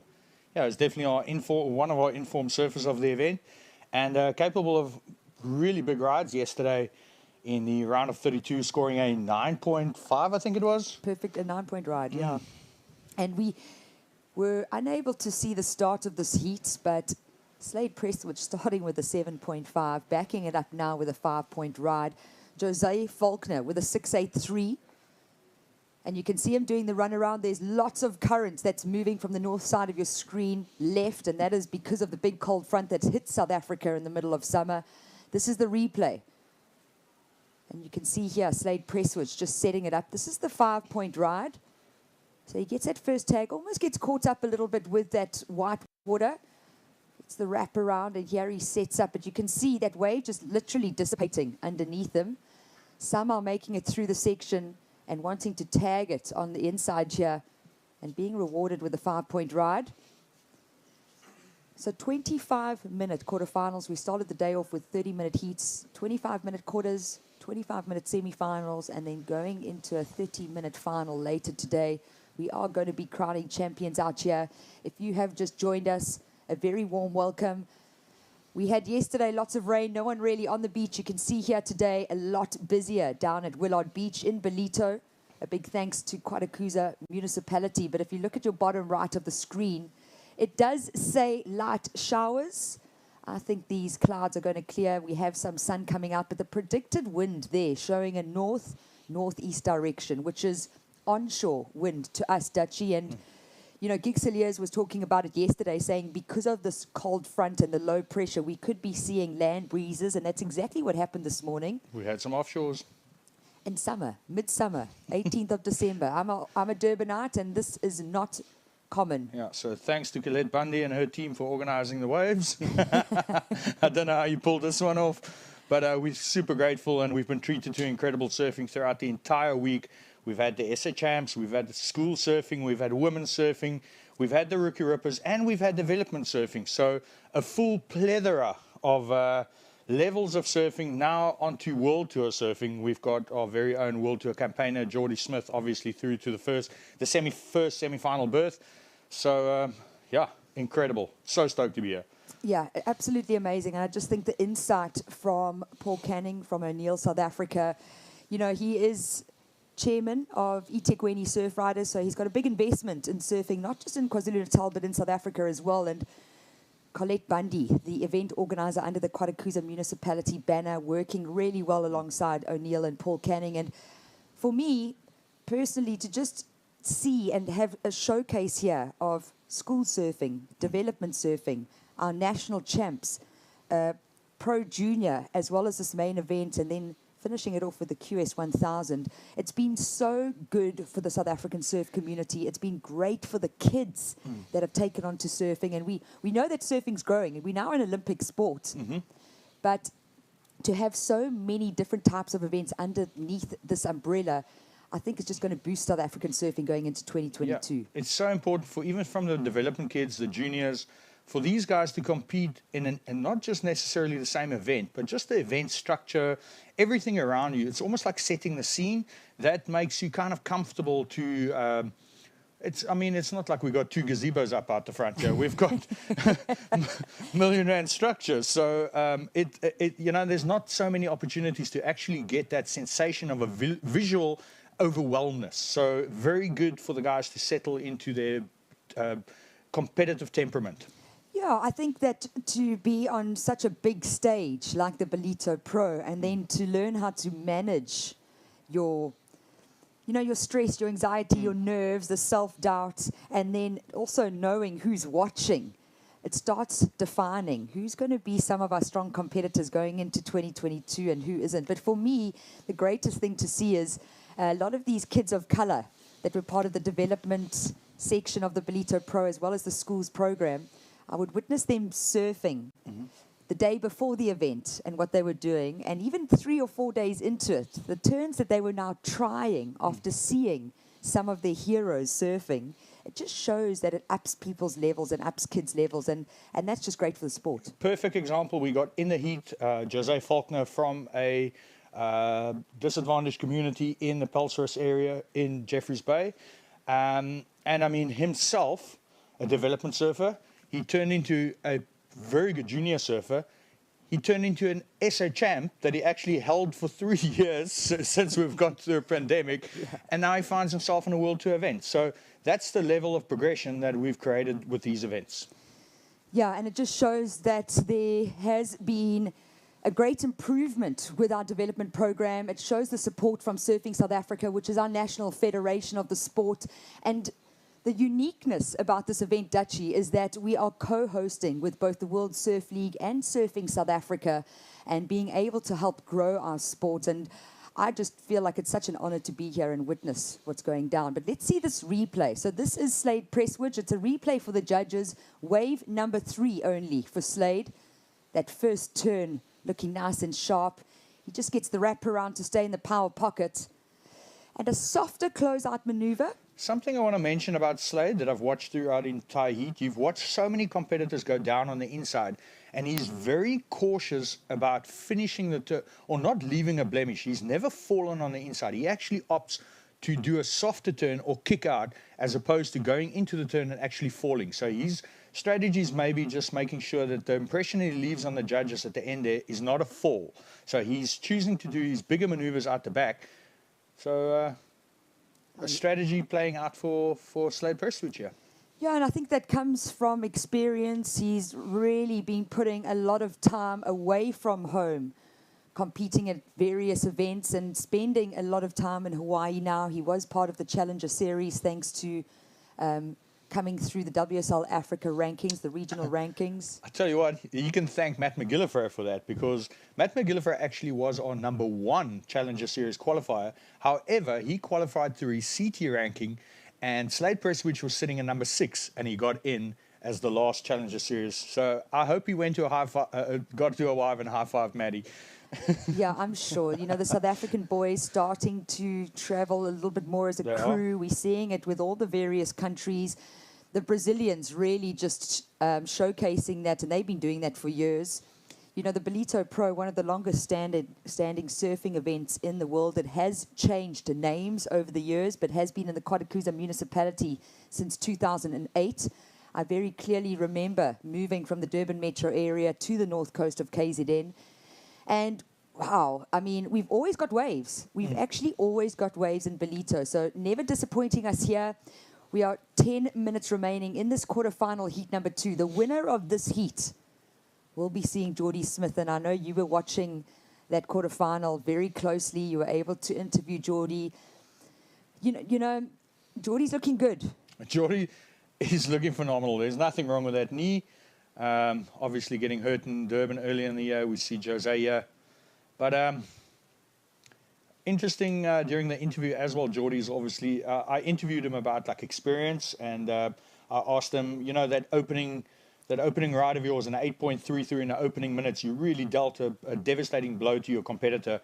And he's like, yo, man, that's how you learn. Because when I got on tour, that's what the guys were doing to me. Before you can even blink, you got 2 sevens against you. So, you know, he's bringing, and he's saying you live and you learn, and he's bringing that experience back to us and sharing that valuable knowledge by teaching the guys in a hard way, you know? Yeah, and I think that's what is so rad about having Geordie at this event. Okay, yes, he is O'Neill's best rider. Yes, O'Neill is coming and presenting here as a sponsor. But, you know, for the fans, he's a great guy for the fans. He's a great guy for our up-and-coming surfers. And this is a judge's replay of Jose. So having to almost catch up with the wave a little bit, Dutchie, almost on the back foot a little bit. Jose Faulkner holding down that 6.83, but then no other score of consequence just yet. Yeah, sitting with a small little 1.0 in his scoreline, so that's probably why the judges requested that replay, just making sure that they get that second score in for him. Yeah, but Slade starting with the 7.5 and waiting for scores now. Priority is with Slade Prestwich. So what you might have noticed if you joined us this morning for Dawn Patrol, we were sitting with 4-man heats. We've now moved into the quarterfinals. It is now man on man. And we are starting to see some scores dropping in from the judges. Quite a range there. One giving excellent, one giving a low, good scoring ride. So we will see what the judges thought of that shortly. For me, you know, I was telling Giggs earlier, I don't want to put my money on anyone, but I've been watching surfing for a long time. I've been very fortunate to see both Slade and Jose come through the junior ranks. And I know that they're both capable of big results. I think the biggest key factor is actually being able to manage your mind a lot more. That was something Geordie also mentioned on the beach interviews. You know, when I was saying, how did you actually settle your nerves on the world tour? And he's like, and that's exactly it. Says you got to settle your mind. And you've reached that stage through your ability. So you definitely belong there. But now it's time to fix your mind. And I think that's what confidence is all about. We always hear this thing about competitiveness across most sports. I mean, this thing in between your ears is quite important. So you always see the champions stand out because they have managed to control their emotions and their mind during critical situations. Yeah, I think it plays a very big factor, especially at the level that we have of surfing now. A lot more money in professional surfing and a lot more surfers that are close together with talent. So the difference would be how well you manage your thoughts. And, you know, Jose Faulkner, he's got a strong head on him, but he does like to start early and start strong, and it keeps his confidence going. We see him in the lead briefly with a pair of sixes, but it was that last ride from Slade Prestwich going into the excellent range, an 8-point ride. I'm sure we're going to be seeing the replay really shortly on your screen. And quarterfinals number 2. So 2 more quarterfinals coming up next. It will be the local wild card, Eli Bucas, coming up against, who are we going to see? Max Elkington. Yeah, so it's a little komiki battle going on, the 783. Yeah, and both those youngsters, they've been surfing against each other all the way through their junior careers. Yeah, now going same into division. and going into the big leagues here. But this is the 8 of Slade now. Of course, we know Slade likes to really strangle a heat, always dropping big scores on his opponents. But, I mean, look at the quality of the surfing. There's no loss of speed there. Flowing from one turn to the other. You can see these guys know exactly when they've achieved. Slapping his hands there. He knows when he dropped a banger. And 8.0, excellent scoring ride. It's got Jose a little frazzled. Jose came back and he had that, he held the lead for, I think, a good 4 seconds. So, excellent surfing there by Slade. Excellent surfing by Jose. It's a matter of who gets the good waves in this heat. And definitely 5 minutes remaining. A score obtaining 8.67 required from Jose. So, this task is getting bigger by the minute. Yeah, and 8.67 going into the excellent range when we look at surf judging. We can start from a 0.1 to a perfect score, which is 10 points. Our highest wave score so far of this main event has come from Slade Prestwich in the blue singlet. And I also think the point of difference is, you know, Slade would have heard beach commentary, heard the score for wave number 7 of Jose Faulkner, knowing that Jose moved into that first position. But he answered straight back and then betted his highest scoring ride. So starting with a 7.5, backing it up now with an 8-point ride. So looking really good is Slade Prestwich. And I spoke to him just before his quarterfinals. Dutchie, he's calm. I like speaking to him. Yeah, he's just, he's so cool, calm and He's collected. such a cool kid. And he's just really excited. He said he's so happy that there is some grunt in the swell and there are actually waves to perform. I will tell you an interesting fact about Slade. Obviously, we've been speaking about in the Macqualand event quite often. That guy was in a little Corsa bucky. He was I there. don't think anyone overseas knows what a Corsa bucky I didn't even know you could get to the spot with a Corsa bucky. But he was there for a month, camping entirely on his own at this incredibly dangerous surf spot. For a month. And not just that. I mean, there's nothing around you, Dutchie. There's no towns. It's a 3-hour round trip. Wow. And by himself, camping. By himself for a month. And also bearing in mind it wasn't summer. I mean, that was what, late winter or just going out of winter. Yeah. And I mean, the opening ride, when we all got there in the morning, the opening ride from Slade was absolutely incredible. It was just before the contest started, but, I mean, any World Tour judge would have given it a 15 for that barrel. It was phenomenal. So Slade, definitely one of the nicest guys. We love traveling with him, and we'd love to see him make that World Tour. He definitely belongs there. If there's one person that definitely would be a great addition to Geordie, to represent South Africa, along with Matthew McGillivray, it would be Slade Prestwich, a talent from early days. Yeah, and I think it's the consistency that he's starting to really need to tap into, becoming more consistent just with his results. And we know, as South Africans, to all our international viewers, it is $1 to 50. $1 equals 15 rand. But here's the heat recap for quarterfinals number 2. It is Slade Prestwich. This was his 7.5 ride, so starting off this heat with a 7.5, absolutely slamming it for that final maneuver. Jose Faulkner gets going and tries to come back with a 6.83, so not a bad start for Jose. No, at this stage, he had a good response to that, but Slade just absolutely dropped the gear here. And like he said, he probably heard the announcements from the beach commentator, and he was, okay, it's time to tighten the screws here. And he drops an 8.0 and really changes the requirement on our footer here. So this is the 6.47, and you can see how Jose was behind the lip, really, and trying to produce a score. He got a 6.47 for that, but a pair of sixes is not going to help his situation with an excellent 8-point ride and a 7.5 going to Slade Prestwich in the blue, who is now sitting in priority with only 90 seconds on the clock. So we know what's going to happen there. That last score for red not being a counter. And an exciting quarterfinals coming up next. So stay tuned, everybody. This is the Ballito Pro 2021 presented by O'Neill. It's an incredible day of surfing. There's such a great vibe on the beach.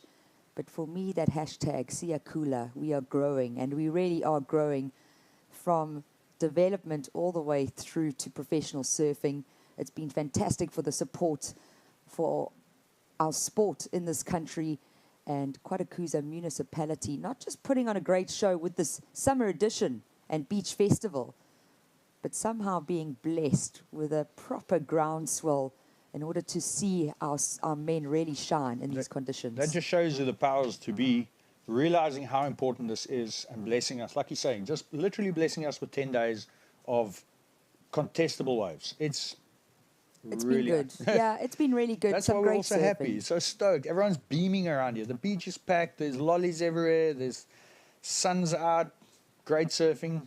So here's a last attempt. Jose Faulkner choosing to go on the left. We know he's going to want to go above the lip, but unfortunately getting taken out with that lip. And with only 5 seconds left on the clock, I can comfortably say we will be seeing Slade Prestwich up against Geordie Smith in semi-final number 1. That just gave me goosebumps. And that is the end. Quarterfinal number 2. We will be going to an ad break. Coming in after that will be Gig Cilliers with Mike Frew alongside him. My name is Tasha Mintasti and Dutchie. Thank you so much.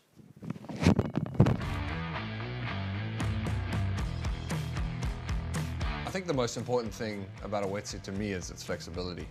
TB3 just absolutely blew my mind. It was just so many leagues ahead of what I expected. I was in awe. I was warmer than ever, more flexible than ever. Everything that I'd worn before, till now, was just irrelevant. The bar's been set really high. I'm super excited to be able to see what's actually next. And where do they go? I mean, my mind's pretty baffled at the moment, but I mean, where do you go next?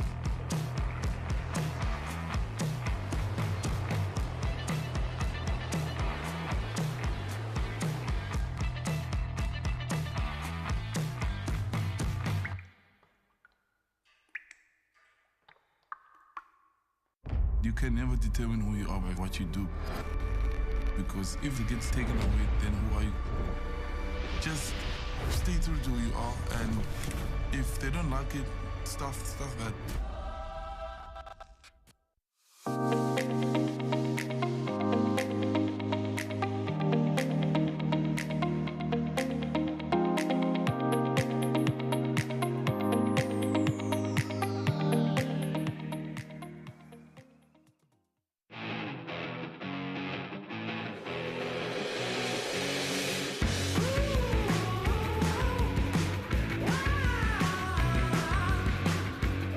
Catch all the beach and surf action live from the Ballito Pro presented by O'Neill. A first on People's Weather. 17 to 19 December, 11 a.m. daily.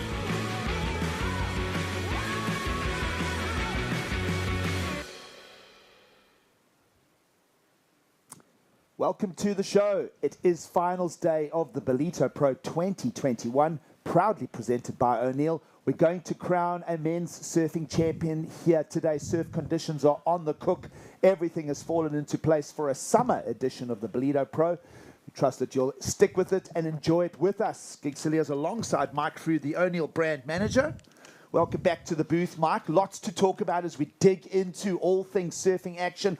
A lot of great things unfolding here, Mike. The story of Geordie Smith returning to professional competition. We've got him back. He missed the Olympics due to injury. He's been out for several months. This is his debut. This is a chance for him to blow the pipes clean, so to speak, before he goes to championship tour in Hawaii. And he is still in the draw. Got the win in the quarterfinals over Geordie Marie. And you join us with surfing action as we go into quarterfinal number 3. Yes, it's been so exciting this morning seeing Geordie back.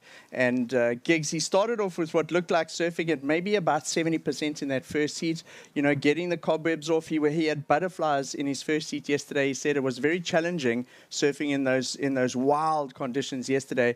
Today we're greeted by these awesome, almost wintry conditions here in Ballito. And in Geordie's second heat, he just lit the fire. And I think within the first minute, he blew everyone's minds on the beach. I'm so stoked to be watching the surfing today. You know, when I looked at the charts earlier in the week, it was lining up to potentially be a beautiful day of finals here in Ballito. And you never know whether the weather's going to absolutely play game, but it certainly has. And when we woke up this morning, it was like, we're on. And to see Geordie in the event and doing what he's doing, it's just what a day surfing in Ballito. So stoked. We saw Jose Faulkner momentarily on screen there. 5th place finish at the Ballito Pro for him. He'll fall out of the draw care of Slade Prestwich, who won that previous quarterfinal. If you're just with us, welcome to the show. It is quarterfinal number 3, and we'll introduce 2 young Cape Town surfers about to do battle and go for a berth into the semi-finals here in the draw. Max Elkington, surfer in the red singlet, will take on young Eli Bucas. Both of these guys have sparred all the way through the junior ranks, both of them first appearing in the junior qualifying series back in 2016. Both of them about to head for their 21st birthdays, and they get a chance to scrap it out, which they would have done a number of times, because this is a talent pool of surfers right here. These are surfers out of the Komiki area. This is the west side of Cape Town. Young surfing talent that's emerging there. We fondly call it the 783s, the Kom Skoms, which means the rubbish out of Komiki. But none of these guys are rubbish. These guys know what they're doing. And we'll get the early action in quarterfinal number 3 with Eli Bucas, who's developed into a very strong, sturdy surfer at such a young age, Mike. And I know that he carries the O'Neill branding with him. He does. He's actually originally from Lambert's Bay. He cut his teeth on the growing up surfing on the west coast of South Africa, way up there. Moved to Komiki about 10 years ago. His dad is actually a diamond diver up the west coast, and moved the family to Komiki. And that move is what set the platform for Eli's surfing career, because he surfed every day after school. He spent so much time in the water there. Both of these oaks, as you said, are from Komiki. And gigs, both of them were in the SA Champs final last weekend. And Max Elkington finished 2nd and Eli Bucas finished 4th. So there's a little bit of... Eli's going to want to get one back on Max in this heat, because they didn't win SA Champs. Shane Sykes won that one. Eli actually had a bit of a shocker in that final, but Max Elkington was very close to taking it out. He finished 2nd, and in that one, Eli finished 4th. And I know Eli wants to get the bragging rights back there, but obviously they want to get through to the semi-finals here. Well, that's the beauty of these rivalries. These surfers coming through the grooming processes of the qualifying series junior ranks. And of course, both, I think Eli just 19 years of age. And here as a sponsor wildcard as well. And you guys from the Let's Talk the O'Neill brand, of course, sowing into surfing talent. You're looking for individuals to represent the brand, not just contest results, but of course, you know, people that would speak the language of what the brand is. Yeah, Eli is a very humble young individual. He's a quiet guy. He lets his surfing do the talking. Over the last couple of years, he's become a little bit more articulate as he familiarizes himself with the spotlight and being in the media spotlight and doing a lot of interviews and that sort of thing. And but we've had Eli on the team for about 5 or 6 years now. We picked him up when he was in sort of his 2nd year of high school. His family made it clear that they wanted him to finish school, and he actually finished school with a grade A average. So he's a very intelligent youngster as well, and quite creative. He spends a lot of time with his dad filming for clips all over the Western Cape area, also J Bay and up the West Coast, looking for big barrels up there. And him and his dad actually make such an amazing media team. And his dad bought a camera and basically over the last 2 years has filmed a lot of Eli surfing, and it landed up very recently on Stab, on Stab magazine. Stab published one of their clips, and the views went into the hundreds of thousands. So his dad's actually not just a diamond diver now. We joke with him that he's actually quite a high-profile videographer. But Pete doing a great job there. But in terms of a brand ambassador, Eli is he really is as good as they get. He's an intelligent kid. We were also, you know, Paul Canning made it clear that he wants the youngsters to finish school and have something behind them. Eli was touted to go to Hawaii last year after. What year are we in now? 2019, he served as a wild card in the Ballito Pro. He didn't have a good run, but he did have quite a good run in the juniors towards the end of that year, and we were going to send him to Hawaii in 2020, but obviously the pandemic hit, and that fell away. And then he kind of stayed under the radar for the last 18 months, just really banking clips because there were no contests. Him and his dad spent a lot of time getting the clips for that movie that they published, and then Stab got hold of it and blew it up worldwide. And what that did for him is it put him onto the international radar. And now O'Neill are looking at sending him to Hawaii, possibly later this season, but definitely into next year. Yeah, you were mentioning Eli Bucas making the finals of the national championships, and you also mentioned there, Mike, it's not his first Ballito Pro. Of course, he was here in 2019, got knocked out in the first round. But that's the experience. At that stage, he would have been 17 years of age, and it's good for the young teenage talent to roll up their sleeves. At that stage, of course, it would have been a QS 10,000 back in 2019. And so, he takes away all those experiences every time, and that's how you build a professional career. You allude as well to strong academic marks. If you look at the business degree that Bianca Buitendach has just achieved as well. She's managed to get a silver medal at the Olympics and, of course, get an academic honor as well. You think of the straight A student that the 11-time world champion Kelly Slater was before he stepped out. He was also qualified for the tour and turned it down to finish his school career. So that's an important message, the sport of surfing possibly being more responsible by keeping talent in its lane until, at least until 17, 18 years of age before the surfers can head out. There's been stories over the years, just for people that are new to the sport, of young talent at 15 and 16 years of age heading out into the big world of professional surfing, sometimes uncontrolled or, unparented. And it's not the right thing to do. We feel that surfers can hit their prime at age 19. We saw Gabriel Medina at 20 years of age become a world champion. And to me, the way he was groomed is also the right strategy. We have a look at surfing action here. Out in the water, single maneuver from Eli Bucas. It was a beautiful turn. Prior to that, we did see Max Elkington get underway, just a single snap as well. So no real scores standing out at us at this early stage of quarterfinal number 3. We have established the first of the semi-finals. Slade Prestwich takes on Geordie Smith. We are now contesting for the second semi-final on the bottom side of the draw.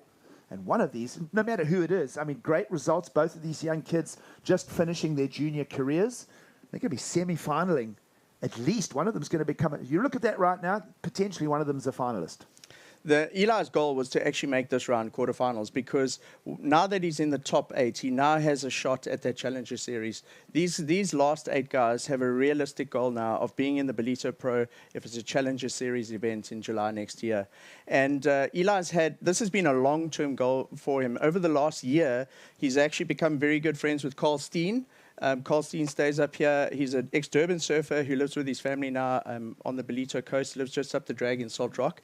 And over the last couple of swells, whenever we've had big swells in Durban in particular, Eli's flown up and he's spent some time with Carl Steen. Eli's actually been on the coast prior to this event for about a month. A couple of weeks he's been here surfing these breaks, surfing all around the Ballito area in preparation for this event. And looks like it's paid off for him gigs up until this point. Well, both these young surfers looking for a berth into the semi-finals. Let's start breaking down the action. So, Eli, I love that turn. I love how solid he is on his feet. In his previous heat gigs, did you notice how he finished off every ride, either with a solid floater like that or a big layback, and not just putting a little full stop to finish off the wave cleanly, but putting an exclamation mark on every ride that he finished. And Eli, over the last 2 years, he's actually put on, he hasn't put on weights, he's put on a lot of muscle and he's looking solid. I was just going to say that leg strength is something that is now more apparent than when this young surfer was at the Ballito Pro in 2019. He'll hang on there. Is that leg strength at play? Eli Bucas getting another ride in the lineup here quite quickly. And that'll leave his opponent, Max Elkington, the taller, slenderer goofy footer, who's got very good technique and timing as well. Max Elkington, of course, again, part of that Komiki story. You think of the last decade in Komiki, talent like Michael February going all the way to championship tour level. Of course, he would have inspired these young surfers who now are the next charge out of Komiki. Names like Matt Bromley, of course, who's an invitation to the big wave event in Jaws coming up. We're in that window. So Komiki constantly producing that talent, even on the girls' side as well. Benji and Davy Brand. Yep, who get to share their time between Komiki and the North Shore of Oahu. It's really incredible how that has become a hotbed of talent over the last 10 years. It's the amount of surfers in this small wave competitive arena, in the free surfer content type of surfer, as well as the big wave chargers. They've got it all down there, Gigs. Well, you look at the geography of that area, you've got Long Beach, which is a very steady, usable wave, so any small wave techniques will get quickly polished by the Grom pack there. These guys would have graduated through that rat pack. And then, of course, you've got Crons if they want to start challenging some hollower barrels. Then they can graduate, well, to a few other breaks in the area, which we won't name specifically. But if they want to go all the way to the pinnacle of big wave surfing, that's available across the bay for them as well. They can join Andrew Moore and the crew and paddle out at sunset, and even then on to Dungeons. So Cape Town and, of course, South Africa as a whole, just an incredible place for producing surfing talent. And the newly structured qualifying series, what we find ourselves in here, the summer edition, a QS 5000 of the Ballito Pro, is exactly that opportunity to fast-track these Eli Bukes, these Max Elkingtons, to qualification process. So it's very exciting. It sure is. And these guys are, they've got a shoe in now for that 10,000 slot gigs, definitely. I really like Max Elkington surfing in this event. To me, I've always known him as a junior. I see him in the junior events. He's progressed over the years. Both him and Eli have represented South Africa in the past. Eli was actually at the Pro Junior Worlds in 2019 in Taiwan. Max Elkington has represented South Africa too. But, you know, in a 2-year break, the difference between a 17-year-old and a 19 or a 20-year-old is massive. It's like 10% of their entire life. And we haven't seen these guys really up in Ballito for about 2.5 years. So the last time we saw probably Max Elkington and Eli, they were sort of 17. Eli was still at school. He's now been a year out of school. He's a lot more mature. He's able to travel on his own, sort of without his family. He spends a lot of time up here. And the maturity that you're seeing in the surfing, if you have to compare it to 2 years ago, it's incomparable just about. They may even have a driver's license between then and now. They sure do. So, yeah. I actually remember Eli at the last event. I think Carl Steen might have just had his license, and these kids were all jammed into Carl Steen's car, shooting through to town when the southwesterly blows, all jammed in there. And I know that Eli actually drives through there on his own. 9 minutes to go as we look at the state of quarterfinal number 3 here at the Ballito Pro. Not too many scores to talk about. In fact, a very, very flat score sheet for Max Elkington. We've mostly discussed Eli Bucas here, and he is our heat leader at 5.8 and a 3.73. Of course, surfers must produce 2 waves, and it is a quest to produce the 2 highest scores out of a possible maximum of 10. And as we say that, we almost cue in Max Elkington, who for some reason, well, almost threw that away in body language, then decided to hang on. It's kind of a strange heat unfolding here for Max Elkington. He's really been a sharp backhand attacker here at Ballito. It's not his first visit, as you mentioned, making that national finals in the SA Champs. And what do you think's going on right now with Max Elkington? I don't know, Giggs. It looks like he's playing the patient game out there. You know, looking at those scores, just a 1 and a 0.73. I'm sure it'll improve with that last score. It'll improve marginally. This, you know, at SA Champs, this is what he did. In the SA Champs final, which was about 25 minutes as well, he didn't have a wave for the first 12 minutes.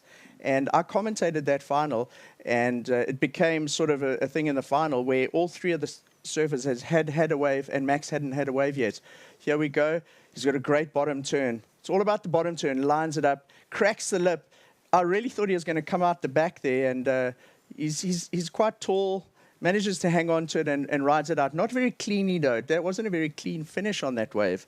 But this heat is turning into a very similar way to the way he surfed that SA Champs final. He had no waves at 12 minutes. Then he came back with something like that. It was sort of a 3 or a 4.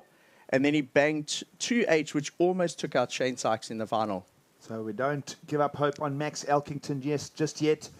That backhand attack we just saw for a relatively low score of a 2.9. And so he'll still be trailing in quarterfinal number 3 as we hit underneath the 7-minute mark now.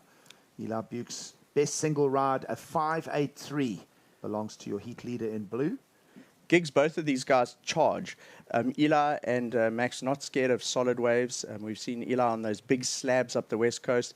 Both of them actually came to Durban earlier this year to surf the cyclone swells. So in January through to March, we get big cyclones which send sort of 8 to 10 foot waves into the Durban Bay, and it's very, very heavy.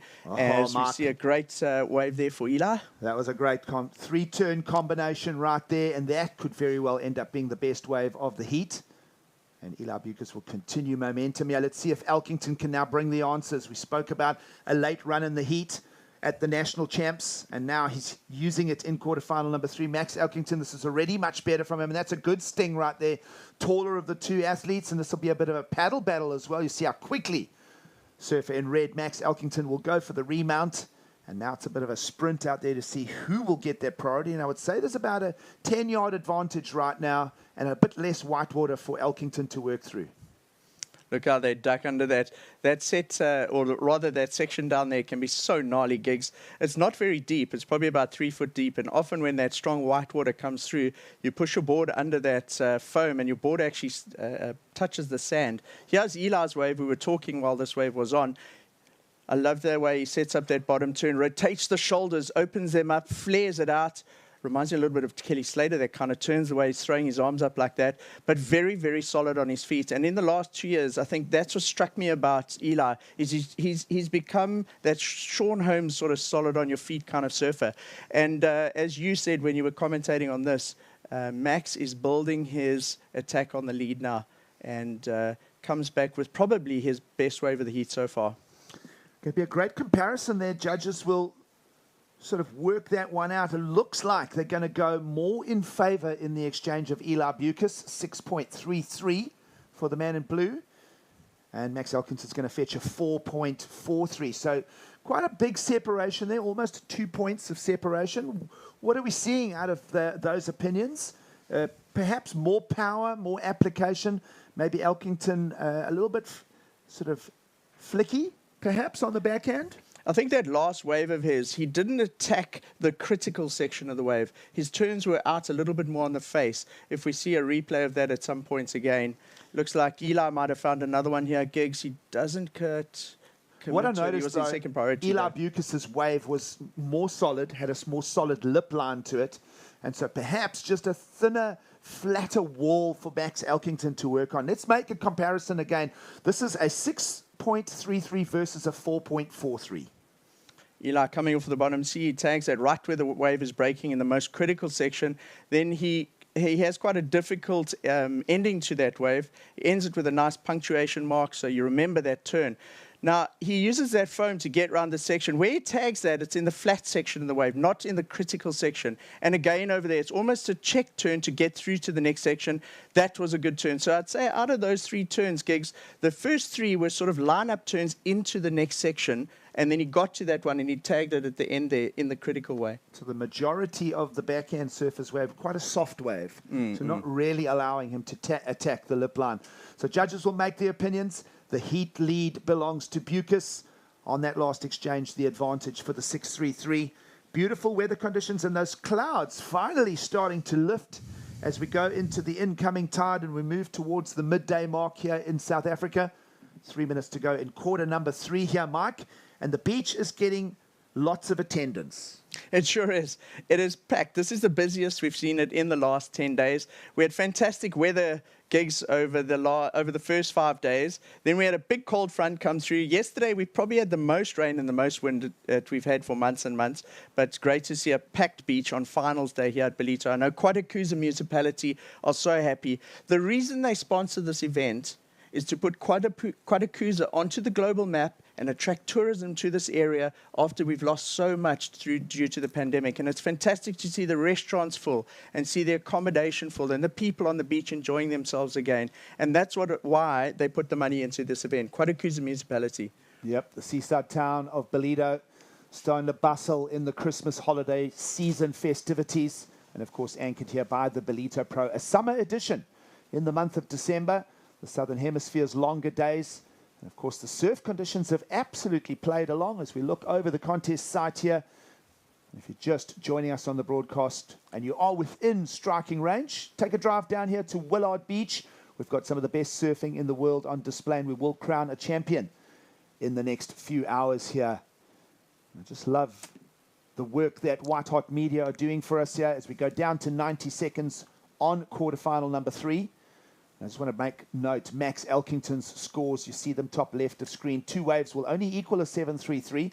He needs, Mike, a 7.73. It's doable, it's possible, and he is holding the priority as we go down to 1 minute 20. We look for an exciting finish here to quarter number 3. And, of course, we'll move straight into quarterfinal number 4, and the beach will be packed for it. And it is one of those power-packed heats as well. The Ballito locals will be urging on Shane Sykes. And, of course, Aidan Mason-Camp will have his own campaign to put in place. And right now we'll be wrapping up quarter number 3. 1 minute to go. Are we seeing... Well, of course, we know the P next to Max Elkington's name means he has priority. Look at that wind still lying down fairly nicely. We haven't even seen any signs of it going onshore yet, Mike. So you've got a feeling if we are blessed with a set, Elkington could be offered a chance here. But he'd have to go ham, and he'd have to go for his best ride yet. And we saw a couple of solid waves in the last quarterfinal from Slade Press, which we know those waves are out there. Eli Beerkers won the last heat, his last heat in round of 16 gigs in the last 30 seconds. So we know that it can go down to the wire, and Eli did score in an excellent score at the end of his heat. However, Max has priority here, and you see the surface sticking very close together. We're down to the last 10 seconds. I'm not sure if there's going to be enough time, though, Gigs. Well, Elkington will be watching this and listening for the beach countdown. Meanwhile, Bucas will get up and running. He has a little peep over the ledge. The clock is on the countdown. And we're listening for the beach horn. We'll follow this ride anyway. Elkington's going to throw it away and possibly an opportunity, but I have a feeling, Mike, that it was just outside of the competition window. Of course, 25-minute heats for the quarterfinals. And without too much to talk about, it looks like Eli Bucas is going to reach his goals and go beyond. He's on his way to the semi-finals of the Ballito Pro, proudly presented by O'Neill. And what are you thinking for the next one coming up? It's going to be another exciting one. Stay with us. Quarterfinal number 4 of the Ballito Pro coming straight after the break. This looks different. It is. See for yourself. Okay, so it's a photo. Look closer. Photos within photos. What about video? 8K video. Beyond cinema quality. So...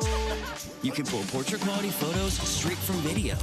But will it last the whole trip? Battery for the whole trip and the way back. This is different.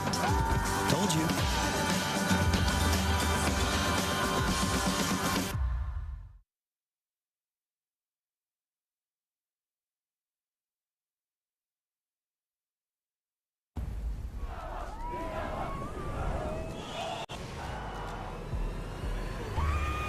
Welcome to the show.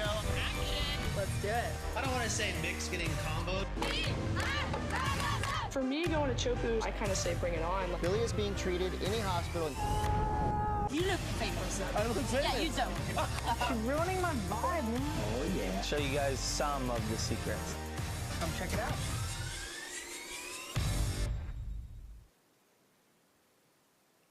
It's finals day of the Ballito Pro, proudly presented by O'Neill. Men's qualifying series action here, care of the World Surf League. And you are now with us for quarterfinal number 4 to establish a winner and to challenge Eli Bucas, who has just won quarterfinal number 3. It is a good morning to you. Gig Salia's in the booth alongside Mike Frew as we make the calls and break the action down. And it's a welcome to what is now fast becoming a more sunny day. Tide's starting to turn. And have we not been blessed with ocean conditions? It's actually winter quality surf in the middle of summer. Who's writing the script? I think Paul Canning wrote this and then had a big pray over it, just that it could come right. But you really almost couldn't have scripted it better, Gigs. If you look at that drone shot, look at those umbrellas on the beach. They're not even blowing. There's hardly any wind out there. And what a great day for finals down here in Ballito. I think everyone involved in this event, all the hard work they've put in over the last 2.5 years, all coming to fruition, and they are rewarded with an amazing finals day of surfing. Absolutely. We trust that you're enjoying the show with us. as we zone into quarterfinal number 4, establishing 25-minute heats for the round. And of course, winners through to the semi-finals. We'll start picking up on the action as we come back from break. This is Aiden Masonkamp. Aiden tagging the lip on his first turn there. A nice little flare on that turn. Cutting back to that whitewater section. Doesn't look like he gets through to the next one. So two good turns there.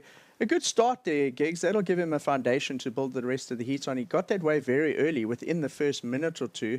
Yesterday, Aiden started his heat really quickly as well. I missed his heat this morning, but he does tend to start his heats very well and bank a good score. So going into the heat with confidence and getting the first wave of the heat.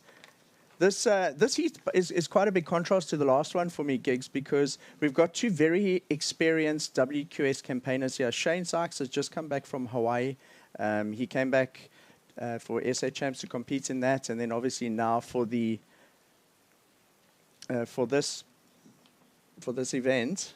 But it looks like we're going to go to a beach interview. You were telling me about Shane Sykes. What were you telling me about Shane? So he's just got back from Hawaii. There you go. And he won the national champs. And he won the national champs. And he could be, if he wins up against the man we're going to go down and hear from. Let's go down and hear from Eli Bucas, winner of quarterfinal number 3. Eli Bucas, the winner of the 3rd quarterfinal. You straight into the semis. How do you feel? Yeah, I feel really good. Getting a little bit tired out there, but yeah, excited for the semis, and the waves are really fun. So just gonna go drink some water and prepare for the next one. So I interviewed you yesterday on the web, and we were talking about that you've been doing your online studies, really focusing on that. But you find yourself in a situation where the worst you can do here at this event is 3rd place. So finding yourself in that qualification ranking for the Challenger Series, will that maybe switch your plans a bit? Yeah, I think maybe a little bit. I think I've been training pretty hard for this event, and all the focus has been on this event. So I'm really happy to be in the semis and hopefully can make it all the way to the final. All right, so your sponsors obviously also O'Neill. They gave you the wildcard slot, and it just shows you're a good return of investment, clearly, because your sponsors backing you and you coming through for them. And I think everyone's really proud of you. Cape Town's proud of you. Komiki's proud of you. We're all proud of you. You find yourself in the semis. You're going to face one of these guys in the water now. Go get some rest. Go get some water. Looking forward to it. Cheers. Cool, thanks, Dashi. Appreciate it. Cheers. Well, young talent emerging. And Eli Bucas is into the semi-finals of the Ballito Pro. You are with us in quarterfinal number 4. And Aiden Masonkamp stitching a 5-pointer in the lineup. It's going to be a well-balanced duke out. You know, we were talking about it just before we went down to listen from Eli. And this is quite a well-balanced. You spoke of both surfers having the qualifying series experience, and both of them surf with power, Mark. Yes, so this is Aiden's second wave. Look at that turn, a lot of confidence. You can see it in his body language. That's a confident surfer right there. Okay, this one looks like Shane Sykes, his first wave. This one doesn't have the open face that Aiden's had, but he does get 3 turns in, so that's also a good foundation for him to build the rest of this heat on.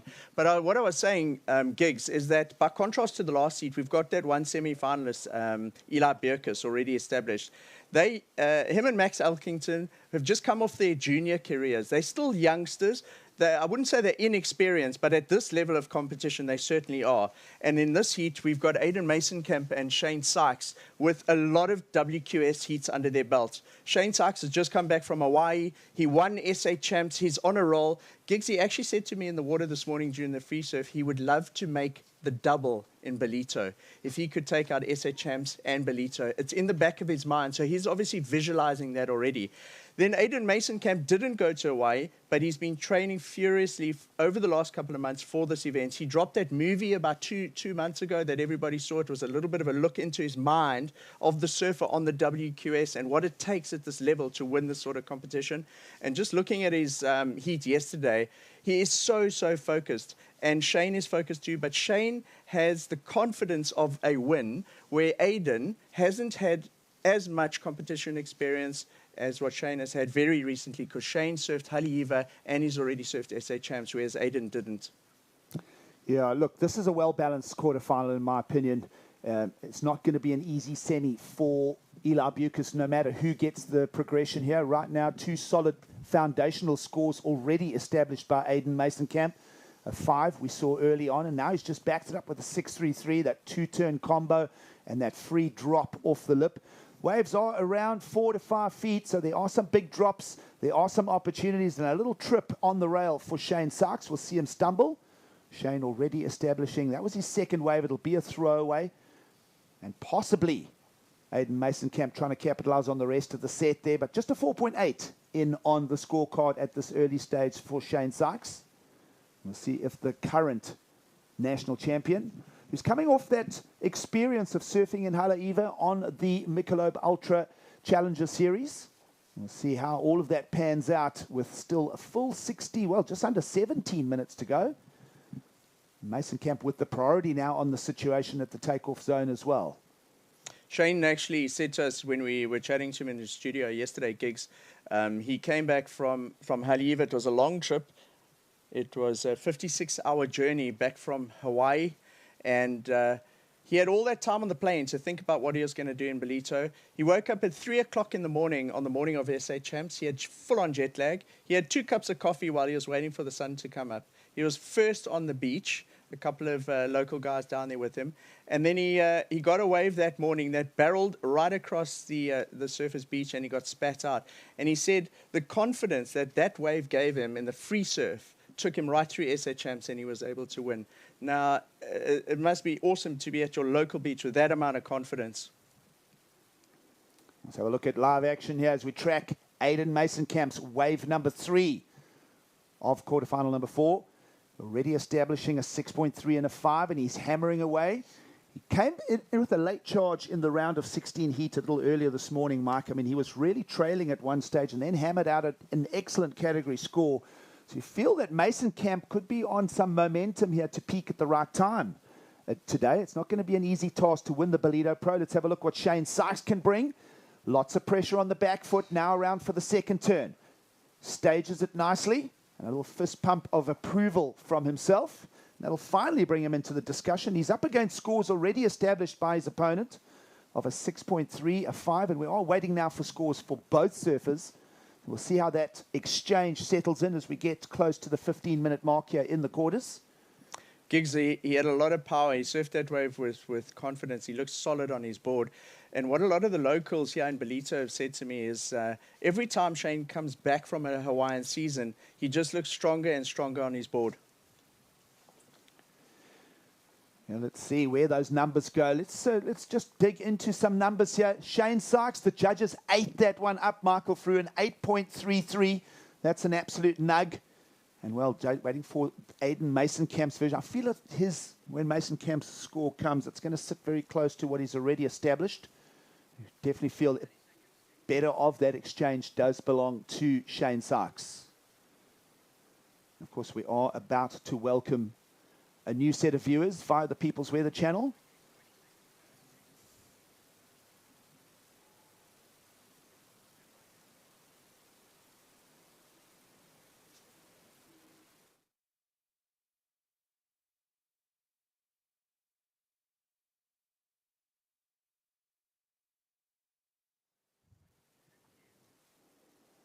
It is a good morning from Ballito Bay in the Quadakuza region of KwaZulu-Natal. You are with us for men's professional surfing. A big day unfolding here where we will crown a champion in the World Surf League's qualifying series 5,000 event. It's a good morning from Ballito Bay as we welcome you to the show. Great to have you all with us on the People's Weather channel. And of course, you on OpenView 115 as well. Welcome to the beach, so to speak. My name's Gig Cilliers. I'm along with Mike Frew, brand ambassador for O'Neill. And of course, introducing young Chad DeToy, who is the head coach at the High Performance Surf Centre here in Durban. Great to have you both with us. Chad, welcome to the bench. Thank you, Giggs. Thank you, Mark. Happy to be here. In for a cracker final day. And Mike, of course, we've been tracking the action. We got underway at 7:30 this morning, and you are with us now for action in the quarterfinals. In fact, this is quarterfinal number 4. We got going this morning, and we've had a couple of excellent surfing encounters, including the round of 16 this morning. Mike, as we think back about what's happened this morning for our viewers that are just joining us, pristine surf conditions. Let's just also explain to our viewers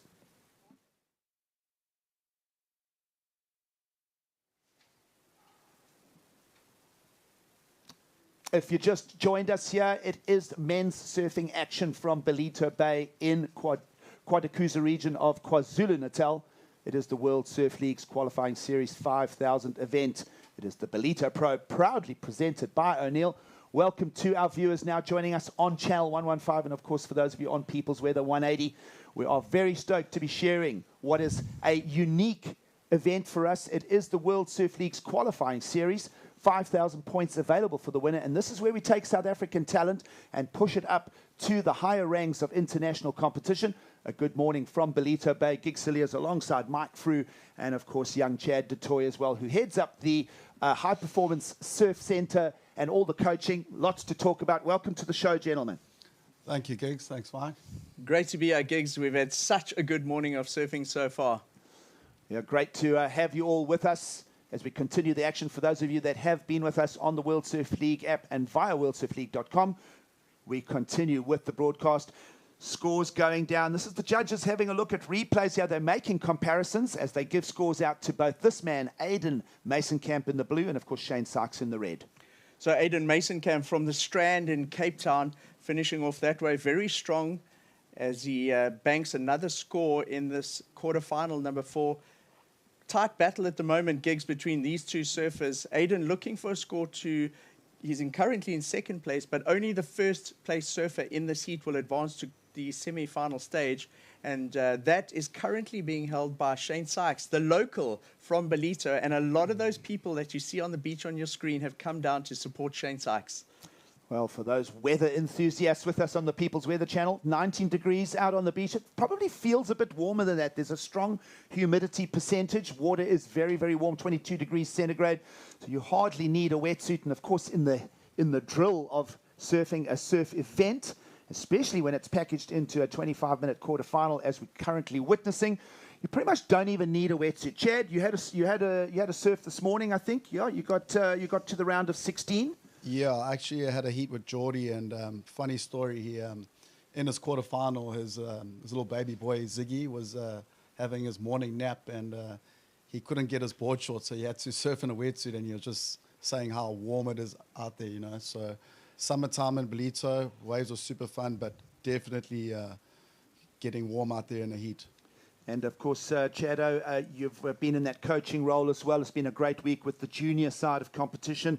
And working with a number of athletes. We had a chat to Surprise Mupamalo yesterday. And of course, so you've played a part. What are you thinking of Surprise and his career ahead? Yeah, you know, what a great talent, what a bright future. But like I say, you know, you've got to walk, run before you sprint. So, but yeah, what a great base, what a great opportunity to surf a QS 5000 in South Africa. And he made a few heats, and yeah, he just got a small taste of what professional surfing is, and yeah, a few mistakes, and you know, very good learning curve for him, and yeah, I'm really excited for the future, and yeah, just get him to improve every day, you know. So by this time next year, he's giving it a real big shot in the open division, not just in the juniors. It's great to have the voice of Chad du Toit with us. Now, Chad, you were in the heat this morning. You know, when you're out in the lineup like that, you know, to just explain to our viewers, you're processing so many things. But what a lot of people won't realize is how powerful the ocean is here in Ballito. Lots of water moving, and we often compare the strength of the waves here to those of Hawaii. Yeah, you know, it's Ballito on the north coast. It's got a shallow bank, and it's a lot more powerful than you think. I mean, just look at that little wave there. When you're duck diving that wave, and if you know all about it, like unless you through it, if a wave breaks in front of you, you're getting hammered. And not only that, paddling out next to the rocks, it looks like there's a rip, but there's just dead water. So it's really, really strenuous on the body and mind. You know, 30-minute heat, you got a bit of time to breathe. 25 minutes jam-packed. You know, you got to get the ball rolling. But at the end of the day, you only need 2 scores. You know. So, yeah, I mean, like this heat here, we got Shane and Aiden, 2 amazing surfers. Aiden's super fit. Obviously, Shane coming from Hawaii, he's fit as ever. And, yeah, I think we're in for a cracker finish here. You know, Mike, not to talk things too personal, but I did see you stealing a little surf of your own this morning before we got underway. That's the beauty of having a summer edition of the Ballito Pro. Generally, the sun only up in winter at around 7 a.m., and so kind of hard to fit in a pre-event surf. But we saw you out there around 5 o'clock this morning. That's the beauty of it. These summer days are nice and long as we get to see Aiden Mason-Camp down the beach, just trying to squeeze another score out of it. He is trailing in this quarterfinal number 4, care of that high-value 8.3 that Shane Sykes has posted. So Mason-Camp being consistent, but Mike, he's staying in a consistent range of around the 6 points. He's got to go and lift some values. Yep, that last wave that we saw of Shane Sykes, the 8.3, has stamped his lead on that. He's kind of, I feel, got one hand in that on that semi-final already. That is a high score, and he's looking to drop his lowest score of a 4.83. We know Shane is capable of that. So for me, at this stage of the heat, possibly Shane is in sort of the best spot. But it looks like Aiden might have had a wave that's just dropped their gigs. Well, a new score in for Aiden Mason-Camp has been listening possibly to what we were saying. Well, he knows he's done the drill many times. We said that he needs to lift his levels out of the 6s, and he's done that. A new score in now for Mason-Camp with that long run down the beach. We'll try and get a re-look at that, but he's going to put a 7.33 in, and for now, he's going to jump into the lead. 6.5 minutes to go. Leadership change in quarterfinal number 4 in now favor of Aiden Mason-Camp. But Shane Sykes, and we'll talk about this from a coaching perspective very quickly, Chad. Have a look at the low score that Shane Sykes is still sitting on. Yeah, you know, he's got the groove, he's got the flow going, he's got the hometown crowd support, and he's only dropping a 4.83. He needs a 5.33, and, you know, he gets that out here all day long on his worst days. So with 5 minutes 50 on the clock, we're definitely going to see a few more roll of the dices here, and, yeah, let's see if Shane can produce that 5.33. And then what Aiden's going to, you know, try to improve on his 6.33. And here goes Shane. Well, let's have a look at it. Live action. Around the corner comes Shane Sykes, the reigning national champion, fresh off a win a few days ago in Ballito. And the Ballito local will just get ditched by, Chad was talking about it, the power of the lineup here, how hard those waves impact, and just getting dislodged by that landing lip. So back to the drawing board, still time. A little over 5 minutes to go for Shane Sykes. Do you think that was enough to fetch the 5.33? We can speculate that that would have been the score if he had brought completion, but is there enough meat in that score? No, I don't think so. You know, going into the quarterfinals now, the boys can surf. You know, one turn, it's got to be a real hammer to get a 5.33 for one turn, and that was kind of just a setup turn. If he landed that closeout turn, all day long he got the score. But, you know, Shane's got the home crowd support, so and that does play a big role when the judges are contemplating the score. You know, every turn the crowd's going wild. So, yeah, I think we're going to have a really good cracker finish here for this heat. You know, Aiden and Shane, probably the 2 senior guys on the QS now, so this is a huge event for them. You know, they on the other side of the jaw of Geordie, so yeah, this is a really big heat. You know, one more heat, then the next one, then the final, and you know, 5th and 2nd place is huge for these guys. Here we go, have a paddle here with Aiden playing a blocking role here. Let's see if he's going to improve. Let's follow the action. Aiden Mason-Camp, snap in the pocket, drops his head as he makes the way down the face, holds on to a second maneuver. And of course, he snatched the lead on his previous ride, fetched a 7.33, now looking to replace a 6.33 in his scoreline. Those were 2 good turns off the lip again, Mike. This reminds me a lot of the SHM's final. I think you were on the beach as well, Chad. So Shane, the lead changed a couple of times in that final, and towards the last sort of 5 minutes of the heat, Shane Sykes found himself in 2nd place. He required quite a big score. It was much higher than a 5.33. And at around the 3-minute mark, 2.5-minute mark, he took off on a small little insider, did a full rotation air, and then he tagged it after that, and that was enough to get him sort of an 8. And he went from 2nd back into the lead, and that's how he won SA Champs. So Shane is no stranger to it, and as we said, he's desperate to try and have a go at the double here in Ballito, and I feel that if he does get another wave, he's going to perhaps have to take to the air, or it needs to be a set wave where we see 3 solid turns on it, Gigs. It'll be interesting to watch these last 3 minutes in this heat in Ballito. Well, Mason-Camp, a 2.73 for that snap. My apologies. Shane Sykes with the 2.73. As you were saying, Chad, more just a set-up turn, didn't get the completion at the end, so he remains chasing the 5.33. And Mason Camp's effort at increasing his lead also falling just a little short there. So the numbers are up to date, top left of screen. 2.5 minutes remaining in quarterfinal number 4. Mason Camp leads with scores of a 7-3-3. Add the 6-3-3 to it for the total of a 13-6-6. Very close, both of them in the 13s. Half a point separates right now, and Shane Sykes must replace his low-scoring 4.83 with just a 5-3-3. So it's all a number crunch, and Shane Sykes will know exactly what to do. And talking about their P in the top left of screen, it is priority. It means that our surfer in red, who is trailing in the heat, does have priority, so he can get unobstructed right of way to any wave that comes his way. It's like being in a traffic circle. You have the rights, and of course, you can't score points without getting onto waves. So there's a whole strategy. And of course, Chad, you as a coach, you would be talking a lot about that with your surfers. Just touch basically on it for our listening audience. Strategy in the lineup, wave positioning, and then of course getting priority and using priority. Yeah, you know what? From the beach, it's easy to be like, look there, but being in the water, it's a lot harder than it looks. I mean, like every little wave doesn't produce a big score, but from the beach, it looks like that, you know. And with 1 minute 15 on the clock, you start to feel the pressure. You start to, with Shane winning SA Champs coming from behind, he'll be trying to, lock into that mental mind frame. But now with 1 minute to go, you really start to feel that pressure. You start to feel in your knees. You start to feel in your ankles. And then, but if you can pull it off, it's the best feeling in the world. And with Shane being a local boy in Ballito, I think he'll pull it out the bag. Yeah, let's just see if he can grab that opportunity or not. We trust you're enjoying the show with us. It is the Ballito Pro presented by O'Neill. We're on our way to crowning a men's champion. Gig Sealers alongside Mike Frew and Chad DeToy. And we're an exciting part of the day's proceedings. We're about to wrap up quarterfinal number 4. We're going to try and stick with the action. 30 seconds to go. And we know that there's a fine duel going on between Aiden Mason-Camp and Shane Sykes. Big match temperament at play. Is the Ocean going to deliver for the local? Shane Sykes here. He needs just a 5-3-3. He has the single highest wave. We're going to lock onto him here. He can almost see that he's found himself just a little bit wanting here. There are sets approaching. Keep watching the clock top left of screen. It's counting down.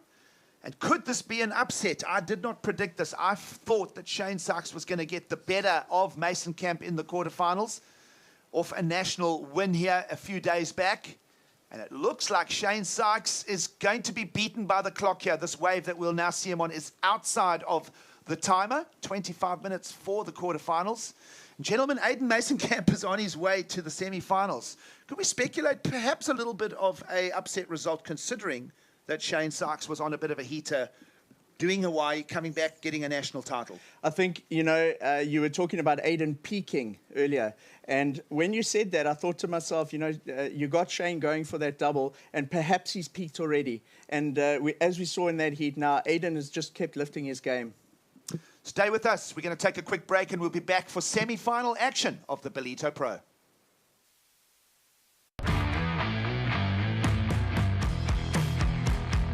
I think the most important thing about a wetsuit to me is its flexibility. TB3 just absolutely blew my mind. It was just so many leagues ahead of what I expected. I was in awe. I was warmer than ever, more flexible than ever. Everything that I'd worn before, till now, was just irrelevant. The bar's been set really high. I'm super excited to be able to see what's actually next. And where do they go? I mean, my mind's pretty baffled at the moment, but I mean, where do you go next?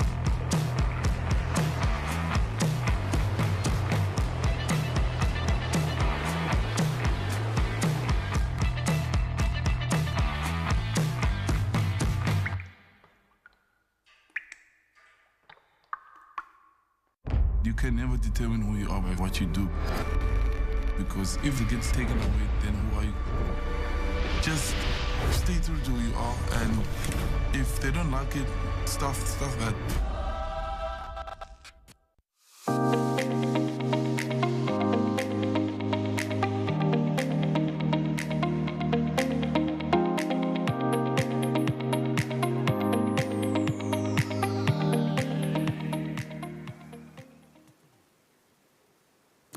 Welcome back to the show. It is live surfing action coming to you from the Quadakuza region of the east coast of South Africa.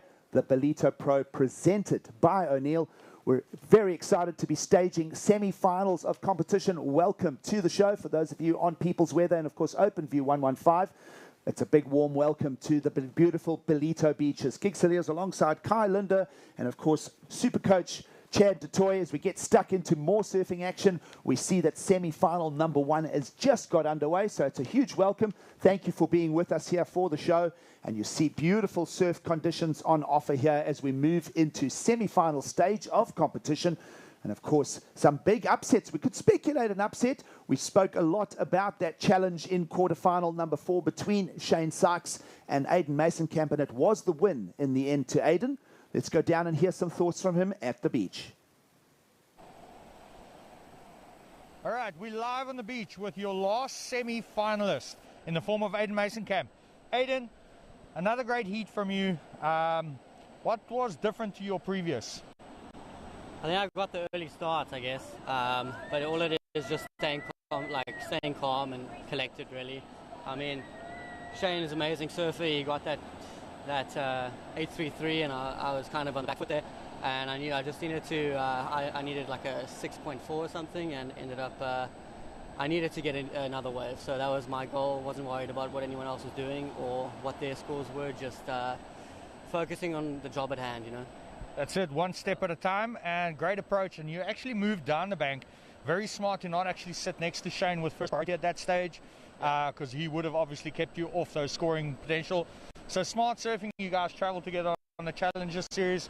Great sportsmanship, obviously. And right now, you've surfed 2 heats for the day. You're heading semi-finals. You're going to meet Eli Bierkus, and then potentially a final. Stamina maybe starting to play a little bit of a role here today. You've obviously been training really hard on the back end before this event. Tell us about your fitness and how you approached it. I signed up with Virgin Active, and they're helping me out with a good deal, and you know, I've got their support, which is awesome. So I've been training hard with them, and obviously Red Bull, you know, they've really been helping me with chiropractic, physios, all that, and yeah, I've been working hard, you know, ticking all the boxes, and that's kind of, I feel like it's paying off moving through these rounds now, you know. Well, go rest up. You've got another heat to go in the semi-finals. Sweet. And back to the studio. Thanks. Well, great to hear from Dutchie, and we got a bit out of Aiden Masonkamp there as well, so that was good. He's been training hard, clearly. Giggs, I got to say as well, I was just saying while we were listening to that interview, you can see that Aiden's been getting some time on the beach interviews, because his manner on those interviews has really improved since he was a Grammy. He used to almost like just not be able to talk on the interviews, but he's been getting results, and that means he gets way more beach interviews, and you can see that experience is really growing for him. No, absolutely. If you're just with us, it is the semi-finals of the Ballito Pro, and it's a big heat, folks. Slade Prestwich is our surfer out in the water, taking on that man on screen, Geordie Smith, of course, an Olympian that was relegated with injury, and a big disappointment. We got to hear his thoughts on that the other day. And of course, Geordie Smith now back in full competition mode as we look at our progress through the final day of competition here. Geordie Smith got past Geordie Marie this morning and now takes on Slade Prestwich as you find us in the semi-finals. And of course, on the other side of the draw, we've seen Masonkamp moving through to take on Eli Bierkus. And we'll have a look at action here as we continue. Semi-final number 1. The 6'3" frame of Geordie Smith, South Africa's most successful surfer of recent times. We'll just let go. Another nice turn there. Good combination. Of course, friend and coach in the box with me here, Chad DeToy, and alongside myself, Kai Linder.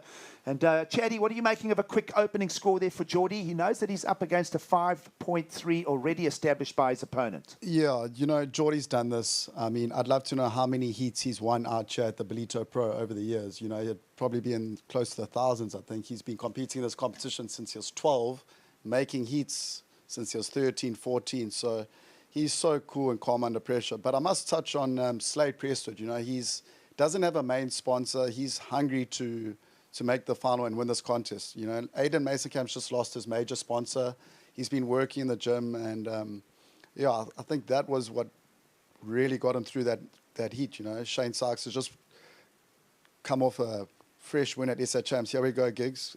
Geordie slashing that first turn, looking for a little conditioner dip here, and then strong finish.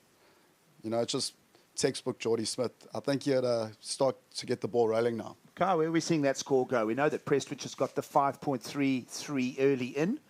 Is Geordie Smith's one going to neighbourhood score that? Is it going to go above? Is it going to go below? What do you think the judges are looking for here? I think the first turn was great. That little sort of no barrel, though, and afterwards not much. I don't think Geordie will be expecting a score on that one. I don't think he'll expect that to be one of his keepers. So I'll probably see it come in a bit below Slade. And just to touch, you know, on what Chad said, there's Slade, no sponsors, and looking to get on the Challenger Series. We spoke yesterday about how he just came out guns blazing yesterday in that first heat, and he's really carried that momentum. He hasn't pulled the handbrake at all, and I think on paper this is probably the most exciting heat of the event. Well, everybody gets very excited when Geordie Smith is in the lineup. You see a discrepancy of scores there. 5 judges on duty. One judge has gone as low as a 5, another's gone as high as a 7.5. So let's just explain. All 5 scores go into the computer system. The average program, what it does is it takes off the highest and the lowest opinion of the 5. It'll then average the remaining 3. We'll get that score in of a 5.87 as we're already now into wave number 2 of Geordie Smith here. Sectioning here. Tide's starting to move in. We'll start seeing sections like that starting to approach on the inside. We call that a floater in the sport of surfing. He floated above the lip, almost weightless. And I can tell you would have traveled about 15 to 20 yards. So that takes a lot of skill and balance. As we also see Slade Prestwich a little in and out. And he'll quickly return to the priority takeoff area. And we'll stop breaking down Geordie's quick little backup score. But we'll stay with live action because Slade Prestwich is going to get going on the second wave of the set. Beautiful. Let's go. Rail drive. And, just critical off the lip. And just that front third of the left rail, just slightly letting him down there. He'll get unstuck.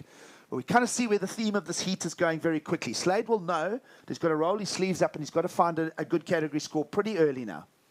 Yeah, you know, Geordie's going to put the pressure. He's got the experience behind him. He knows what to do to put pressure on other guys. Slade just got to keep composed. And, you know, they only count 2 waves. And if Slade's on the best waves, there's no reason why he can't drop 8s and 9s and take it to Geordie. But Geordie will start applying the pressure here as he drops a 6.83. And, Slade in the back seat needing a 7.37. We saw the last 2 quarterfinals, sort of slow campaigns come in. Both surfers in this semi-final quick out the gates. Both of them already establishing 2 counting rides. So maybe they're seeing a little, that might have watched those previous heats. Of course, it's Chad, you'll be telling your surfers in the coaching process, you know, really study the 2 heats prior in the build-up to the heat you're about to partake in. Yeah, for sure. And if you've noticed, there's also some heats are on and some heats are off. So you've got to adapt. You've got to have your plan A, plan B, and sometimes plan C.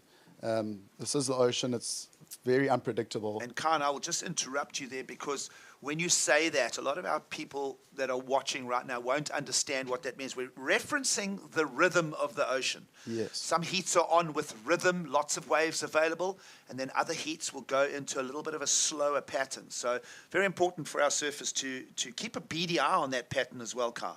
Well, that's why it's so important for these guys to be down here at the beach watching. You know, I think the big advice to most junior surfers when they start surfing contests is if you think your heat is at 3 p.m. in the afternoon, don't come down at 2 p.m. You should actually be there all day, keeping an eye on conditions, watching what's happening in the water during other heats. Chad probably disagrees with me a little bit. But the most interesting point, I think, in this heat is obviously everyone knows who Geordie Smith is. He's one of the biggest names in surfing. Slade may be a little less known, but what is amazing is that if you look at these 2 guys as surfers, are the similarities. Both big men, both real power-based, natural-footed surfers, and both have that ability to go to the air as well. So it's a really, even though Geordie is maybe the bigger name, the world tour surfer, I feel like him and Slade are actually really similar when it comes to their surfing. Yeah, absolutely. Look, they both have incredible resumes, and we'll talk more about that. But Slade Prestwich did a lot of junior career at World Junior Champs, touting against guys like Gabriel Medina and Italo. It's you can go back and you think getting some big wins at the junior level, and then Slade kind of just, his path has maybe meandered a little bit. Chad, as a coach, what do you think that would be put down to? Slade, to me, you have to agree, he is one of the most talented surfers to come out of the country. Yeah, for sure. I mean, you put Slade on a good wave, he looks like a world tour beater, you know. Here he goes, yeah. But I think it's just consistency with Slade. And this event, he's been super consistent. That was a really nice wrap. And just following, yeah, we just follow Slade Prestwich here as he is on the hunt now. He finds himself in second, and he's got to drop at 2.83 out of the scoreline. We'll see where that. I love that first turn there, Kai. Big slice, nice radius, lots of spray flying. We'll get that on the replay shortly. But you kind of need a little bit more than that one turn, we think. Well, that was just pure Scottborough sort of front side attack right there, and he gets a 7.67 gigs, so the judges really like that turn. So let's watch this. He took off, waited for it, and now you see him start activating that rail, and wow, he really just shredded into that first turn, and it was a pretty critical section as well. He came out almost in the barrel, managed to go straight into the second turn, so two-turn combo. Maybe Geordie would feel the judges went a little bit high, but it was good surfing. It's got nothing to do with Geordie Smith's opinion. It's all about the panel. And the judges would have also liked the one turn blending out into the other, the keyword combination there, Chad, in the new criteria. Yeah, for sure. And I also think the judges love the quality of wave. Quality turn, quality wave. You know, I always tell the kids that I coach, big section, big turn, big points. Small section, small turn, small points. And here goes Geordie here. Let's have a look at Geordie Smith. We'll follow him down the line here. Soupy wave, slightly smaller, perhaps not as clean as Slade Prestwich's wave that he just scored the 7.6 on.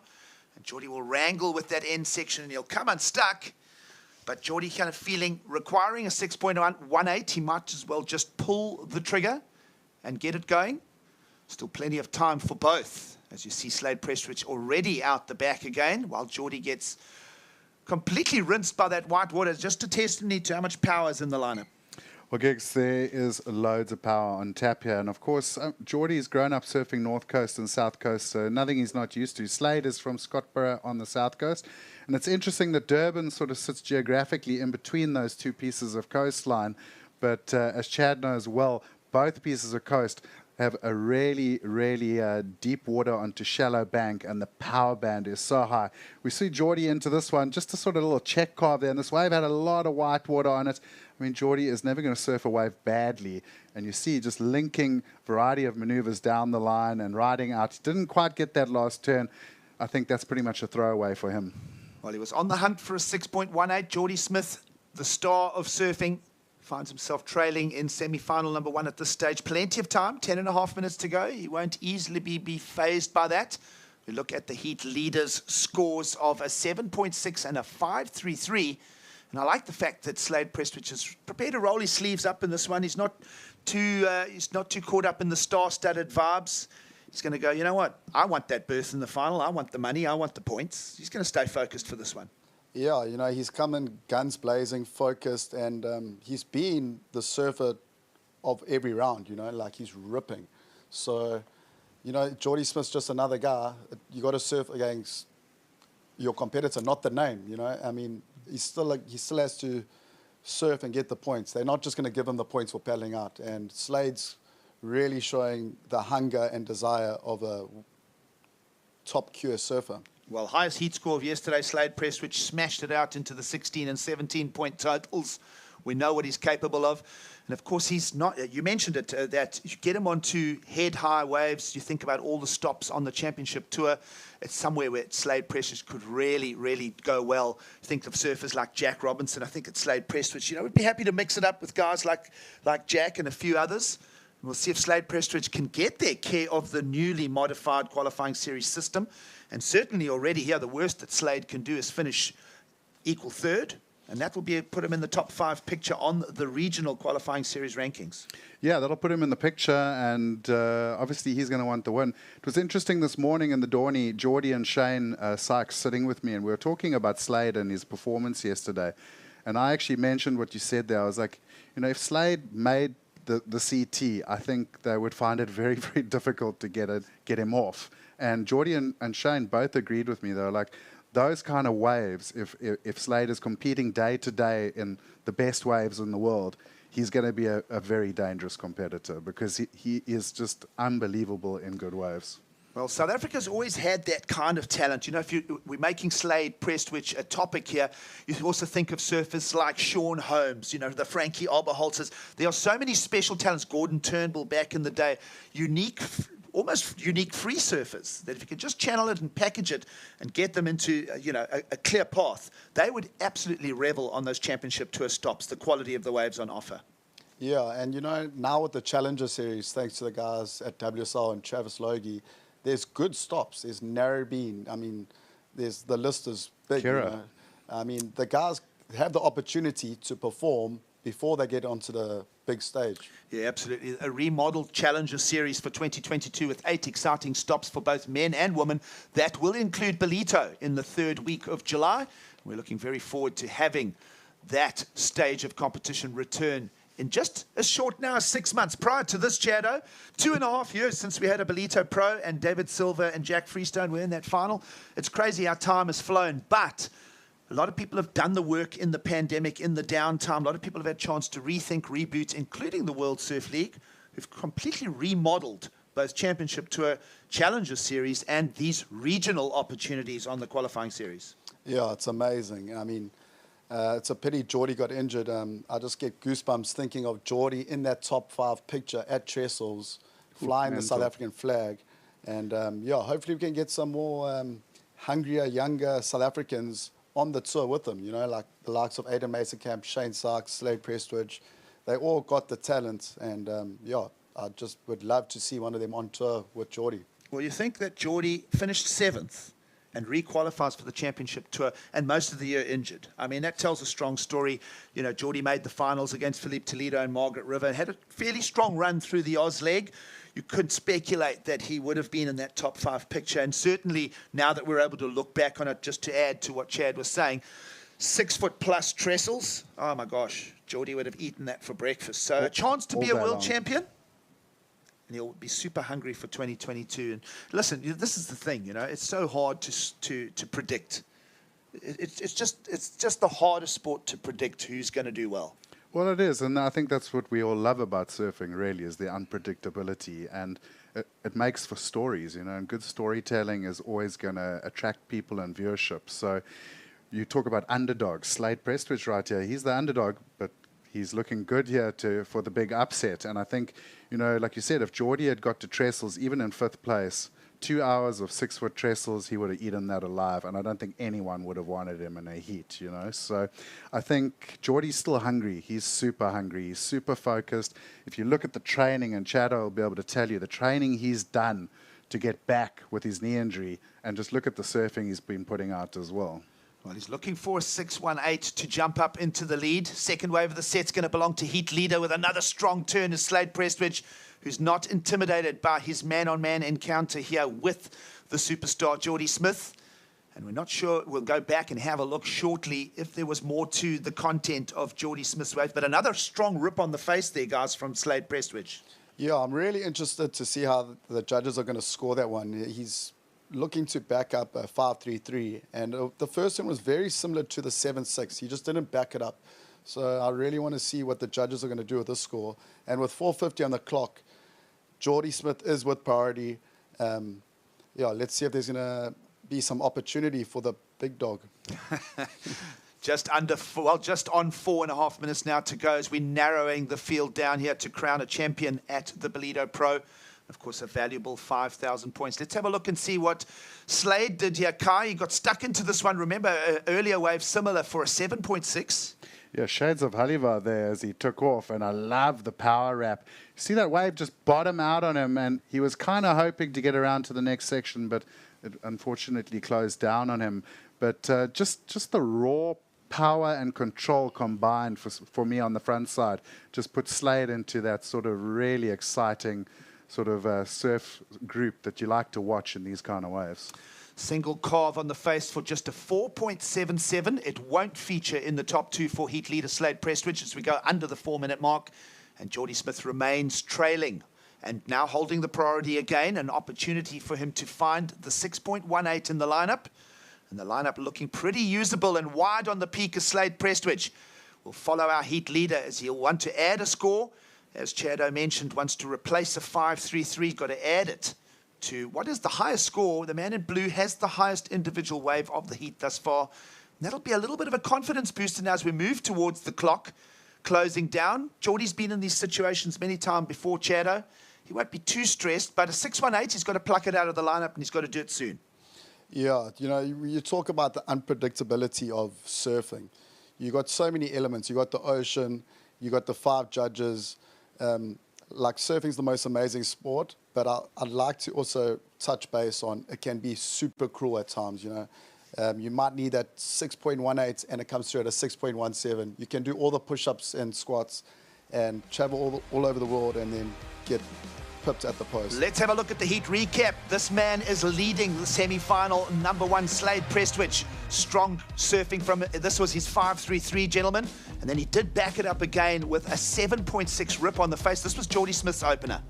Yeah, Geordie coming out the gates, that pretty much patented little wraparound.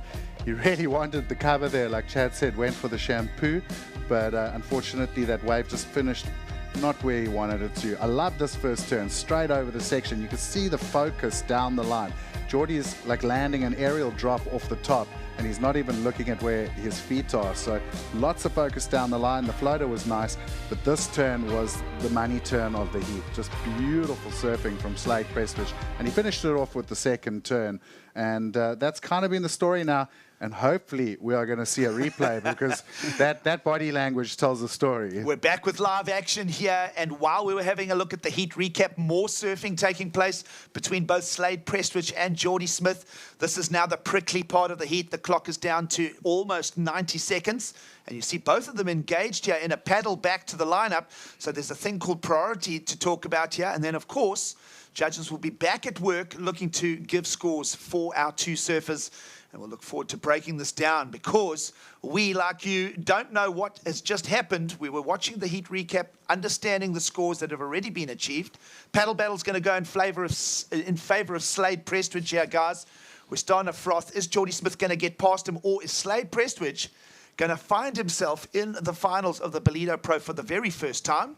Of course, Geordie, a multiple winner here, and if now an 8.67 is going to come in from the judging panel for Geordie Smith. We'll go back and have a look at that shortly. And Slade Prestwich is now hearing the scores from the beach commentator.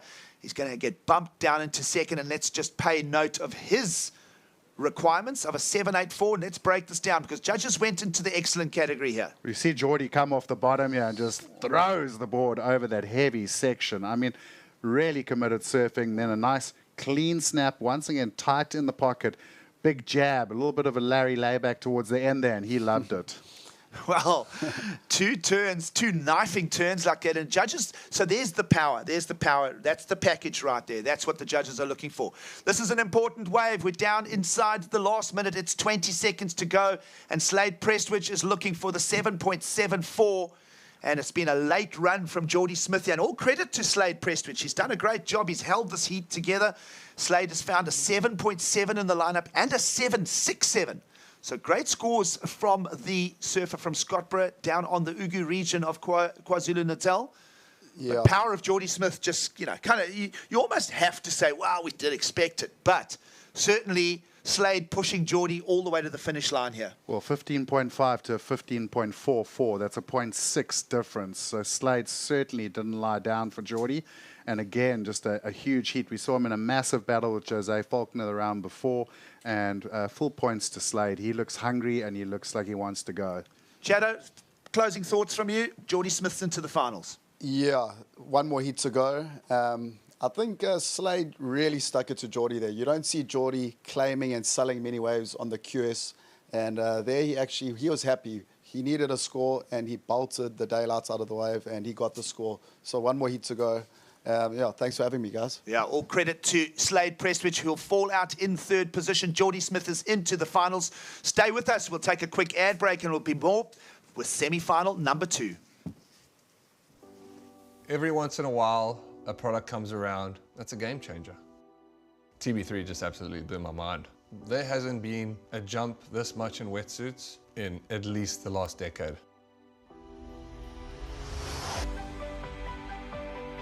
Jack has started it all out for us, and I think he would want for everybody just to continue, to keep innovating, to keep pushing the sport, and to keep the stoke of surfing alive. I don't think there's too many people like him, if any. His legacy lives on.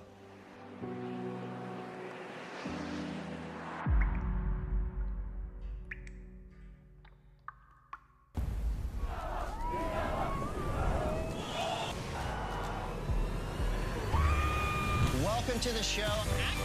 Let's do it. I don't want to say Mick's getting comboed. For me, going to Chopu, I kind of say bring it on. Billy is being treated in a hospital.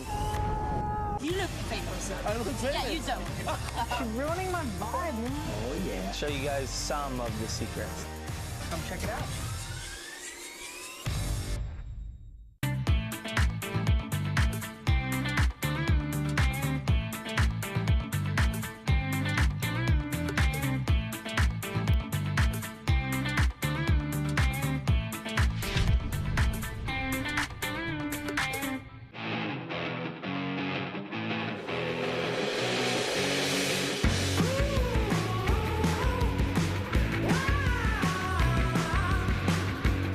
Catch all the beach and surf action live from the Ballito Pro, presented by O'Neill. A first on People's Weather. 17 to 19 December, 11 a.m. daily.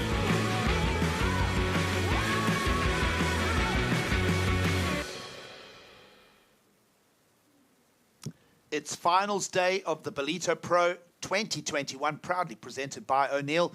And we now continue with surfing action. If you're just joining us, it is a warm welcome to Ballito in Quadakuza region. And on your screen, a man that wants to be in that final to take on Geordie Smith, the shape of Aiden Mason-Camp. Let's go over a couple powerful turns as we continue into the action. You're joining us in semi-final number 2 of competition. Gig Cilliers alongside Kai Linder, and now joined by former Championship Tour surfer Paul Canning in the booth. Gentlemen, we're going to get stuck into this one. Another great story here. Aiden Mason-Camp, we know how hungry he is. We know that he has not let go of that dream of chasing to be in the top level of the sport. And of course, a young surfer in the shape of Eli Bucas, who's really just at the beginning of his pro surfing career, coming out of the junior ranks. It's a great story, and we'll get stuck into it. Yeah, it's exciting times. Aiden is definitely one of the hungriest young surfers coming out of South Africa in the last decade. He has this real drive to go and make the world tour, and he is going to be one of the gnarliest guys to get in heat, as Shane Sykes found out in the quarterfinals. And then Eli, the wild card, one of the generation that's kind of had that weird wobble from juniors into open men because of the COVID pandemic. So it's interesting to see how he's adjusted to the step in without that immediate sort of shunt into the pro leagues. Well, whoever the winner is between Aiden Mason-Camp and Eli Bucas out in the water is going to have to take on this man here, Geordie Smith. And of course, by now, if he is not a household name and you've joined us, well, you now will know who Geordie Smith is. Multiple winner of the Ballito Pro, of course, multiple Championship Tour stops to his credit. And Paul, I mean, it's such a credit to have Geordie in the event. But let's have a look. Mason-Camp's not going to be an easy target if he makes the finals. Yeah, I know, 100%. I mean, that was an incredible heat we just saw with Geordie and Slade. But, yeah, going through to this heat, you know, I've got a bit of an emotional investment in this. Obviously, Eli's up on his first ride. He's our O'Neill team rider, and I've been working with Eli since he was about 10 years old. And I know his dreams. I know how passionate he is and how committed he is to get onto that Challenger Series. And, you know, I've been saying to him, come on, Eli, one more heat, you're getting there, you know. So this is a very big heat for him, and you know, I'd love to see him go all the way. When he came here, was he expecting to go past the quarters? Did he set that as a target? I think his goal was that top 5, you know, because they're all looking to make that top 5 to get onto the regional qualifying, you know, go through the regional qualifying series to get on that Challenger Series. So that was his goal, you know, so he was looking to get at least a quarterfinal. Now that he's in the semis, you know, that he's kind of reached that, but now you get to this far in the event and you just want to go all the way. And especially, I mean, what a better, you know, opportunity and dream to meet up with Geordie in the final, you know. Well, with scores like this coming in from the young man on screen, Eli Bucas, fetching a score from the judging panel of an 817. You'll have a look. There are 5 judges on duty, one of them going as high as a 9, the other one an 8. The computer will lob off the highest and lowest and then average out the remaining 3. and it'll continually update us as the judges put their scores in. An 8-1-7, what a way to start a semi-final, Car. That is a bomb of a score. I mean, we didn't even get an 8 out of the last heat. Actually, we only got one. Geordie's 8-6-3. But there we go. If Eli is on his way to the finals, well, he's showing us what he's got. Well, look, he knows he's got a fight on his hands because Aiden is such a tough competitor. We see him falling into this one. Beautiful looking bowl, and just went straight onto the attack there. Beautiful wrapping carve. Straight off the bottom, gets another sort of bit more of a check turn the second, but then the big closeout maneuver, and the judges rewarding that. We saw Eli in his last heat, a couple on the beach mic I thought he hadn't made that last turn because it was so sort of wild on the landing, and he did make them. So he's definitely got the composure to get through this heat, and I suppose Paul's quietly holding thumbs here because he could have the king of O'Neill, Geordie Smith, with the prince of O'Neill, Eli Beerkus, in the final. Well, that's a great story. Eli Beerkus and Aiden Masenkamp were, of course, part of the round of 16 Heat 4 this morning, and both Eli and Aiden got past Liam de Villiers and Dale Staples. So we did lose one of the O'Neill ambassadors in Dale Staples. A great performance again from Dale, getting to the final 16. Yeah, I mean, Dale's an incredible competitor, you know. We've only actually been sponsoring him for the last 2 years, and Geordie actually phoned me up, and Geordie said, yeah, you guys have got to pick up Dale. You know, he's just an incredible surfer, and he's putting in some amazing content out there. He creates a lot of great content. So, yeah, it's been an incredible relationship so far. Aiden Masenkamp's going to answer straight back in the semi-final here of the Ballito Pro, proudly presented by O'Neill. We've got action aplenty here, and the vacation is really in motion here. Everybody down on the beach is cheering and loving it.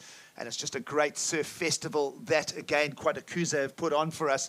Everyone's feeling it. I know it's so easy to get you excited, Paul Canning, but this is a great semi-final. 8-1-7 already in from Eli Beerkus. And, well, big rooftop float. We saw Geordie get a really solid score in semi number 1 for a long roofline float like that as well. So interesting to see where the score goes for Aiden. Yeah, look, I think Aiden is a surgeon. Like, he is such a clean surfer. Like, you never see him wild and loose. Everything is done very precisely, and he's very good at picking those good waves as well. Like, for me, he just really, he's in touch with his equipment, and he knows what he needs to do for the scores required. And that's what makes him so dangerous. And if you watch this wave, just focus down the line, beautiful float with the air drop off, comes straight around the corner into a big power wrap. Now you can see that wave, there's that little bump in the front. He knows he's got to get through there, a bit of chop hop, but he makes sure that he gets that closing maneuver. It did good to make the link there, Paul. I mean, that wave actually had a really big section to it, and then the wave almost buckled apart, and he joined the dots there, found a whole new part of the wave. And what was important there is he finished off nicely. Yeah, no, 100%. I mean, Aiden's surfing really, really well. That board looks like it's working great for him. And yeah, I mean, it's hard to call this heat at the moment. I mean, as you said, I think that the way that Eli just dropped into that wave and he kind of just delayed the bottom turn, it made the wave just look so much bigger, you know. And 100%. then he threw himself into that first turn, and I think that's what got that 8.1. All right, it's game on here, guys, because a 7.1 is going to come into the scorecard for Last Blue Aiden Masenkamp. And now we know that we've got a real solid heat on our hands here, but just the strength of that 8-1-7 for Eli Beerkus early on makes the requirements to go back into the lead fairly easy. 5.83 requirement now for our surfer in red. Yeah, Eli's done himself big favours starting with such a big score. I mean, it's always a pleasure, I think, when you have a heat and you get a big 8-1-7 to start. But he knows the fight's on now because Aiden coming back from a 6.83, second rider 7.1. And this is the thing Aiden's going to do, is he's going to build. I mean, I know it's a bit of a cliche in surf commentary. We talk about building your scores and building that house.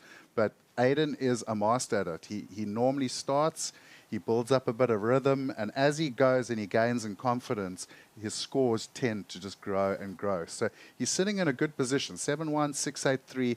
Eli with the 8.1, yes, and only a 5.83 requirement. But I'm not going to be surprised with 15 minutes on the clock if Aiden drops a bigger score. 15 minutes to go in the second of the semi-finals. We have already established that Geordie Smith is in the finals waiting for the winner of this encounter. But all credit, again, to the other semi-finalists there, to Slade Prestwich. Solid performance from him. He did a great job. As we said, we spoke of if that's the kind of surfer that we could get into the higher rungs and get him onto those quality waves. I mean, he got that junior win in Fiji a decade ago. He loves big, strong waves. That's Slade's game. And the other thing, just to continue with the theme regards Slade Prestwich, is every South African does very, very well in Hawaii because we're used to those bigger, more open waves. I mean, even you, PC, you hang in there, right? No, it's I'm telling you, it's a South African surfing genealogy thing. If we can get surfers to the higher quality waves and the big open wave faces, we're always going to get results out of the South Africans. I think of Mason Camp in 2019, quarterfinal at the QS 10,000 in Ericeira. Big 6 to 8 foot right-handers. He got all the way. He was almost at the edge of potentially qualifying. So bigger quality waves for South Africans. That's going to be the story for Slade Prestwich. That's going to be the story for Aiden Mason-Camp, and maybe even the Shane Sarkses and the Eli Bucas. You know, this remodeled Challenger Series. If we can get those names that we've just mentioned right there into the front of qualification, we're going to see results for South African surfing. Definitely, and Slade obviously growing up on the points down at around the Scottsboro area. You know, he's used to these types of waves, and no, you're totally right. I mean, South Africans, even Greg Emsley, we've all had really great results in Hawaii, and I think it definitely suits our surfing, and it suits our boards too. You know, our boards built for South Africa seem to work really well in Hawaii too. We'll talk a bit more about it, but there is this long relationship between power surfing in Hawaii and power surfing in South Africa. This here, the Ballito Pro, was once called the Durban 500, became the Gunston 500, and of course, the visionaries of those times, the Peter Burnessens, that were very quick to invite the Hawaiians to come over here. And then there was a bit of a cultural exchange. So you look at the beginning history of the 69, 70, 71, that is how the Sean Thompsons and the Gavin Rudolphs. Gavin Rudolph was invited as the winner of the Gunston 500, and he featured, and was the first South African to ever win a Hawaiian event in the Smirnoff Pro in 72 at Sunset. So I like that story. There's always the story between South Africa and Hawaii. It's a long, long one. And of course, you know, guys like Slade Prestwich, to bring it back to the current context, rushed all the way back from the North Shore, surfed here at Ballito's, now finished third. He's on his way back to Hawaii again. So we like that. Yeah, no, totally. I mean, as you say, back to Sean Thompson's era. I mean, who could ever forget that iconic wave at Backdoor with him? I mean, just incredible. And we've had a long history of great results there. And I couldn't believe, you know, Slade flew all the way back for this event, and I thought at least spent Christmas in South Africa, in Durban. But he was like, no, I'm back on the plane on Monday. I'm going back to Hawaii. I was like, well, that's commitment. Well, it'll be interesting to see how his travel process goes, because, I mean, you know, we were suddenly slammed into those travel bans. And, you know, just to talk about the current situation for somebody trying to return, can he get a clean run back to Hawaii? What is the latest with the travel? Well, I think Slade's actually been basing out of Switzerland. Okay. So he's very neutral. He's very neutral. He'll probably fly back to Switzerland, and I think from Switzerland to America, he'll probably have a open run. But, you know, Vans, speaking to Shane Sykes this morning, Vans wants Shane on a plane back to Hawaii as soon as possible. Jose Faulkner's supposed to be in the Billabong house for the next month, so we're really hoping it does open up so that these guys can get over there. Two big turns for Aiden Mason-Camp. The last one will just come unstuck as we go inside the 11-minute mark. It is semi-final number 2, and Mason-Camp is our heat leader. And Eli Bucas, gentlemen, started with that 8.1. Just sitting with a little decimal, so being ultra selective in the lineup is our surfer in red. Well, Eli, I mean, it's sometimes tough to start a heat, and I think Paul could probably fill you in more on this, but sometimes you come out the guns blazing and get that big score, and it almost puts you under pressure. Paul just nods his head. Saying, no. I'm just very nervous, yeah. The thing is that, no, but I put you on the spot, I'm sorry. There's something to be said for that, is that, you know, wow, I've set that stage. You almost don't want to take off and get a 4 or a 5, you know, just to back it up. You want, you know, okay, I've got to go one better. I've got to get another 8 out of the lineup. Yeah, no. And sometimes that can put you into a little bit of a stall. He's still got full 10 minutes, so no stress at this stage. And Paul, you can relax. It's all good. I'm trying to script that double O'Neill team right in the final. But Yeah, and I think he also probably had a look at that first semi, and he knows both those guys got in the 15-point range. So the second semi, you know, that we see Aiden's already on 14, so that's his goal, you know. So, and to get there, he's going to need to get another 7 at least. So yeah, he's got priority now, and I think that would be his plan at the moment. Well, you'll know as a competitor, Paul, looking at the 6.83 of Aiden Masonkamp, you feel that Aiden is focused in on improving that. So don't be surprised if he adds another 7 or 8 pointer to his total as well. So the pressure's going to start mounting on Eli Bucas here fairly shortly. He has held that priority for quite a while. For those of you viewers with us on the People's Weather, Channel 115 Open View, and of course Channel 180 on DSTV. We love sharing the sport here with you. You see the constant situation of the heat updating top left of screen. And for now, it is Masonkamp leading over Bucas. The higher name on the list is the heat leader. And then you see a 2. A 2 means the heat leader does not have the priority. The P next to Eli Bucas' name means that he has priority, can catch any wave that he likes. And I say that, and you need to understand this as a new viewer to surfing, that you cannot score points without being on a wave. So the wave selection, the way you find a wave in the lineup, and very often 2 people will show interest in the same wave, well then of course it becomes tactics, but the priority has taken the tactics out of it, and a priority means that you can have the unobstructed right of way. So of course it gets used backwards and forwards. The priority is it's like playing chess, right? You know, you make a move, you play your move, my turn, and backwards and forwards. Not like snakes and ladders, more like chess. Well, I've got to say, I think Aiden's playing a good game here because he's in second priority. And if you looked at that pan while you were speaking, Giggs, Eli is sitting right up top of the bank. Aiden has moved all the way down to the second peak to keep some distance between them. Yeah, good point you make there, Kai, is that the tide is shifting in. We look at about 3 hours now after the low, and it is spring tide, so a lot of water moving over the bank. And Aiden also, to stay away from that priority blanket of his opponent, and there are waves spread up and down both sandbars. So we've seen that. We've seen a lot of people unlock scores and almost continue to build the lead without the priority situation. Oh, 100%, yeah. That priority is it's a very important part of heat surfing now. You know, you need to, when you're planning your heat, you need to plan it when you would like to have priority, when you would like to work under priority, and then towards the end of the heat, when you want your priority again, you really got to structure your heat around the priority. So it's a very important part of heat surfing. Thank you for joining us. It is the Ballito Pro, proudly presented by O'Neill, Giggs, Saliers, Kai, Linda, and Paul Cadding, talking all things surfing. We trust that you're enjoying the show with us. Of course, we've been going here since 7:30 this morning. We are in semi-final stage of competition. Geordie Smith is in the finals already, the star of South African surfing who qualified for the Olympics. Injured, had to sit out. This is his reintroduction to competitive surfing.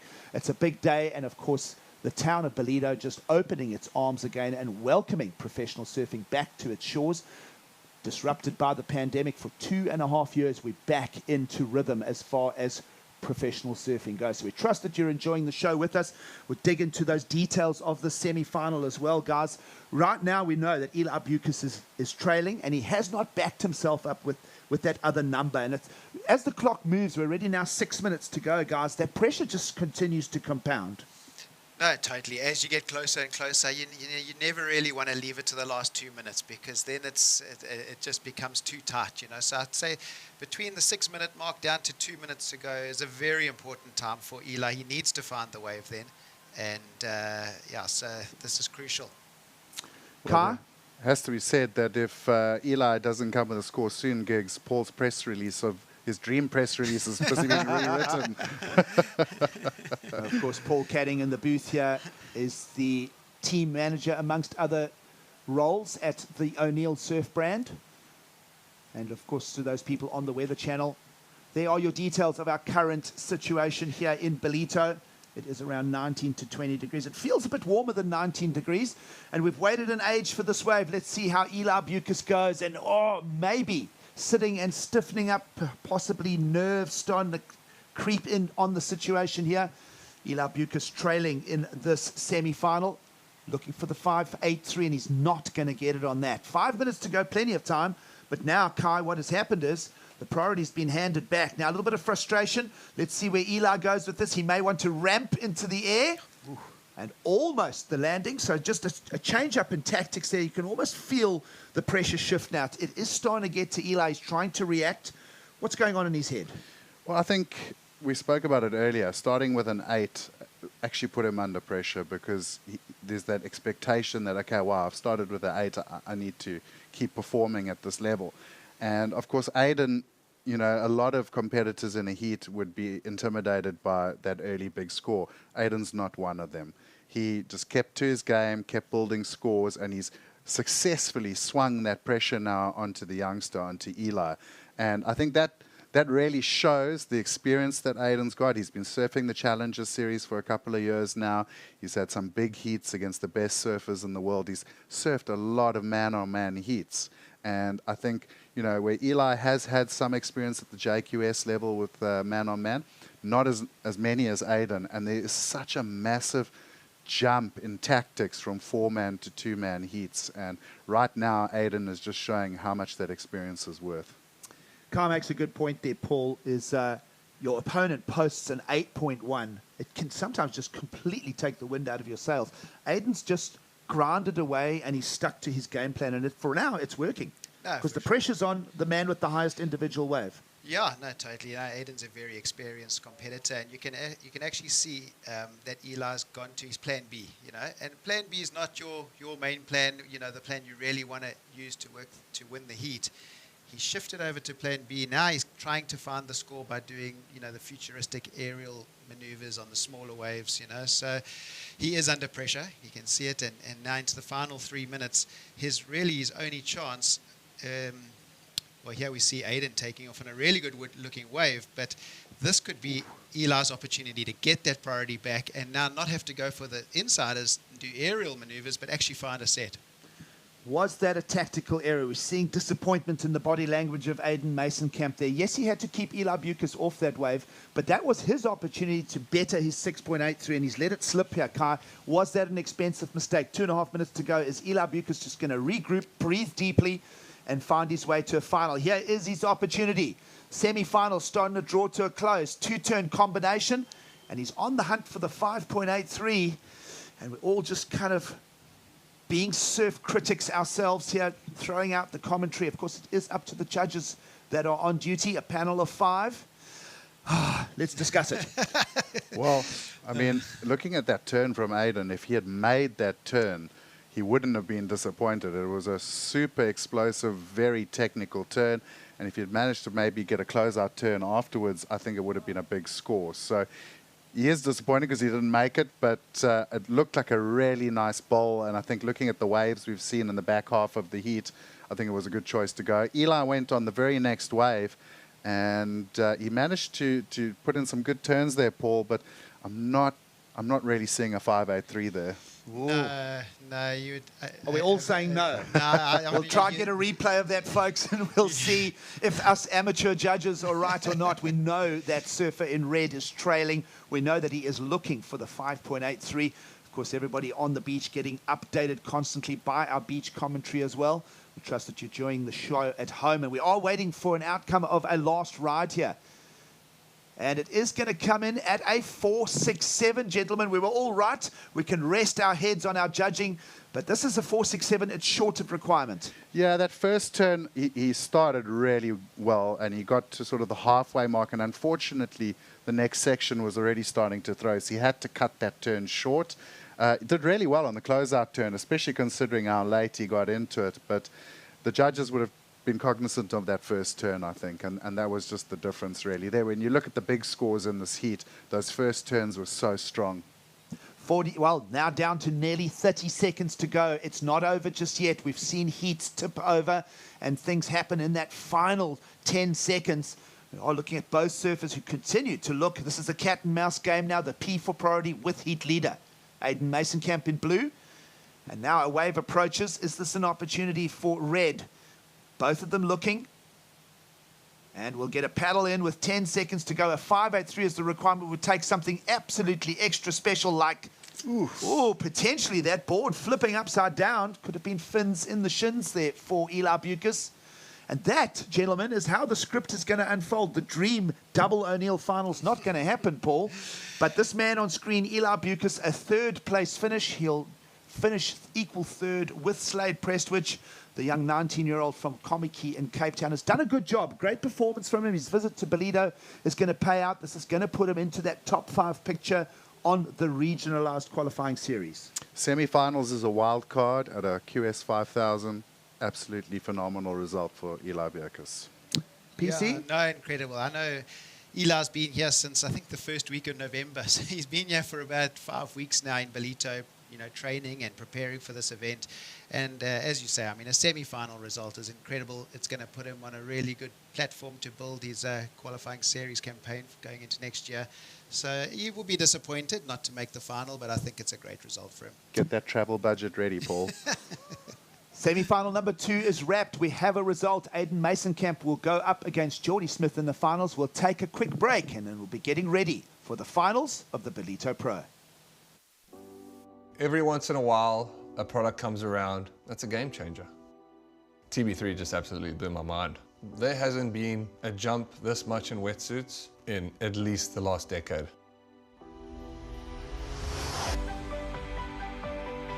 Jack has started it all out for us, and I think he would want for everybody just to continue, to keep innovating, to keep pushing the sport, and to keep the stoke of surfing alive. I don't think there's too many people like him, if any. His legacy lives on.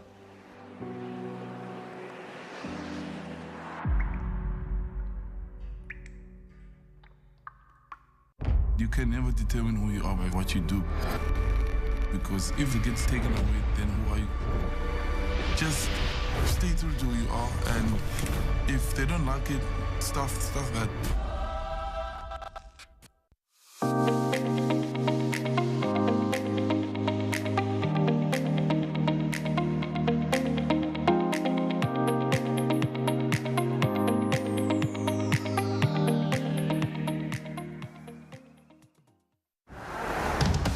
This looks different. It is. See for yourself. Okay, so it's a photo. Look closer. Photos within photos. What about video? 8K video.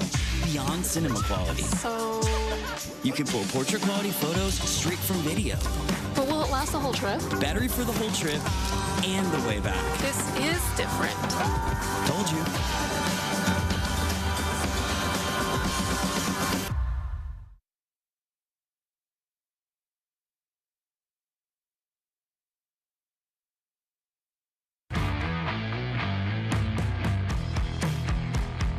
I think the most important thing about a wetsuit to me is its flexibility. TB3 just absolutely blew my mind. It was just so many leagues ahead of what I expected. I was in awe. I was warmer than ever, more flexible than ever. Everything that I'd worn before, till now, was just irrelevant. The bar's been set really high. I'm super excited to be able to see what's actually next and where do they go. I mean, my mind's pretty baffled at the moment, but I mean, where do you go next?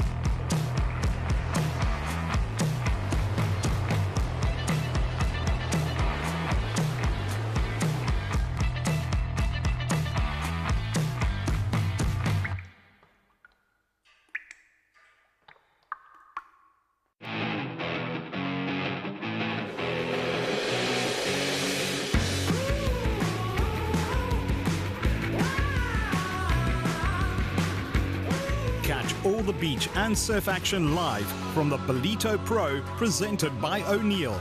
A first on People's Weather. 17 to 19 December, 11 a.m. daily.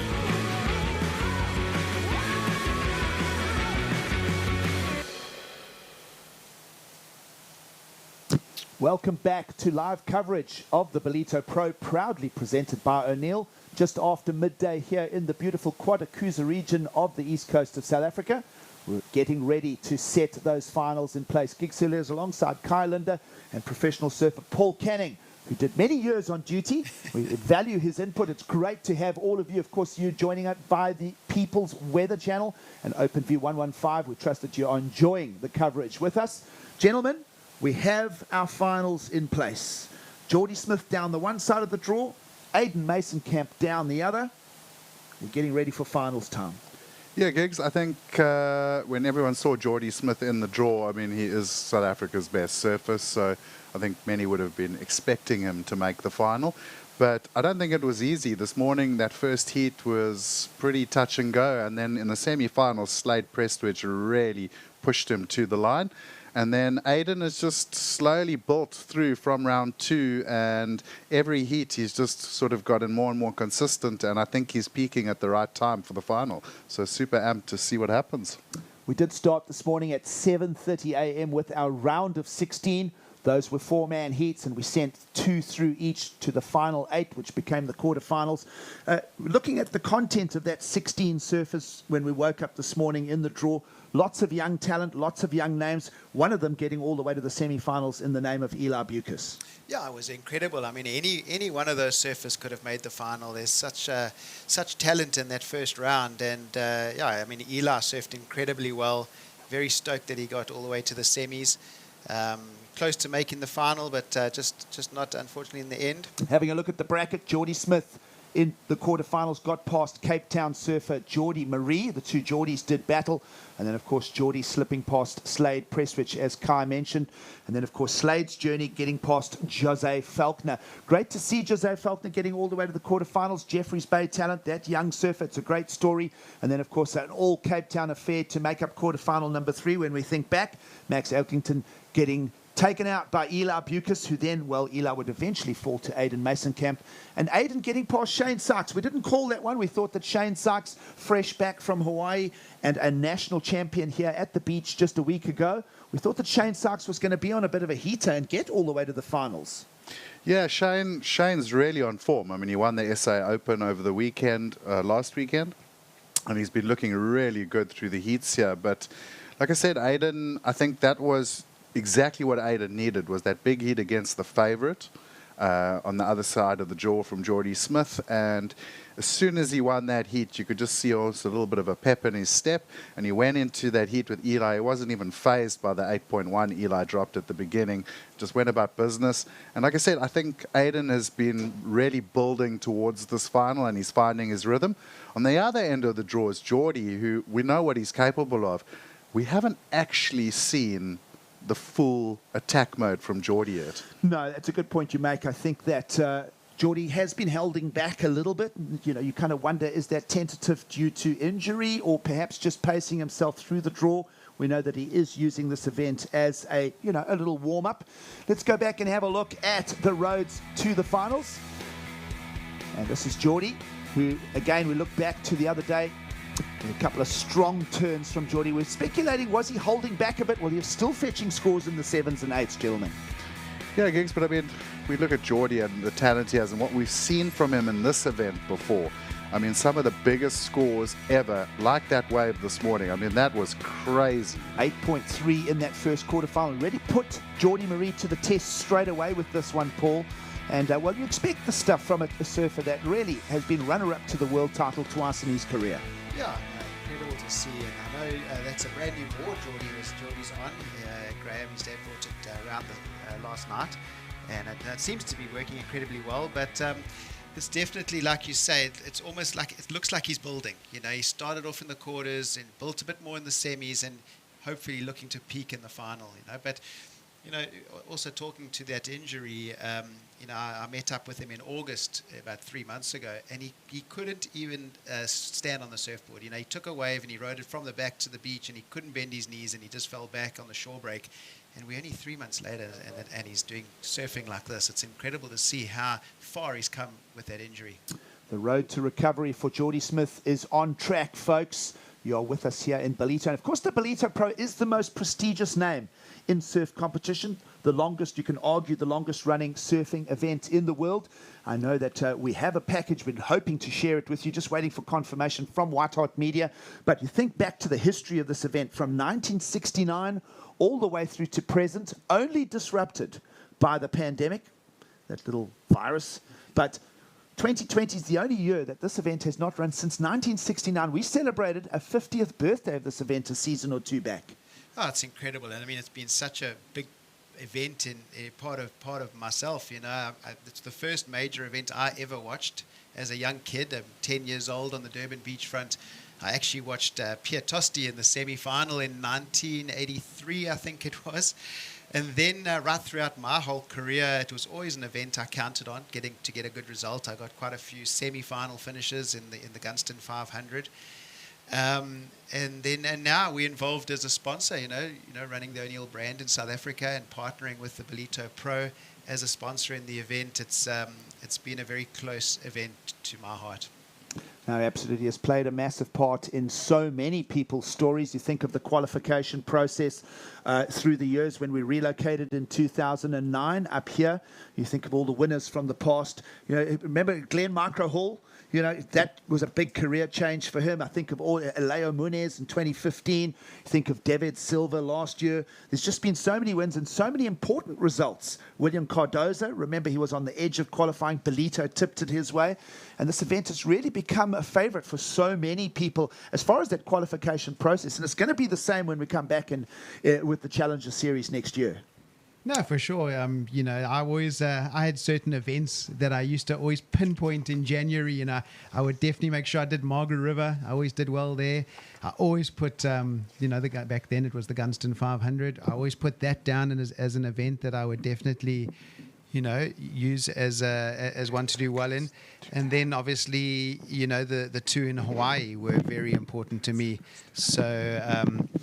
Yeah, being a South African, you know, we really focus on this event and make sure that we're ready for it, and then we give it all when it comes around. We are preparing for the finals of the Ballito Pro. We're going to go to a quick ad break as we get ready to watch that showdown between Geordie Smith and Aidan Masenkamp.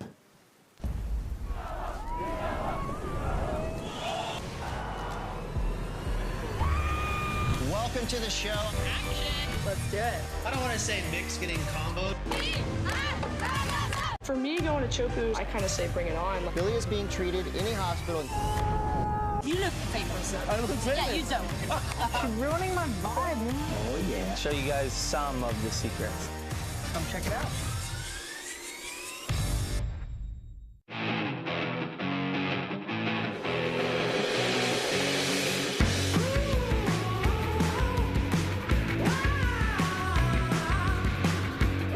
Catch all the beach and surf action live from the Ballito Pro, presented by O'Neill. A first on People's Weather. 17 to 19 December, 11 a.m. daily.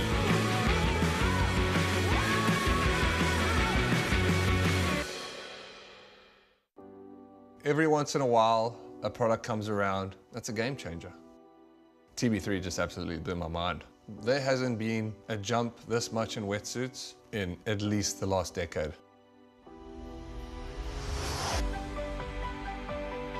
Jack has started it all out for us, and I think he would want for everybody just to continue, to keep innovating, to keep pushing the sport, and to keep the stoke of surfing alive.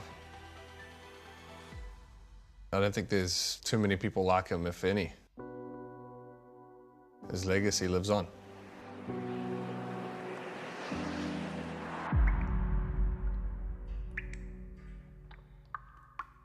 You can never determine who you are by what you do. Because if it gets taken away, then who are you? Just stay true to who you are, and if they don't like it, stuff that. Welcome back to the show. It is live coverage of the Ballito Pro, proudly presented by O'Neill. The World Surf League brings professional surfing back to the shores of South Africa, and we are just moments away now from getting our final underway. It is a welcome to the east coast of South Africa. Quite hosting us. Gig Saliers alongside Kai Linder and former championship tour surfer Paul Canning. As we're just getting ready, chaps, we've seen the journey of Geordie Smith on the one side of the draw, Aidan Masenkamp on the other. And you can't argue the value of the two finalists as we get ready to start this. Well, I mean, if we look at across time and sport, it doesn't matter if it's surfing or whatever other sport, what are those iconic battles? What are those moments in sport that we remember? The big gun, the guy that everybody knows, he's got the endorsements, he's a world title contender. It's Geordie Smith against Aidan Masenkamp.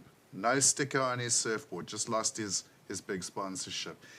Trying to like fight it out there, coming from the Strand in Cape Town, and he's made it to this. He needs this 5,000 points to go. Are to you the writing the Championship script? Series. I think I am. It's You know, no, so you're 100% right. It's amazing. This is what we want for a final. Yeah, absolutely. Of course, Paul, you were toting Eli Bucas there to make the final. You know, there's going to be plenty of time. He's going to make finals in the future, but you can't argue with what Kai's saying there. It's the classic case. Geordie Smith's return to competition, the darling of the O'Neill brand, getting ready to go to Hawaii shortly again and campaign for a world title. And then it's that, we love the underdog story, right?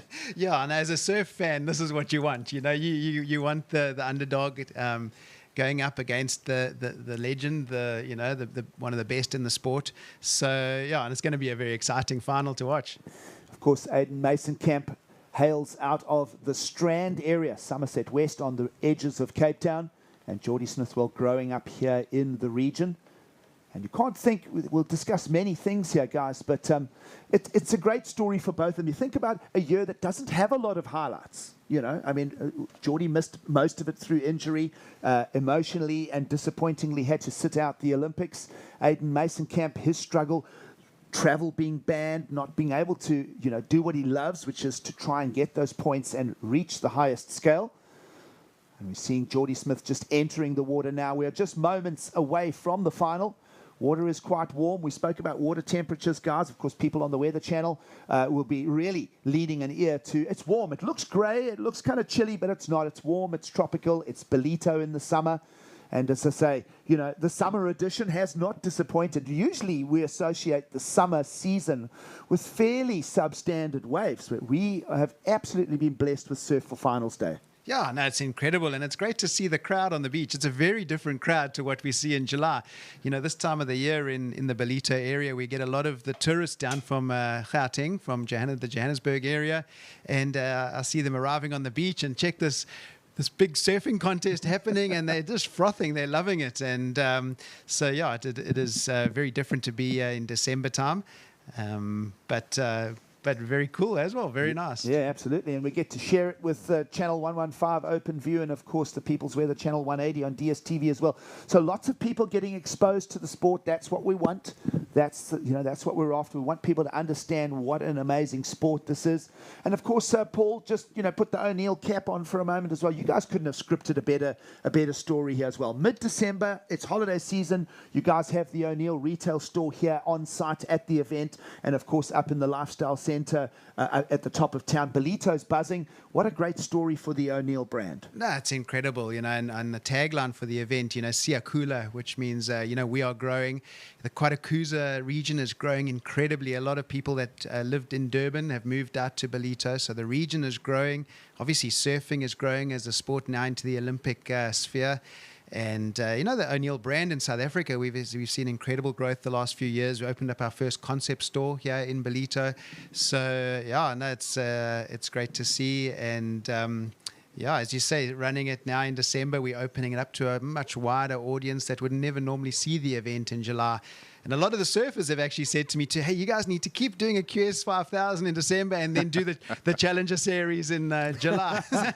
They've seen how well it's gone off. Yeah, it's really has been scripted very, very well. And, of course, we're speaking about the Ballito Pro carrying the mantle of the longest-running pro surf event in the world. O'Neill, let's question it. The longest-running surf brand in the world. I mean, Jack O'Neill and the wetsuit story goes back to 1954. Yeah, 1952. Okay. The brand started in 1952 and he obviously invented the wetsuit. Jack O'Neill invented the wetsuit back then. He just wanted to surf longer, and that was his way. I think the first surf shop opened in 54. That's what it was. And then he opened up the first surf shop, and he was so passionate about the sport that he actually registered the surf shop as a trademark, and then deregistered it because he wanted everyone in the world to open up surf shops, and be able to call them surf shops. And then his son Pat O'Neill invented the leash. Jack lost his eye. That's why he wears that. You'll see that he wears the eye patch, and he lost his eye with the board shooting back and taking his eye out. And then his son Pat did actually invent the leash too. So lots of inventions by the O'Neill family. Yeah, it's an incredible story where it sits in the growth of the surf industry as a story.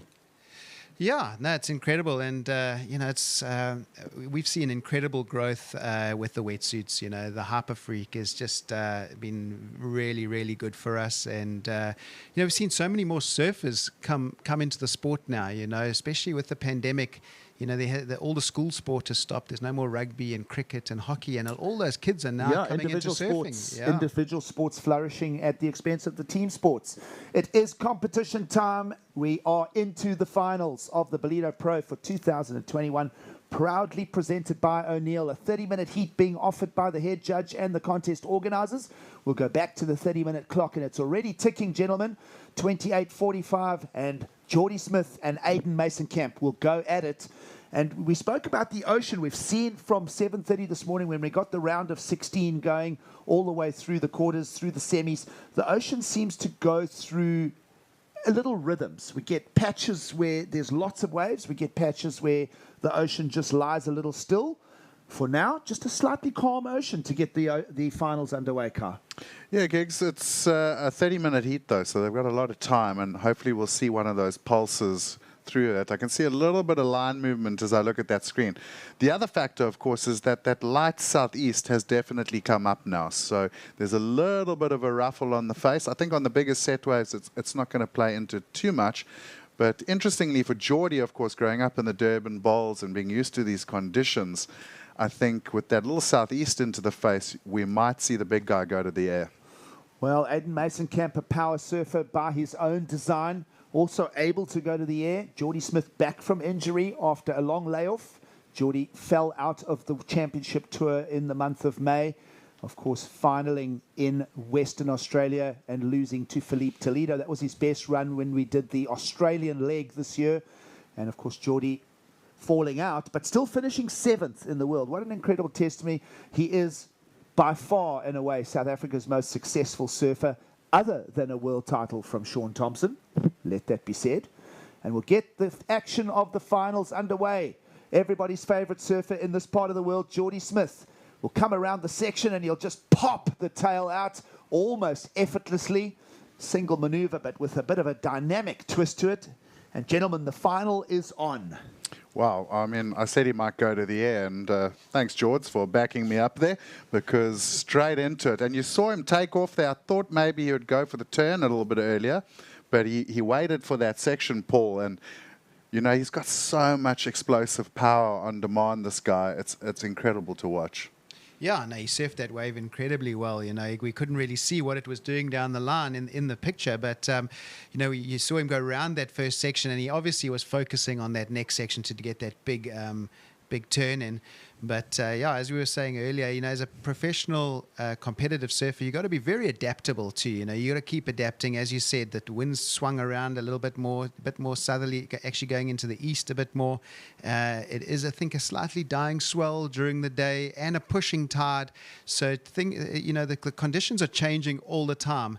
And surfers read the weather a lot too. I mean, I can guarantee you, Geordie's been checking the charts and watching hour by hour what the wind's doing and what the tide's doing and what the swell's doing, and he'll be ready to change. How we see up on that first ride. So almost like barreling on that first section, he just comes flying around, and I mean, so clean. I mean, for such an explosive, powerful maneuver, it's just done so cleanly, Gigs, and that is Geordie's strength. Is he makes those big power moves just look so easy, and what a way to start. I mean, the judges are absolutely scratching their heads in the booth because that was our first wave. But here goes first ride for Aiden.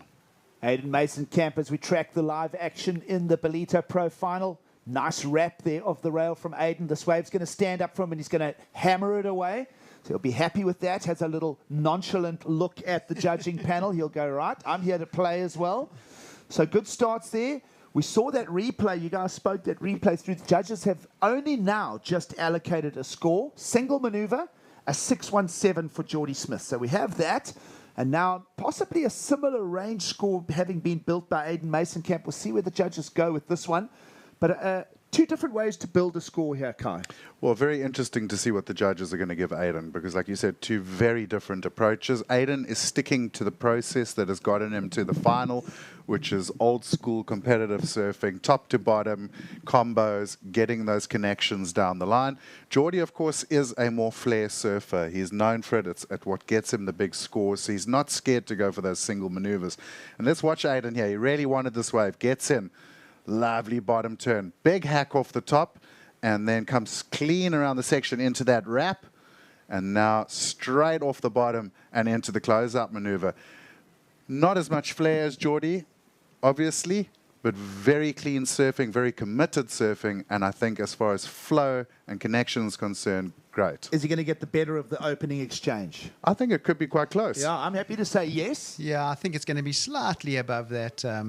I mean, Aiden's been very good this whole event in finding the waves that give him those 3 turns, you know, those waves that sort of run down the sandbar. Hold the phone. Wow. It's not a close score. It's 2 points clear of Geordie Smith. Aiden Mason-Camp is peaking at the right time in the Ballito Pro, presented by O'Neill. An 8.17. Gentlemen, an excellent category score early on. We knew it was a solid wave. We saw the way he sort of looked at the judging panel. I felt it was high 6s into the 7s. There was obviously power, and I think it was that maybe Kai will have another look at it, that second maneuver where he just really just cranks it around. And, well, judges are not shy. They're happy to go 8.17. That's a big number, gentlemen. Well, it's kind of funny because semi-final against Eli, this is what Eli did to Aiden, and he just kept going. But Geordie does have the 6.17. I think you're right, Giggs. You know, the judges are throwing out reward for consistency as well there, you know. And if we watch this replay, look at that focus from this young man. He really is just eyeing the prize right there. Bam! Throws the board up into the lip. Quite a heavy section as well. Beautiful wrap, already put the little exclamation mark on the and there, and I love this bottom turn into the closeout. Just super clean surfing, like nothing out of place. 3 maneuvers, but they were all powerful. You could see the board speed there, Paul. I mean, he was really laying into those turns. There was nothing tentative about anything that unfolded in that. So an 8.17. Wow, what a way to take on Geordie Smith, and he hasn't backed down. You know, I saw no nerves from Aiden Mason-Camp. No, that board is flying. It's looking really good. It came around that section really fast, and so yeah, great way to start. And I think this is going to fire Geordie up because you know, Geordie, you know, he feeds off this. You know, he's gonna and he likes to win finals doing, you know, big crazy turns. So yeah, it's going to be interesting to see how Geordie comes back from this. A number of our South Africans have had championship tour experience. I think of Slade Prestridge being a wild card at J-Bay. I don't think Mason-Camp's had that chance yet to put on a championship tour jersey. He's never got that gap. He's never been a wild card at J-Bay. So this is a big moment for him. He knows the Challenger Series level. He knows the qualifying series. And let's see what he can do here as he takes on Geordie Smith for potentially 5,000 points and a massive win here in Ballito. It's a great start for Aiden Mason-Camp. That one's not going to pay a big dividend. He'll go back to the drawing board. 21 minutes remaining. And Geordie will just be slowly just going, okay, all right, it's time for me to roll up my Lycra sleeves. And let's get stuck into this final. I think the real point of difference here is, you know, Geordie is always, the moment a vest goes on, I don't care if it's a club contest or a CT, he's going to compete. He can't help himself. But I think the point of difference here is that Aiden needs to win this. He really needs it. If he wins this, that's 50,000 Rand towards his travel budget for later next year to go and do the Challenger Series, which is a huge budgetary thing for him without a sponsor. And also that 5,000 is going to get him guaranteed into the Challenger Series. And that is a massive, massive thing for Aiden right now. Like if he can win this, it's like half the job done for the year, pretty much. And I think the motivation there for that young man is going to really make him fight for Geordie for this one. Absolutely. We trust that you're enjoying the show with us. We are in the finals of the Ballito Pro, presented by O'Neill. We're about to crown a men's champion. We've still got over 20 minutes in the final. It's the classic story of Geordie Smith, who really is the prince of South African surfing. And then you've got the mongrel road of Aiden Mason-Camp. And I say that, no, because Aiden Mason-Camp, go and Google the name Aiden Mason-Camp. He has put out a great movie this year. And what I liked in that movie was that he openly speaks of how hard the journey is for a young surfer, often, you know, missing out on those key sponsorships and just enough to make it, sleeping in the car, you know, toughing it out while other people are in hotel rooms. He's sleeping in the car park. And it really is that classic story. We'll get into the emotional drama of it as we just watch Geordie Smith quickly looking for opportunity.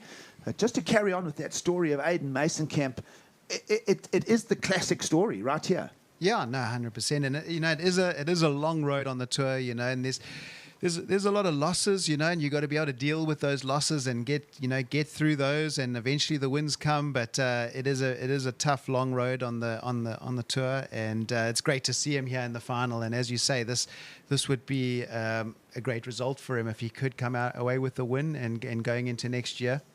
Yeah, well, I mean, Aiden's family, I think, you know, they come from the Strand in Cape Town, and they're a solid unit, but there's not a lot of money there, and they're quite open about it. You know, you've talked about, like, mortgaging houses. Yep. And major, like, financial stuff. So for him to win this would be an incredible result.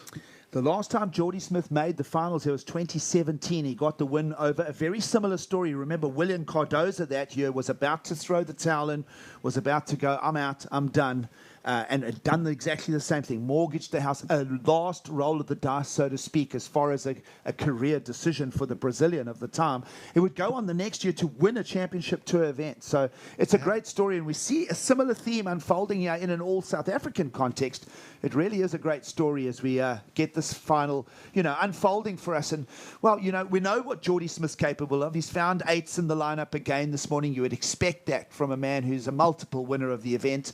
And, of course, his 6 championship tour wins. There's so much to talk about with Geordie Smith. But the Aiden Mason-Camp story right now is about to pop into the limelight for the young man. And you know what? This is a deserving opportunity for him. 100%. Let's trust that he gets maybe even a global sponsor involved. You know, you don't need a big dollar budget from a global company to have a big impact on a South African surfer.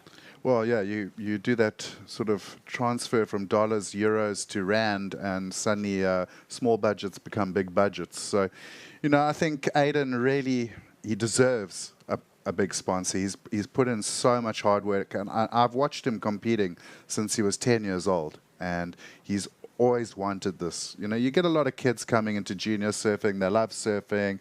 They dig hanging at the contests, but it's not like their main driving focus from a young age. I can tell you right now, since the age of 10, all Aiden Mason-Camp has wanted is to be a championship tour surfer. That's his dream. It's a crazy story, and we're watching it unfold before our very eyes here. We love the human side of the sport. Of course, both of them on South African manufactured equipment as well. To talk of that, of course, Smith Shapes underneath Geordie Smith, his dad having freshly delivered a new board here. Aiden Mason-Camp now riding for the Dutchie brand, which is based out of Cape Town. There was a time where Aiden did time on the Smith Shapes boards as well. So it's great to see the state of South African board manufacturing.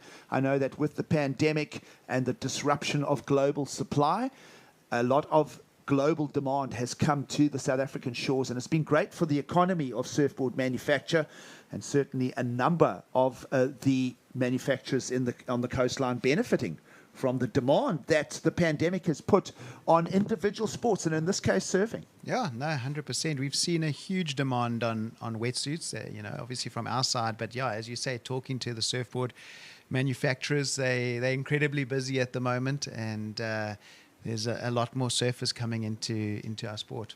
Well, and I can add to that as well, as obviously as my sideline is testing surfboards here in South Africa. Oh, single fins car doesn't count. But what I can tell you is the level of quality in South Africa when you talk surfboards, and I've had boards from all the major brands overseas. South African surfboard shapers are really good at what they do, and they've been doing it a long time, and the quality of workmanship and finishing in this country is as good as anywhere on the planet. And the big thing is for those people overseas is that, again, we talk that dollar-rand exchange. Value for money buying boards out of South Africa has got to be the best deal in the world. No, absolutely, absolutely. I think they might hear that now and put the price up. But certainly, there's no doubt that it is export quality coming out of the South African surfboard manufacturers at the moment. You can't not discuss names like Spider Murphy and, his involvement with Sean Thompson early on in this framework of the longest running surfing event. Of course, 6-time champion Sean Thompson on those Spider Murphys. You think of the other manufacturers in the area, built surfboards doing the Channel Islands and lost labels. Of course, Gary van Vieriging taking over Clayton, the Mations down the coast. We'll follow live action here in the finals. Mason Camp looking to now put some pressure on his opponent, not finishing off on the inside. He'd wanted to maybe just get a last crack on that lip there. The thing with Aiden, and we spoke about it with guys like Duran Zakarian as well, as they get on an emotional high and it turns into magic. But if it can slightly just change shape and just turn from, like genie to demon, like you can see sometimes Aiden Mason-Camp just can fall apart. And I think that is a thing that he's been concentrating on, getting his consistency right. And, even perhaps in a disappointing finish to this wave, he's kind of holding his mind together, Kai. Well, look, in the juniors, flat out, Aiden was a brat. And no, but he was very emotional, and when he burnt down, he flamed down, and he won contests, but he also threw away contests just through that emotional sort of wildness, as we see Geordie just keeping things calm and landing a full rotation. But Aiden has been working on it. Yes. So his eyes have opened and he's gone like, I'm my own worst enemy. And he's been working with sports psychologists, guys like Paddy Upton, and guys who work with like major, huge sports people from around the world and teams. And I think that just shows you how much he wants it. No, absolutely. He's done the work. He said that in that beach interview just prior to prepping up for the final, guys, that he's done the hard work. And Geordie Smith, while we just casually were covering conversation topics, has come with a 9 PC. We're going to go for a replay on that. We're going to slow it down for you. I was wondering how high the judges were going to go with that, because Geordie is in a class of his own when it comes to moments like this. Well, you watch him, his eyes on the prize from the takeoff. He knew what he was going for and gets the little grab in as well. So technically a full rotation, little bit of a wobble on the landing, like little. That's where the 1 point went away from. But he held that method grab pretty solid from the takeoff. And I mean, that was a big heavy section as well. So the judges had to go high. We've seen Geordie do crazy stuff. That is not the best air rotation we'll ever see from Geordie Smith, but the judges bought right into it. Yeah, no, I mean, they went really high with it. It was a great turn. As he came down, it almost looked like he was going to catch that left rail, but he's the talent, so much talent, he was able to pull it out and pull it through and got rewarded with an incredible score. And I mean, I was going to say, a final of this stature, you're going to be needing to be in the 15-point range. And so before that wave, when Aiden was looking for another ride, he really needs to back up that 8 with at least a 6, maybe or maybe possibly even a 7 now. But because this was no doubt going to happen. Well, we spoke of the last wave of Aiden Mason-Camp just lacking a little bit. It came in at a 5. Kai, let's break this one down again. Judges have gone 9. I like the first part a lot. It's the landing I've got maybe a little bit of an issue with. I mean, he did land it, but there was definitely a little bit of a catch and a wobble there. You'll see he catches that white water just as he's coming into the landing, and it threw him off a bit. I mean, Geordie, incredible. It was a heavy section. It was a full rotation with a grab, and the grab adds a lot of technical difficulty. But it is a rotation. So, I don't know, 9, Aiden might be feeling a little bit hard done by there. Well, I don't think a 9 has been so criticised by a panel as us right now, as we get action going again here with Geordie Smith, just trying to now squeeze another score. He's got to drop a 617 out of it. He'll go for another punt here. We know where he's going with this. And that one comes unstuck. PC, we know Geordie's surfing. We've seen it packaged. We've seen it in the Championship Tour jersey now for close to 14 years. We've seen movie parts from him. Are we seeing a little bit of tentativeness? are we almost grimacing for the knee ourselves? He said, he's claiming he's got the medical thumbs up. He's back. He's 100%. You can see those scar lines down the knee. It's literally been rebuilt. But do you think subconsciously he might be just favouring it just a touch? I think he's back. I think he's back to full force, stronger than ever. But obviously it does play on your mind. You've been working through the whole year, pretty much since April, trying to get this knee right again. And this is his first event back. And he's going for incredible maneuvers like that, which are really, really hard on the knees, those impacts on the knees. And then obviously also thinking about, probably in the next 2 to 3 weeks, he's heading over to Hawaii for the start of next year. Yep. So, it's definitely going to be playing in his mind. But, I think he's surfing back to full force. I love to see the surfing of Geordie when he really puts it on the rail, those really big rail turns, That's I'm more of an old school surfer, but that's what I like to see. Well, just to weigh in on that, Gigs, is that I was at J-Bay a short while ago surfing with Geordie, and I could see no problems with that knee because he was absolutely going ham out there. So I think he's good. Well, Aiden Mason-Camp will now try and answer. He is trailing Geordie Smith, and he's going to go for an air of his own. He'll just pop it a little bit lateral as we go under the 9-minute mark. And I just love those shots. Maybe we'll go back to the drone just momentarily, which is hovering above us here in the studio. And it just shows how many people are just flocked down to the beach here. It is officially Christmas holidays. Love these overviews there on the horizon. The ship's heading for the Greater Durban Harbour. And of course here, about 40 kilometers north of the major city itself, just 10 kilometers away from King Shaka Airport. The lines are marching into the Willard Beach here. And what a scene it is. We are usually here in the winter, a midsummer edition, and somehow the ocean just knew we were going to do this. And it's thrown us really contestable surf. I mean, this is better than what was scripted, Paul. No, for sure. We've actually been here for 10 days now, and we've had an incredible time. We had a great first few days with the South African Surfing Championships, and then into the O'Neill Smith Shapes Pro Junior, Rookie Rippers Pro Junior, and now the QS 5000. It feels like we've been here for a month, and this is definitely the best day we've had over the last 10 days. Well, absolutely. The town of Ballito, Quadakuza municipality, doing a great job. The Siakula theme coming through on the event here. This is the growth part of the east coast of South Africa, of course, economically, socially, and definitely on the surfing talent side. The Alembe region, more and more good kids starting to come through, mixed background stories. Watch for more surfing stars coming through here in the Ballito Bay area, and it's all very exciting. And we find South African surfing care of things like the Ballito Pro in a healthier place. Yeah, Gigs. I mean, development in the country has been going for quite a long time now. And, provinces like Alembe is the newest district in South African surfing. They kind of were amalgamated out of northern eThekwini and southern Zululand. But the crew here are so passionate about surfing, the Sykeses and the Southwoods and the Bells and all the other amazing people involved. And they've got a great development program going here. We saw a couple of their kids involved in the Pro Junior and the Rookie Rippers. And it's just so good to see everyone throwing their support behind these kids and getting them in the water. We're working with the Northern Cape government now to introduce surfing up there.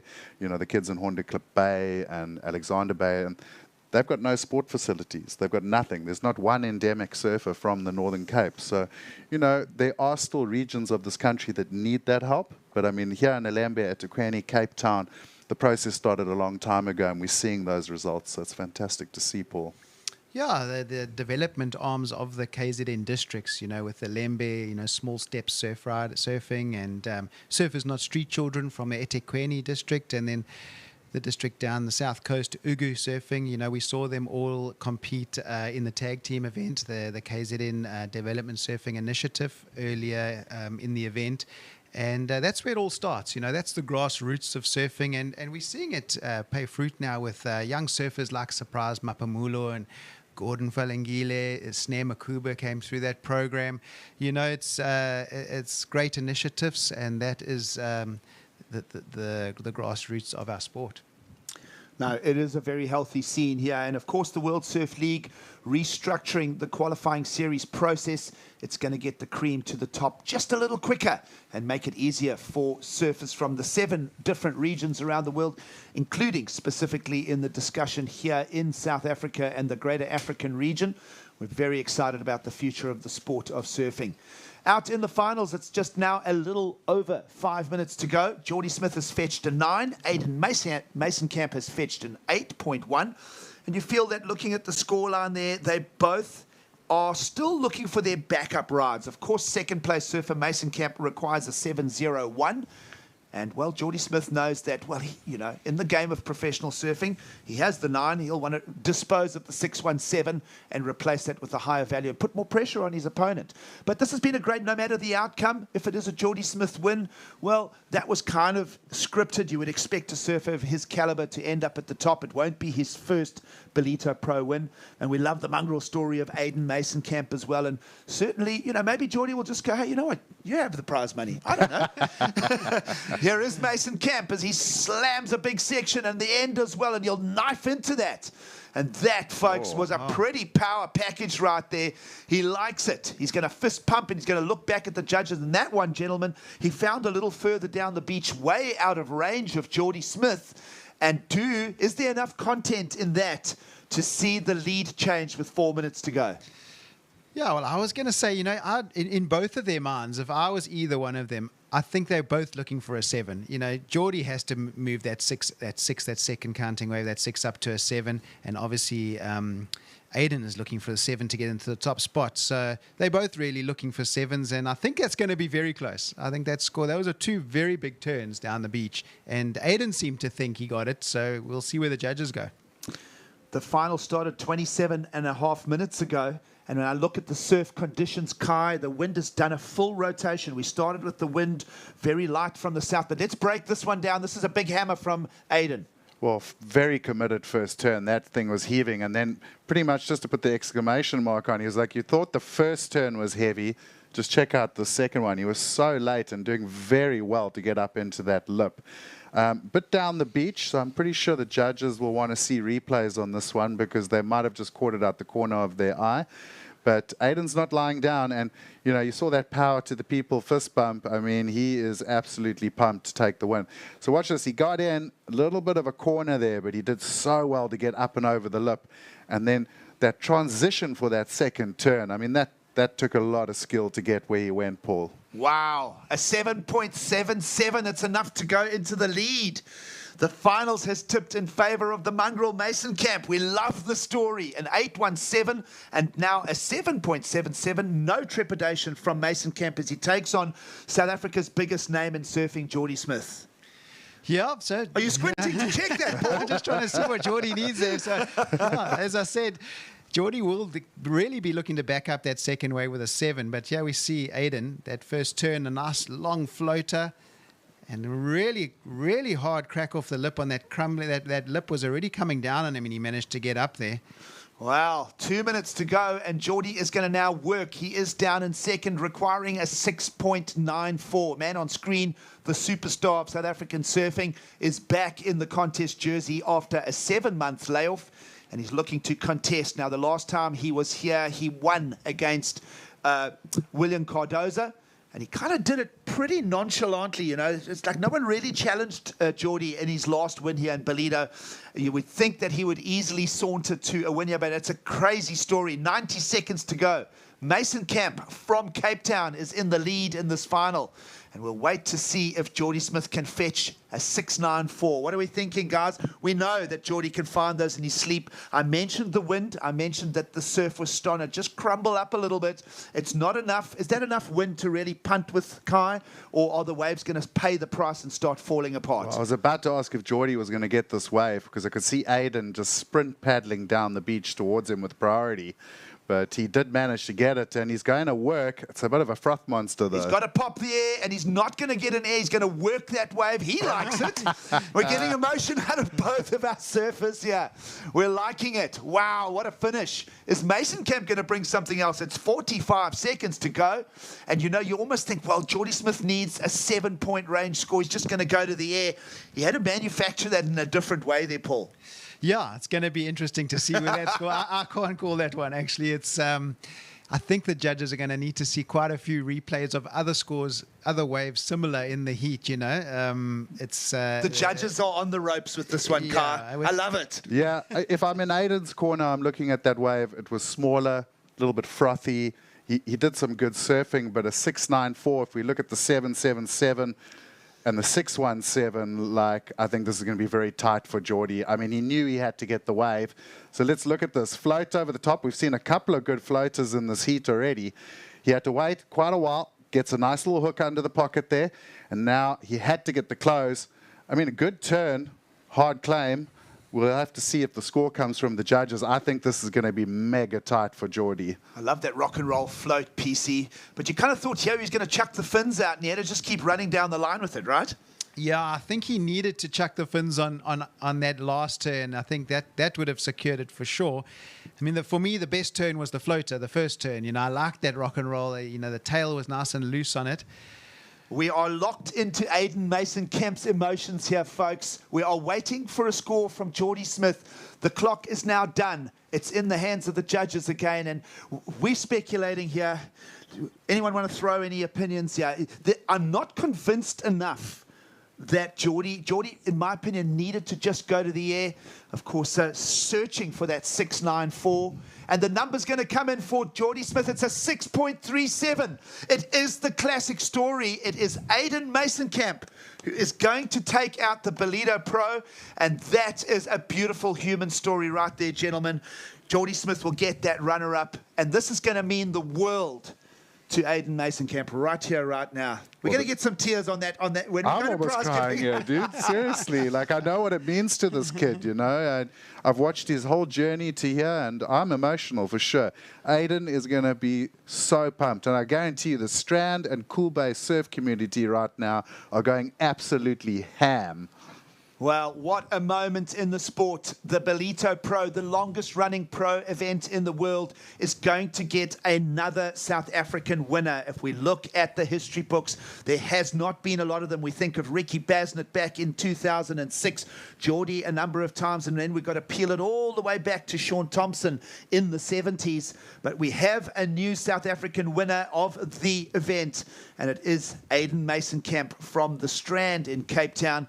And this is going to be, gentlemen, 5,000 points towards his qualification march to get into that Challenger Series, which then is the step to the Championship Tour.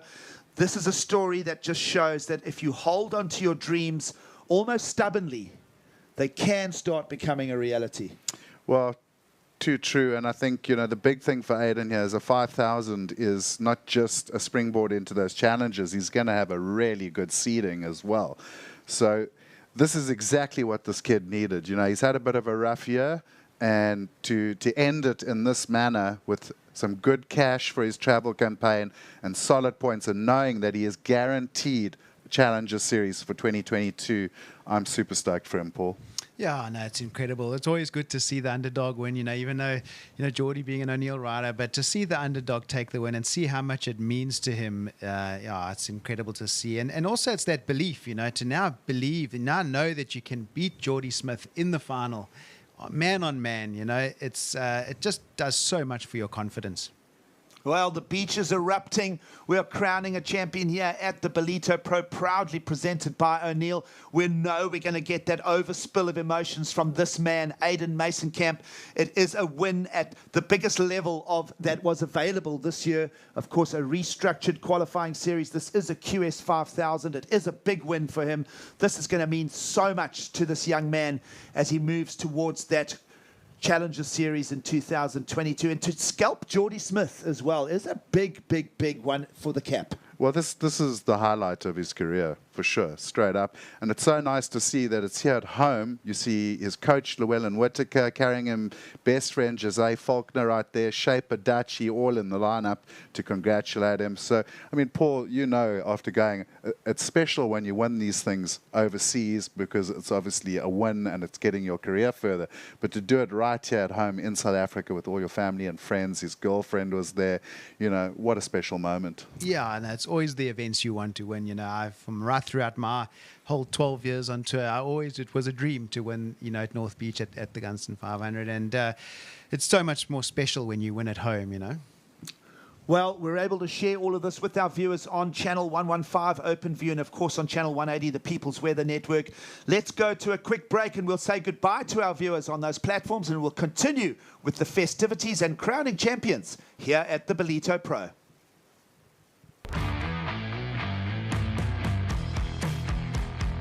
I think the most important thing about a wetsuit to me is its flexibility. TB3 just absolutely blew my mind. It was just so many leagues ahead of what I expected. I was in awe. I was warmer than ever, more flexible than ever. Everything that I'd worn before till now was just irrelevant. The bar's been set really high. I'm super excited to be able to see what's actually next and where do they go. I mean, my mind's pretty baffled at the moment, but I mean, where do you go next?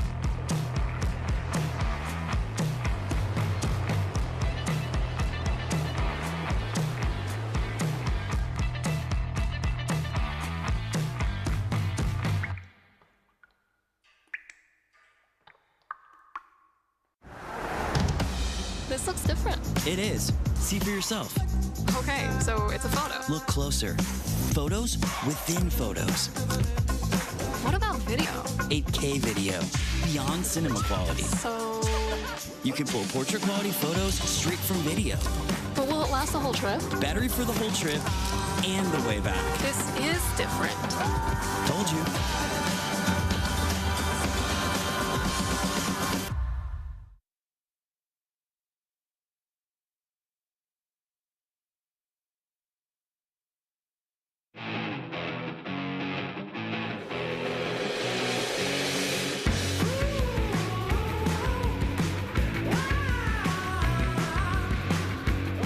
Catch all the beach and surf action live from the Ballito Pro presented by O'Neill.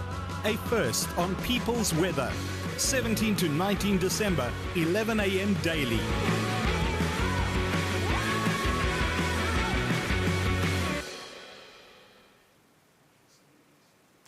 Welcome back to the show.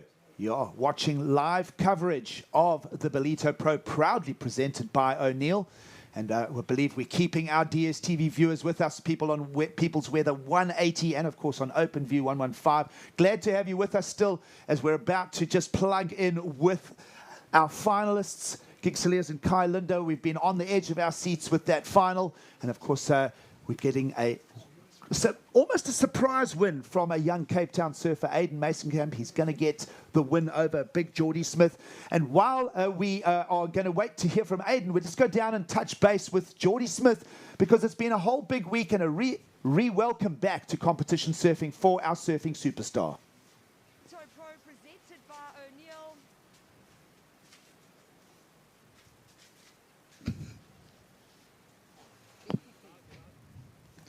Well, we're just trying to get comms with Tash and Geordie down there. We'll just wait to re-queue down to them. But Kai, I mean, if you think about Geordie, and we always knew he was going to go far in the draw. Many would have thought, well, a win is just, you know, an easy shoe-in for Geordie. But not to be. The great story of Aiden Masenkamp. I'm looking forward to hearing what Geordie has to say about that. And more importantly for him, sort of brushing the cobwebs off and getting ready for competition again in 2022. Yeah, I think, you know, Geordie always wants to win. Like, he's a competitive surfer. There's a reason he's almost been the world champion twice. But I think there's also a lot of similarities there. And I think Geordie, you know, if you look at the Smith family and their journey, you look at the Masenkamps and their journey, I think Geordie will be super happy for Aiden because I think he understands what Aiden's been through. No, absolutely. It has been the classic battle. And we think of waking up this morning at 7:30, both surfers on opposite sides of the draw. We had the 16 surfers to start with. And of course, well, down the two sides of the bracket they went, and of course Aiden getting past Eli Bucas. I thought that was a very well contested semi-final. That one could have gone either way. Yeah. Look, I think Aiden he didn't have an easy heat. I mean, even Shane Sykes, probably the second event favorite, being the local guy and the SA Open champion. But Aiden started the day and he just sort of built, and he just kept that process going. When Eli dropped an 8-1 at the start of that semi-final, he didn't get rattled, and he ended up actually turning the pressure onto Eli. And that's when I knew that he was in the running, because he was here to compete and he was here to win this event. Well, let's go back and have a look at Aiden Mason-Kamp's day, and we look back to his journey through the event itself. He's been doing that powerful rail surfing all week long. Of course, we started a number of days back with the round of 48. And Aiden Mason-Kamp having those moments on the way. You can't question what he did today on finals day. No, Giggs, he came out knowing what he wanted to do, and it wasn't aerials, it was hard competitive surfing. He was going to link the turns, get length of ride, he was going to do some powerful surfing, and I think what was really impressive is just his linkage. If you watch his surfing, the movement from one maneuver to the next is just so clean, and I think that really impressed the judges today. Yeah, particularly this wave here, going into the 8s, 3 solid turns. And as I say, he's just consistently played the power game. This one here to get Geordie Smith down into second, a 7.77 in the final, peaking at the right time. It's a great story for Aiden Mason-Kamp. And well, as you say, looking so forward to plugging into the emotions of both of them, because it's two separate stories, we know that, but the people's champ today, Aiden Mason-Kamp, there's going to be lots of tears on that stage shortly. Well, there's going to be some tears in the Strand, Gigs, because I know his parents are going to be absolutely weeping with joy. They've put a lot into this as well, and to see their boy on top here at the Ballito Pro will mean a lot to them. But you can see, just look at that face. I mean, Aiden is on planet Cloud 9 right now. Well, the winner of the Ballito Pro 2021 belongs to Aiden Mason-Kamp. We love the story. As you say, you mentioned it, that he's lost his sponsors, that it was almost, you get to a point where you get pushed so far. And that life can do that to people. We're not talking just in sport. We're talking through the walk of life, where you actually go, you know what, it's actually, there's so much that's just kind of rolled against me. I should actually just toss this in, give it up. And it just goes to show that just that last thread of just staying in the game, staying positive. Belief and faith is an incredible thing. And, well, testimony to Aiden Mason-Kamp. He's on his way back up that journey. Yeah, and it's been a hard 2.5 years. We're commentators, there's been no work, so the surfers get a job, Car, get a job. But I think what's amazing to see is, if we look at this finals day today, is, the Alkerton brothers, Aiden Mason-Kamp, Slade Prestwich, people really, really, pulling it out the bag. Not one of those guys had a sticker on their surfboard, and they were here on finals day. Let's go down and start hearing some thoughts and emotions. We're crossing down to the beach. And we are down here at the 2021 Ballito Pro presented by O'Neill. Alongside me, the champion, Aiden Mason-Kamp from Strand in Cape Town, taking a huge win, not just against the competitor that you were up against, but personally in your career. QS 5000 win. What does this mean for you, Aiden? It means the world to me, It's I'm lost for words, really. It's it was an incredible final. Geordie was surfing amazing as well, and I was just stoked to really have my opportunity to showcase what I can do. Yeah, I think that's exactly what it's about, is you got given this great platform to showcase your talent and what you really are capable of. We've had quite a difference in weather in Ballito over the last couple of days. We saw that onshore flow and smaller surf to get things started, and then knowing that big groundswell was coming, how do you feel about it working in your favor? Yeah, definitely. I definitely surf better in bigger waves, and the opportunities were there, so I capitalized, and I'm just, I think, I'm happy with how everything planned out, Obviously I won, and I'm just over the moon, Wow. Yeah, and I think that, we're all proud of you from a surfing community point of view. It's been a long time coming. 2021, really challenging year for you. You had to give up going to Hawaii, which is like a proving ground for any surfer around the world. You gave up that opportunity due to financial constraints, but you chose to not look at it as a negative and rather just say, you know what, I'm going to focus all my energy into the Ballito Pro. I'm going to put in the time training. I'm going to put in the time with my nutrition, and especially with your mental side of things, your mental game. Because for me, AIDS, I've seen you come through the ranks. You held your own out there. You didn't crumble. And you've just taken out a previous Ballito Pro winner and also just an absolute legend, Geordie Smith. But the champ here, Aiden Mason-Camp. Yeah, I mean, all that hard work paying off. I worked hard for this and visualized a lot and went to a sports psychologist, trained as hard as I could with Virgin Active and Red Bull, and, you know, they gave me the platform to do it, and I used it to my advantage. And, you know, to see these, like the results come from that is just so rewarding, you know. I mean, I had a little cry out the back, had a little cry over here, you know. Look, man, it's such an incredible feeling, and I'm just over the moon. I'm lost for words, eh? Wow. And you know what? I had a tear as well. I think there are a few people that were watching at home as well. But Aiden Mason-Camp, a deserved winner down here at the 2021 Ballito Pro presented by O'Neill. Remember this name, everybody, because he's going to be around for the future. Well, thanks, Tash. Bit of emotion spilling out there from Aiden Mason-Camp. A little bit from Tash as well. But that's the classic story. We expected that. We expected to see him. But what I did take out of that interview, Kai, is he said something very, very firm. And that's what I want to show what I can do. And there's belief in that statement right there. Yeah, look, I think Aiden never suffered from a lack of belief, but he suffered from an emotional sort of roller coaster issue. Like he got angry, he got sad, he was very happy sometimes as a kid, and I think that's what he really needed to work on, was that stability of emotion, because I think you need to be able to control your emotions to be a good sportsman, no matter what sport you're in. And I think that's the journey. You know, Tash got a bit emotional there. That's because she's been commentating and seeing Aiden surf from 10 years old, much like I have. And it's incredible to have seen this kid's journey, because he's had these little flare-ups where you're just like, wow, this kid is so talented.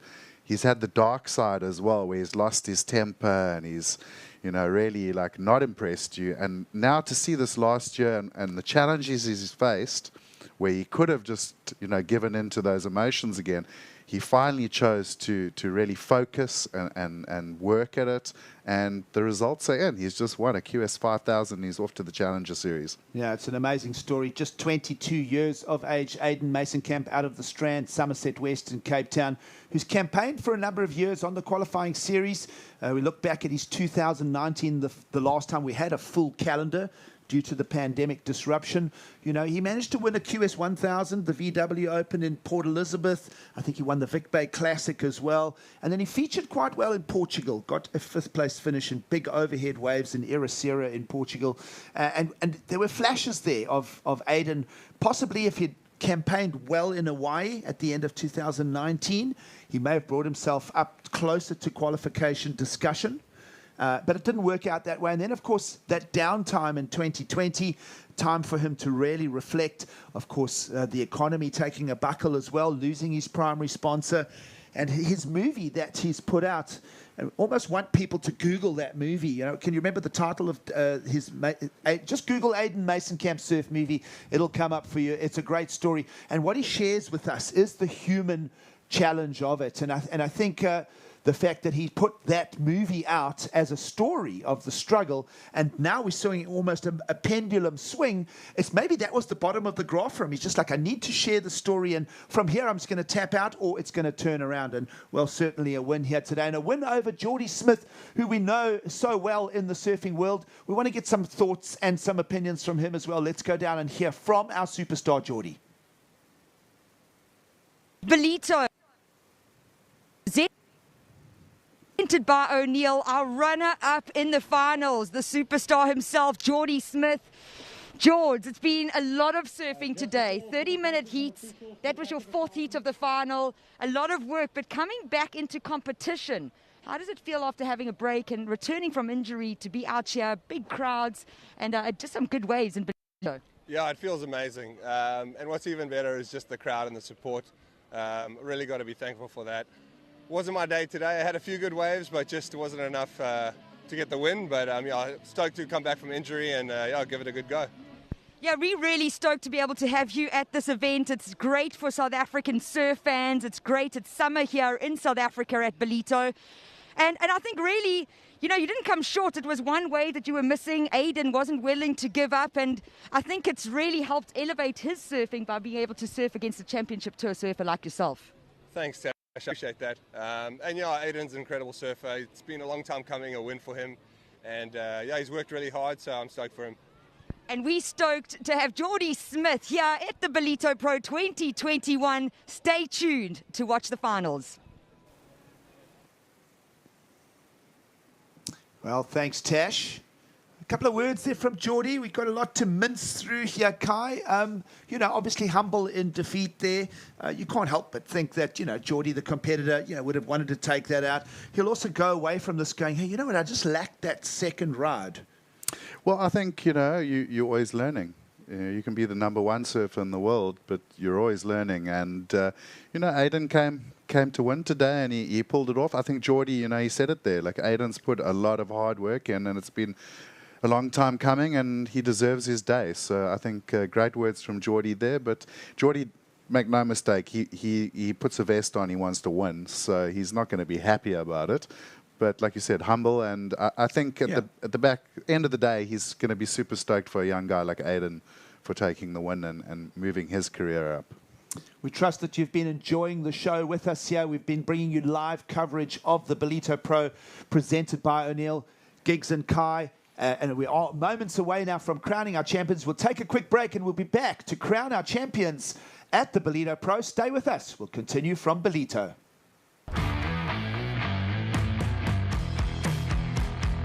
I think the most important thing about a wetsuit to me is its flexibility.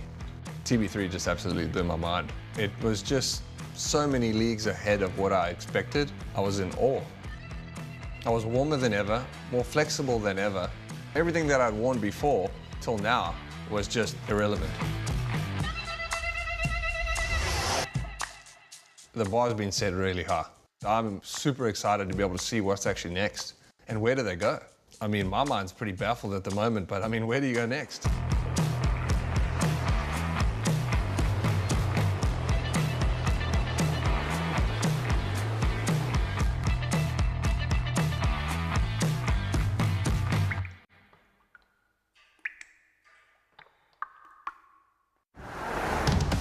This looks different. It is. See for yourself.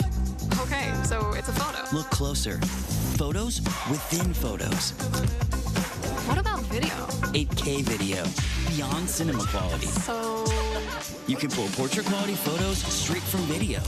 But will it last the whole trip? Battery for the whole trip and the way back. This is different. Told you.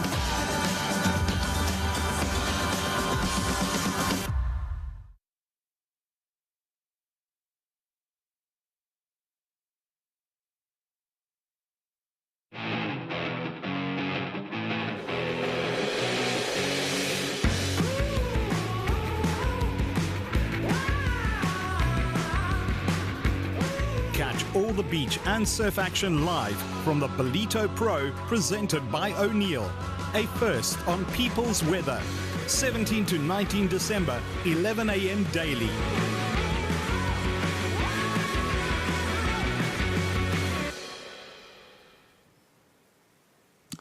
Welcome back to the show. We've been bringing you live coverage of the Ballito Pro, the men's qualifying series 5,000 event, proudly presented by O'Neill. And we're about to glorify our winners and runner-ups. Of course, Aiden Mason Camp taking the big win and Geordie Smith making it all the way to the finals. Giggs alongside Kai Linden. We've been breaking it down. We've also had chances to chat with guys like Mike Frew and Paul Canning, who've been involved with the brand. Of course, you can't thank the Quadakuza municipality enough, Colette and her team, and what they bring to the party. And just, you know, bringing pro surfing back to the beaches after that 2.5-year layoff. No one's disappointed with what's just gone down here in what has been a big week of surfing in Ballito. Yeah, Giggs, and I think, looking at the start of this event, a lot of people are like, oh, there's no internationals, it's a full South African field. But what I think now at the end of day number 2, we can say is, wow, there's a lot of talent coming up through the ranks. You look at guys like Jose Faulkner, Shane Sykes, Slade Prestwich, Aidan Masonkamp beating Geordie Smith in the final, and I would say things are looking pretty bright for South African surfing. No, absolutely. And of course, it is the investment of Quadakuza that brings professional surfing back here. And that is the spillover that we're talking about, Kai. It continues to spill over into the young kids. Of course, a big week of surfing here. Not only the local Shane Sykes taking the national title in the South African Surfing Championships, but of course, the young rookie rippers got their chance to show up-and-coming talent. The young teenagers, some as young as 11 and 12 years old. That was a great part of it. But when you put it all together, you're mixing up surfers like Geordie Smith with young 10 and 12-year-old surfers. It's going to be a catalyst to start bringing up the entire standard. I mean, you think about the first time you saw a pro surfer when you were a young kid. It's infectious. It's the way that you connect and stimulate people. And I think that as we go over the next decade, we're going to see incredible surfers even out of this Ilembe region here. Well, never mind anyway, the kids on the beach watching. I mean, in this event, because of that lack of travel for the internationals, you had a 16-year-old like Connor Slipen surfing against Geordie Smith. He's already the most successful under-16 surfer this year in South Africa. Now he gets to tick off a heat against his hero, and that is going to have a massive impact on the future of our surfing, because those kids have learned so much from being in the event, And normally we spoke about the challenge event. Only 4 or 5 South Africans generally getting into that because it's a challenge event. This time round, it was a full field, and I think that is of massive benefit to South Africa. Yeah, that's an important point you make there, Kai, is 44 surfers we started with 3 days ago. Everyone's got that chance to mix it up. Usually, you're the Ballito Pro 2.5 years back in 2019 as a QS 10,000, and at that stage that was the step before championship tour, and a lot of that was heavily populated with international surfers using the Ballito Pro as to gather points for their own crusades, and that made it was a narrower pathway for points and for the experience process for South African surfers to get into the stage. The fact that there has been a whole restructuring of the championship tour, and of course of the Challenger Series, which is newly restructured underneath it, and then the regionalization of these qualifying series events themselves. This is going to, not only here in South Africa, this is going to make a huge difference to surfers. You look over at the 7 regions around the world. I mean, I just had a look at some results there. Taiwan even had a qualifying series event. So you've got that region there. You've got the Australasia, you've got the South America, the North America, the Polynesian Basin, Europe. And it's all so exciting. And this is going to all go into that big cauldron, that melting pot. And South Africa is going to be part of it. We're going to be relevant because of the restructuring of that qualifying series. Yeah, look, I mean, the Challenger and Ballito will be a challenge event next July again. We need that challenge event. The fact that we've got a 10,000 or now a challenge event in our region is also massively important for local surfing, because like you say, those young kids on the beach get to come do the Pro Junior. They get to see the level at the top of the Challenger Series, a lot of World Tour surfers there. But at the same time, this 5,000 is also super important. So I've got to hope, I'm going to be crossing my fingers, is that we can keep this event somehow. It's great that we've got the Challenger, and that is our primary, but we need a 5,000 in South Africa to join those 1,000. Yeah, within the regional context of South Africa as a surfing zone, it's a very good point you make there, Kai. A good quality QS 5,000 is needed. We'll see if this gets further traction. Of course, we know that the Ballito Pro is coming back in July 2022. It is confirmed. But in that Challenger Series jacket, and what comes with that is 1 of 8 stops. And not only that, it's a full women's event too this year. So it's going to be a massive festival when professional surfing returns here to Ballito. Yeah, and I mean, I'm stoked that we'll have the full Challenger ladies event, because that's also really good, and it's really good for our young girls to see that level of surfing. I think online they're getting to see, like the Ariel, the new brigade of women surfing. But like you said, it's another thing to see it in the flesh. And the sort of top echelon of QS women's surfers right now, the level is through the roof. I mean, I've been watching some of the QSs go down, like young surfers like Katie Simmers. She's only 16 years old. She's qualified for the tour. She's not surfing at a lower level to any male surfer. She's got the aerials, she's got the power surfing. I mean, an absolute phenomenal surfer. And the level in girls surfing is just going through the roof right now. No, absolutely. Relate that back to what we've just seen in the context of the Ballito Pro window here. Of course, we got to, I mean, what are we making of Zoe Stain for a future championship tour surfer? Well, look, Zoe's got everything she needs to be a world tour surfer. She's really good on her backhand. She's got a solid front side. I mean, growing up at Nahoon Reef, which is a really heavy right point break, she's not scared of size at all. I've surfed really big heaving waves with her, and she doesn't hold back. She's really matured well. She's had a lot of experience. I mean, she's been to the ISA World Games as a senior with Bianca Buitendach, and I know Bianca, very similar surfer, big, strong backhand surfer. So she's taught Zoe a lot, and she's working with the Foot, who, let's be honest, is the most experienced surfer out of South Africa. He was the longest surfer on the world tour as a South African. So I think Zoe's got all those little things in her favor. And if she can continue her role, I think she's got a very good chance of making the world tour. But looking further down the line, we saw a couple of young girls at this contest that I hadn't seen because of this 2-year break. And I was like, whoa, where did these girls come from? Like under 14s, under 12s. I mean, we saw a front side air in the under 12 girls final. I mean, I can't remember seeing that in the under 12 girls final. No, exactly. And then, also just testimony to that, a 15-year-old Sarah Scott making the finals of the women's event. So, in fact, 2 teenagers making up that. In fact, a replication of the Pro Junior final. So things are looking good for the sport. We are nurturing it region by region and looking very, very forward to the result of that over the coming years. And of course, we speculate too that for years to come we'll return to Ballito. We know the history of the event. Of course, back in 1969 we made mention of that, and 50 years along with Bell's Beach. These are the longest running events. These are the ones that have the clout. And so when we get back to the full package in 2022, we continue the legacies, and that's also very in parallel with O'Neill as a brand as well. Well, legacy is the word there for sure. I mean, the original wetsuit, that's it. That's where it all started. Leashes, So they've been such a big part of the surfing journey, and it's incredible that they are part of this event now. And I mean, just looking at Geordie, O'Neill have been with him for a long time now. So they've backed him, and they're backing him to the end. And one thing I've really enjoyed lately is with the break, what really opened up, as Paul was saying to us in the one heat, was how content has become so important. Yes. And I'm loving seeing shows like Silver Linings now with O'Neill and Red Bull with Geordie, and you can actually see behind the scenes into what's actually going on, the emotions. I mean, in episode 1, you saw him and Little trying to get home from Hawaii before lockdown, and it's chaos.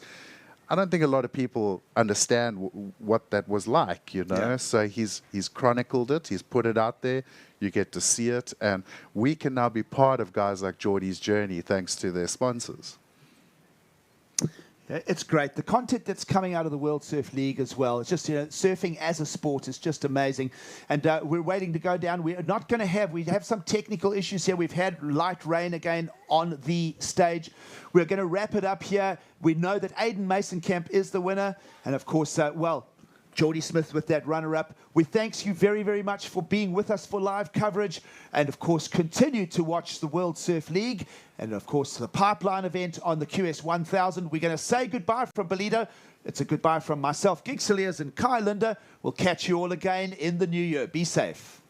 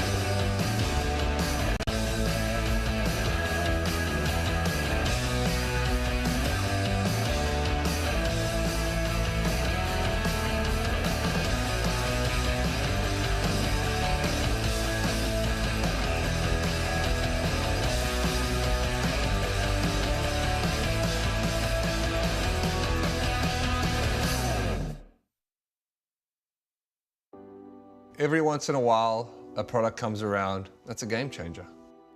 TB3 just absolutely blew my mind. There hasn't been a jump this much in wetsuits in at least the last decade.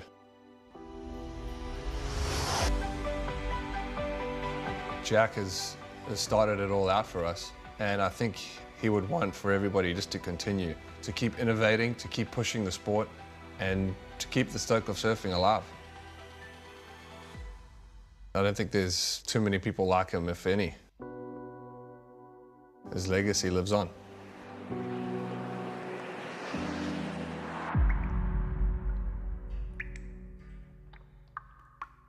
You can never determine who you are by what you do. Because if it gets taken away, then who are you?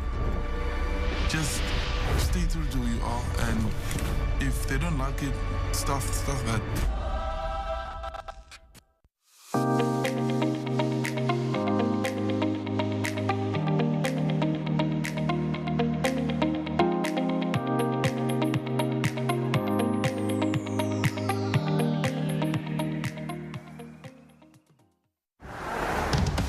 This looks different. It is. See for yourself.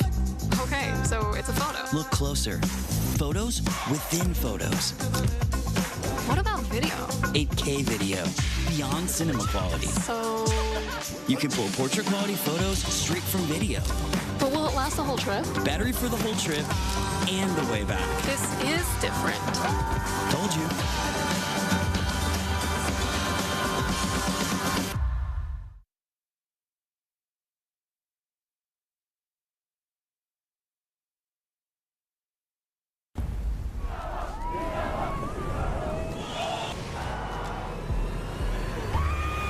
Welcome to the show. Let's do it. I don't want to say Mick's getting comboed. For me, going to Chopu, I kind of say bring it on. Billy is being treated in a hospital. You look famous. I look famous. Yeah, you don't. You're ruining my vibe, man. Oh, yeah. Show you guys some of the secrets. Come check it out. With OpenView Connect, turning your home into a high-speed Wi-Fi zone is the easiest connection you will ever make. But did you know that with OpenView Connect, you also get the sweetest data deals? Get OpenView Connect and you'll get tons of data for entertainment at the best deals available anywhere, exclusively with OpenView Connect. And to make this giant giga deal even sweeter, you have access to the Vodacom Connect You and Just For You benefits too. All this available right now. So get connected, stay connected with OpenView Connect.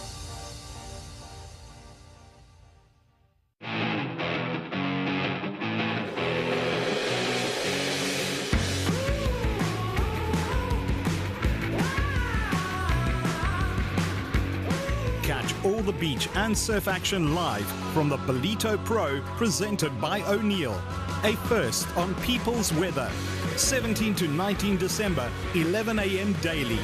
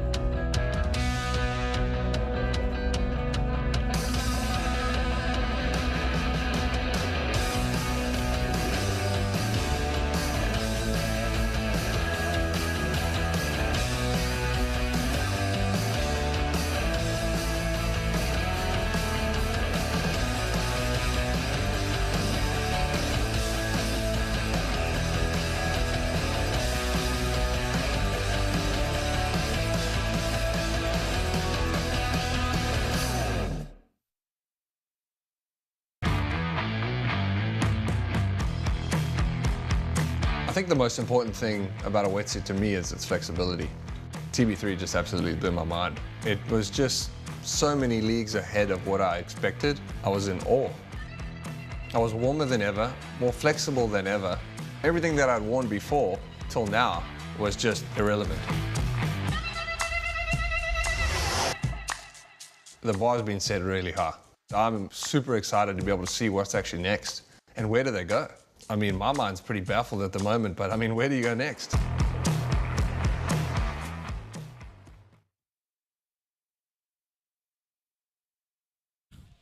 Okay.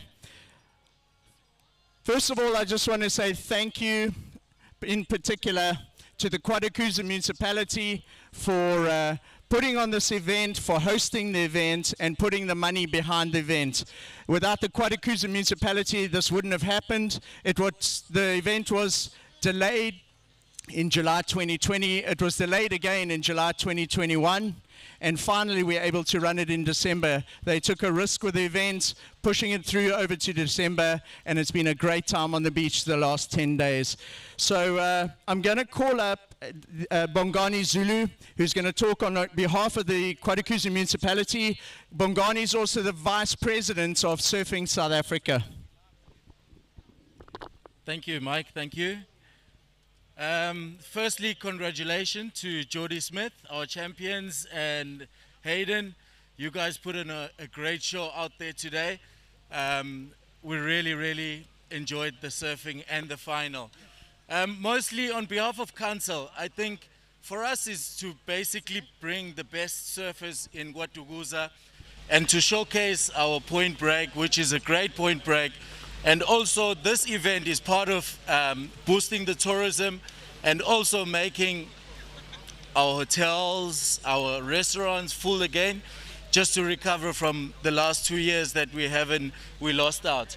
So we wouldn't be able to do this without our coordinator, Colette Bundy. So thank you very much, Colette. Maybe if everyone can give Colette Bundy a round of applause. And also, the next thing, I would like to thank our partners, O'Neill, South Africa. They've done a great job in partnering with Guatuguza, and also Surfing South Africa, working with WSL and bringing the best events here in KwaZulu-Natal and here in Guatuguza. Thank you very much. Thank you, Bongani. Right, then to our other big presenting sponsor, which is O'Neill. O'Neill's been involved with this event for a couple of years. I'd like to call on the Director of Brand O'Neill in South Africa, Paul Canning. Thanks very much, Mark. And like Bongani said, I'd just like to say a massive, massive thank you to the Quadacooza municipality for all your support in the Ballito Pro. From the O'Neill brand, we're so honored and proud to be involved in such a prestigious event, and thanks very much. Also to all the other to all the partner sponsors in the event. Without each and every one of you, the event wouldn't be possible. And also I'd like to say a massive thank you to Colette Bundy. All your hard work behind the scenes is just incredible. You know, what we're dealing with the current pandemic, all the protocols we've put in place, you've really run the event smoothly and safely. So thanks very much, Colette. And also to Colin Fitch, WSL, Bongani Zulu, Surfing South Africa, our contest director, and also Jonna Hutchinson and the officials, the judges. Thank you very much for all your hard work. And Greg Kitto on the webcast. It's been an incredible show. Thanks very much. And just to the Ballito community, thanks for all your support in the Ballito Pro. And we'll see you again in July.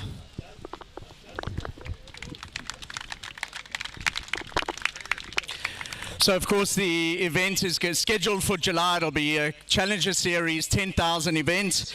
And we want to thank WSL for committing to this event and enable us to run us for the South Africans to get points on the WQS. The next person I'd like to call up is Colin Fitch from WSL. Thank you, Mike. To all the Quadacooza people around here, all the holiday makers, it's fantastic to have an event in December. I think it's one of the first ones for many years that we've had in December.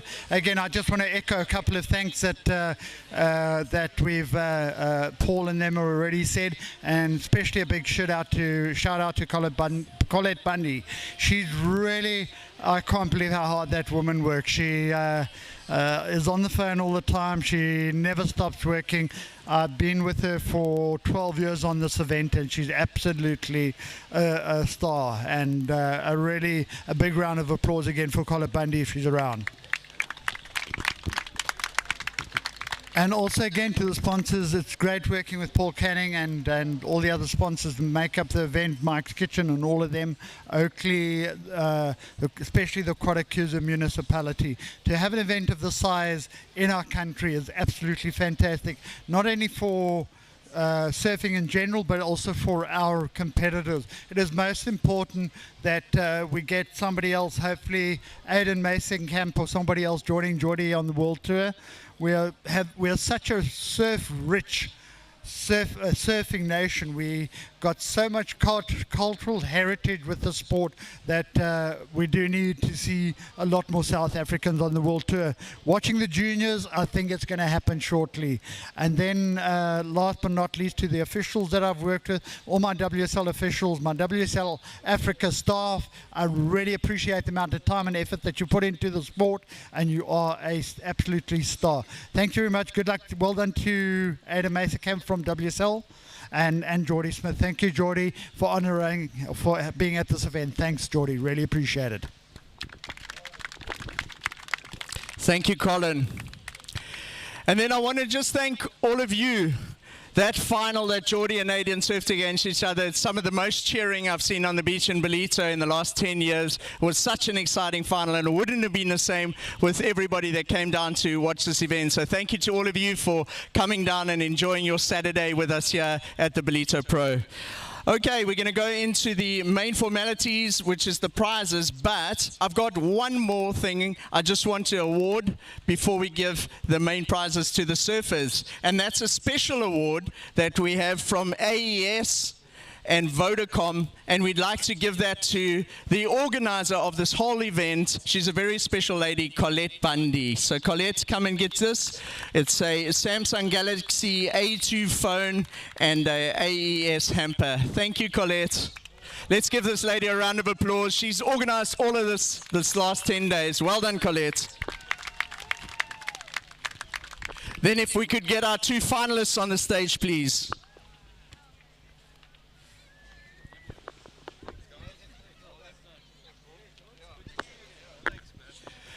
So thank you to both of these guys for making the trip to come and surf, for entering and being part of this event. You guys made it one of the most exciting finals we've seen in Ballito for many, many years. Geordie, we're so stoked that that knee's better. That big 9 you scored in the final gives us confidence that you're going to represent South Africa on the World Tour in 2022, and we're stoked. Well done for that surfing. Aidan, we know how difficult it's been for you on the tour through the pandemic, and we're just so stoked for you as well. So well done to our two surfers. So taking second place, 30,000 Rand and 4,000 WQS points, an open view backpack and a Natural Holdings All Good hanker. Please put your hands together for Mr. Jordan Smith. Well done, Geordie.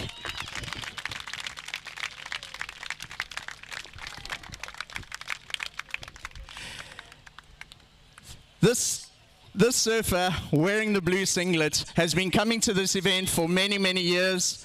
He came when he was still, I think, in juniors, if I'm not mistaken. He surfed the Pro Junior. Colette says he used to sneak into the VIP area. He used to sneak into the concerts. And in the previous events, he hasn't had the greatest results in the WQS. He's taken the last couple of months to train like crazy with this goal in mind. And I'd like to announce the winners. So with 50,000 Rand, 5,000 points. He wins an open view backpack, Natural Holdings All Good hamper, an Oakley Suitor Sunnies, an AES and a Samsung value pack with a new Samsung Flip 3 and a tog bag, retail value 25,000 Rand. Congratulations for the Ballito Pro champion, Aidan Mason-Camp.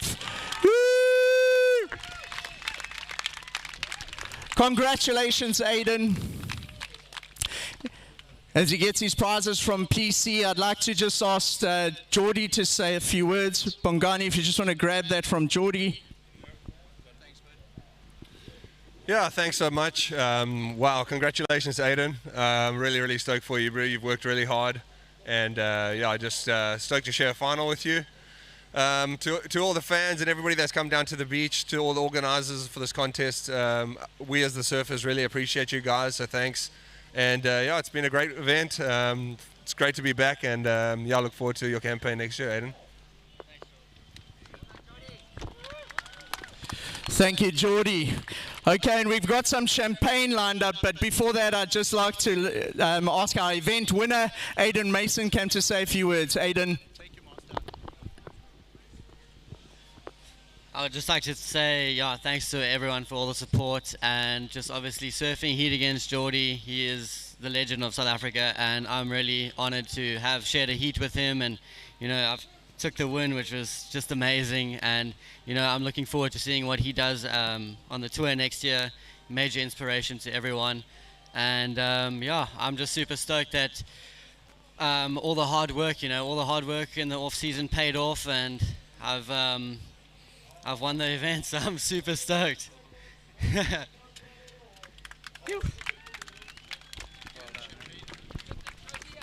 Okay, so we're just going to get some quick photos with the trophies, and then we're going to hand the champagne to Aiden. Let's have a round of applause for these two surfers. What an entertaining final. Our champion Aiden Mason Cap, runner-up Geordie Smith, made their way right through all the rounds of competitions into the final of the Ballito Pro. So Aiden, we're going to give you the winner's champagne. So PC cracks it. You want to spray that, Aiden? Geordie knows how to do it. There you go. Your 2021 Ballito Pro champion, presented by O'Neill, is Aiden Mason Camp. Well done, Aiden. Okay, so everybody, that concludes the formalities. We'll see you at the skate comp, which is happening from 6 to 9 this evening at the bowl. Thank you for coming down. Enjoy the rest of your weekend and stay safe. We'll see you at the Ballito Pro 2022 in July.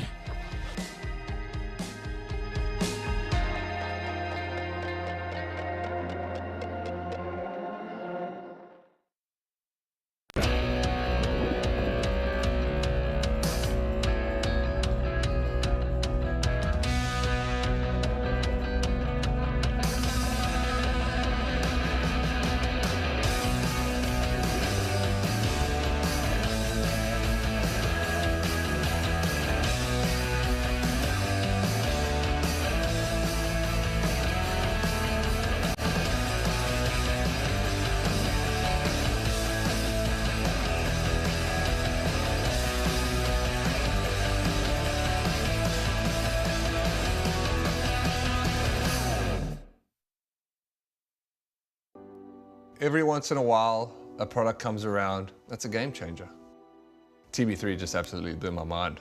There hasn't been a jump this much in wetsuits in at least the last decade.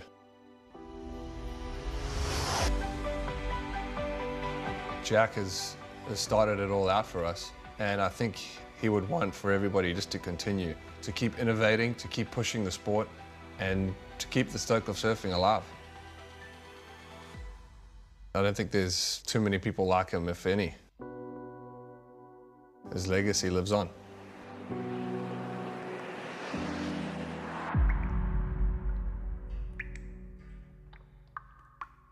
You can never determine who you are by what you do. Because if it gets taken away, then who are you?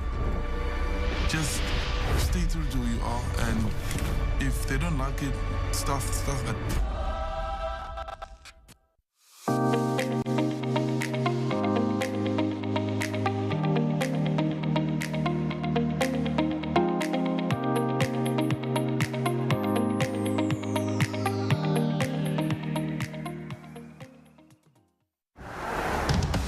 This looks different. It is. See for yourself.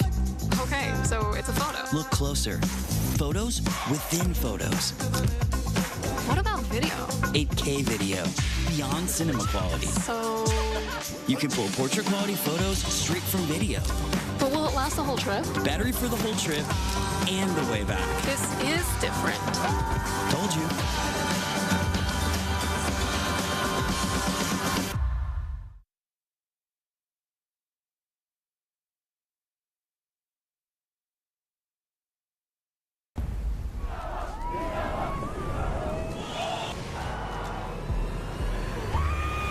Welcome to the show.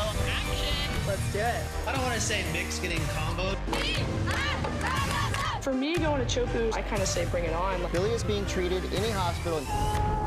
You look famous. I look famous. Yeah, you don't. Ruining my vibe, man. Oh, yeah. Show you guys some of the secrets. Come check it out.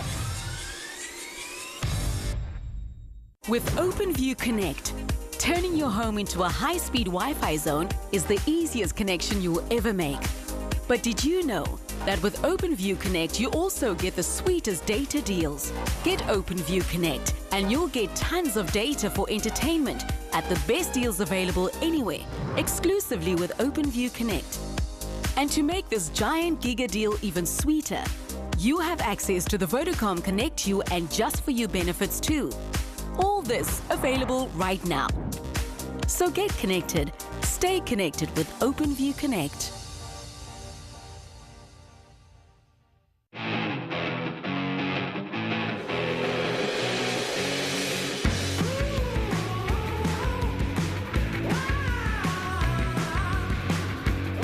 Catch all the beach and surf action live from the Ballito Pro presented by O'Neill. A first on People's Weather. 17 to 19 December, 11 a.m. daily.